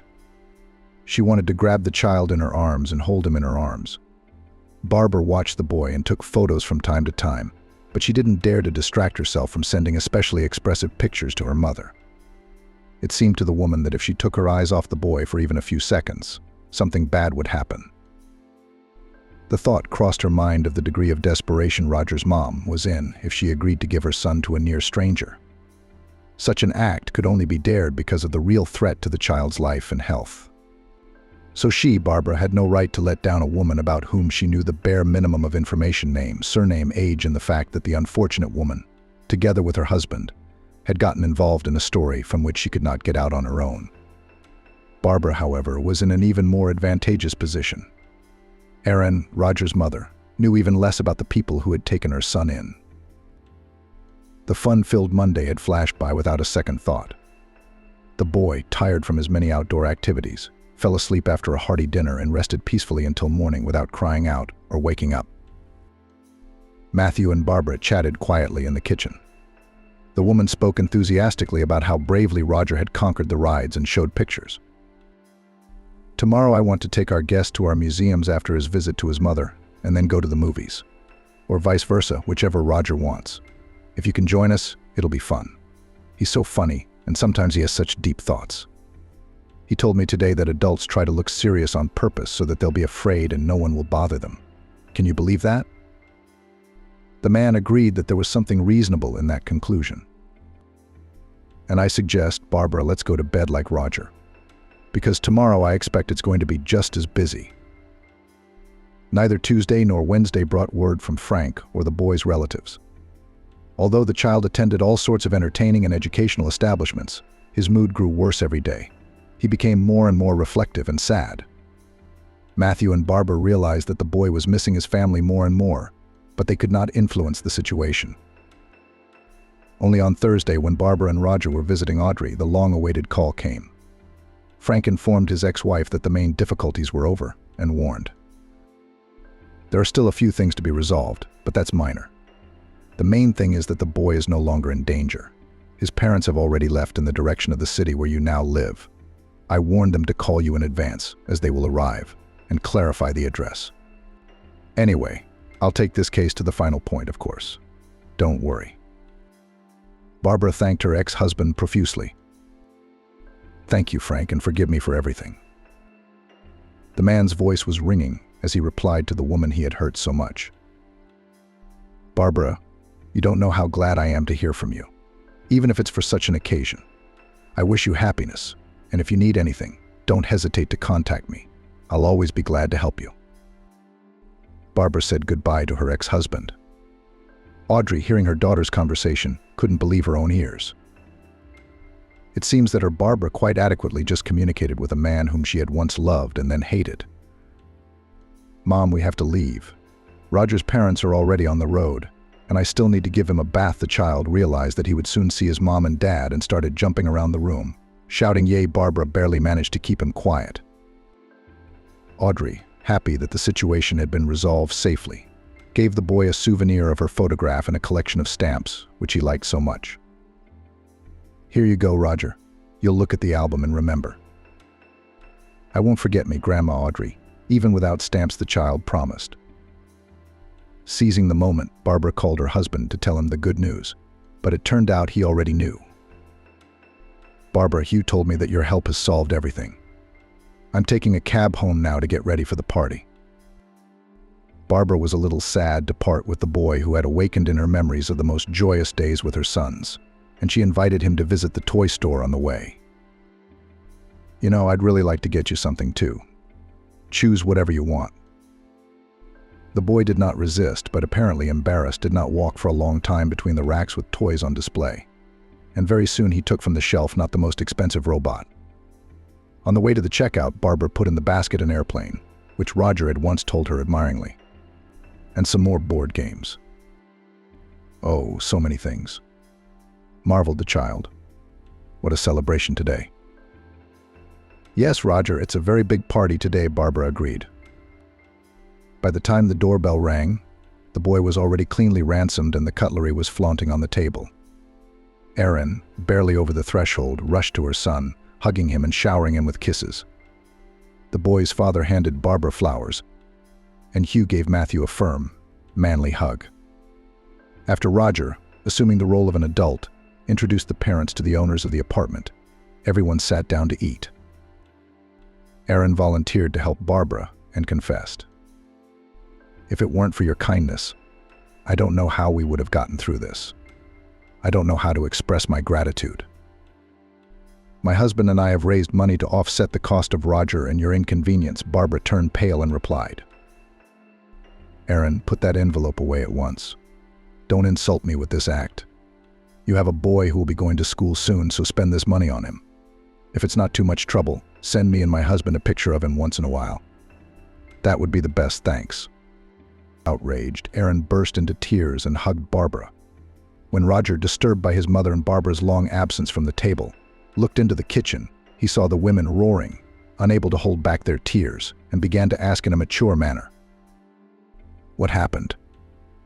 Did you get bumped, cut, burned? Barbara and Aaron wiped away their tears synchronously. It's okay, sweetie, and everything is just fine, the mom reassured her son. Putting her arms around the boy, she picked him up, lifted him up, and surrounded him. Barbara watched the happy people and did not feel envy, but wished that this family had all the turmoil in the past. After the guests had departed, Barbara trustingly snuggled up to her husband and confided to him. You know, I think I'm ready for motherhood. Roger proved to me that children are the greatest happiness. The man did not change his wife's mind. Soon Barbara pleased him and Audrey with the news of her pregnancy. Exactly on time and without any complications, the woman gave birth to a daughter. The girl was named Sharon in honor of Matthew's army friend, and as a symbol of victory over the terrible memories of the past.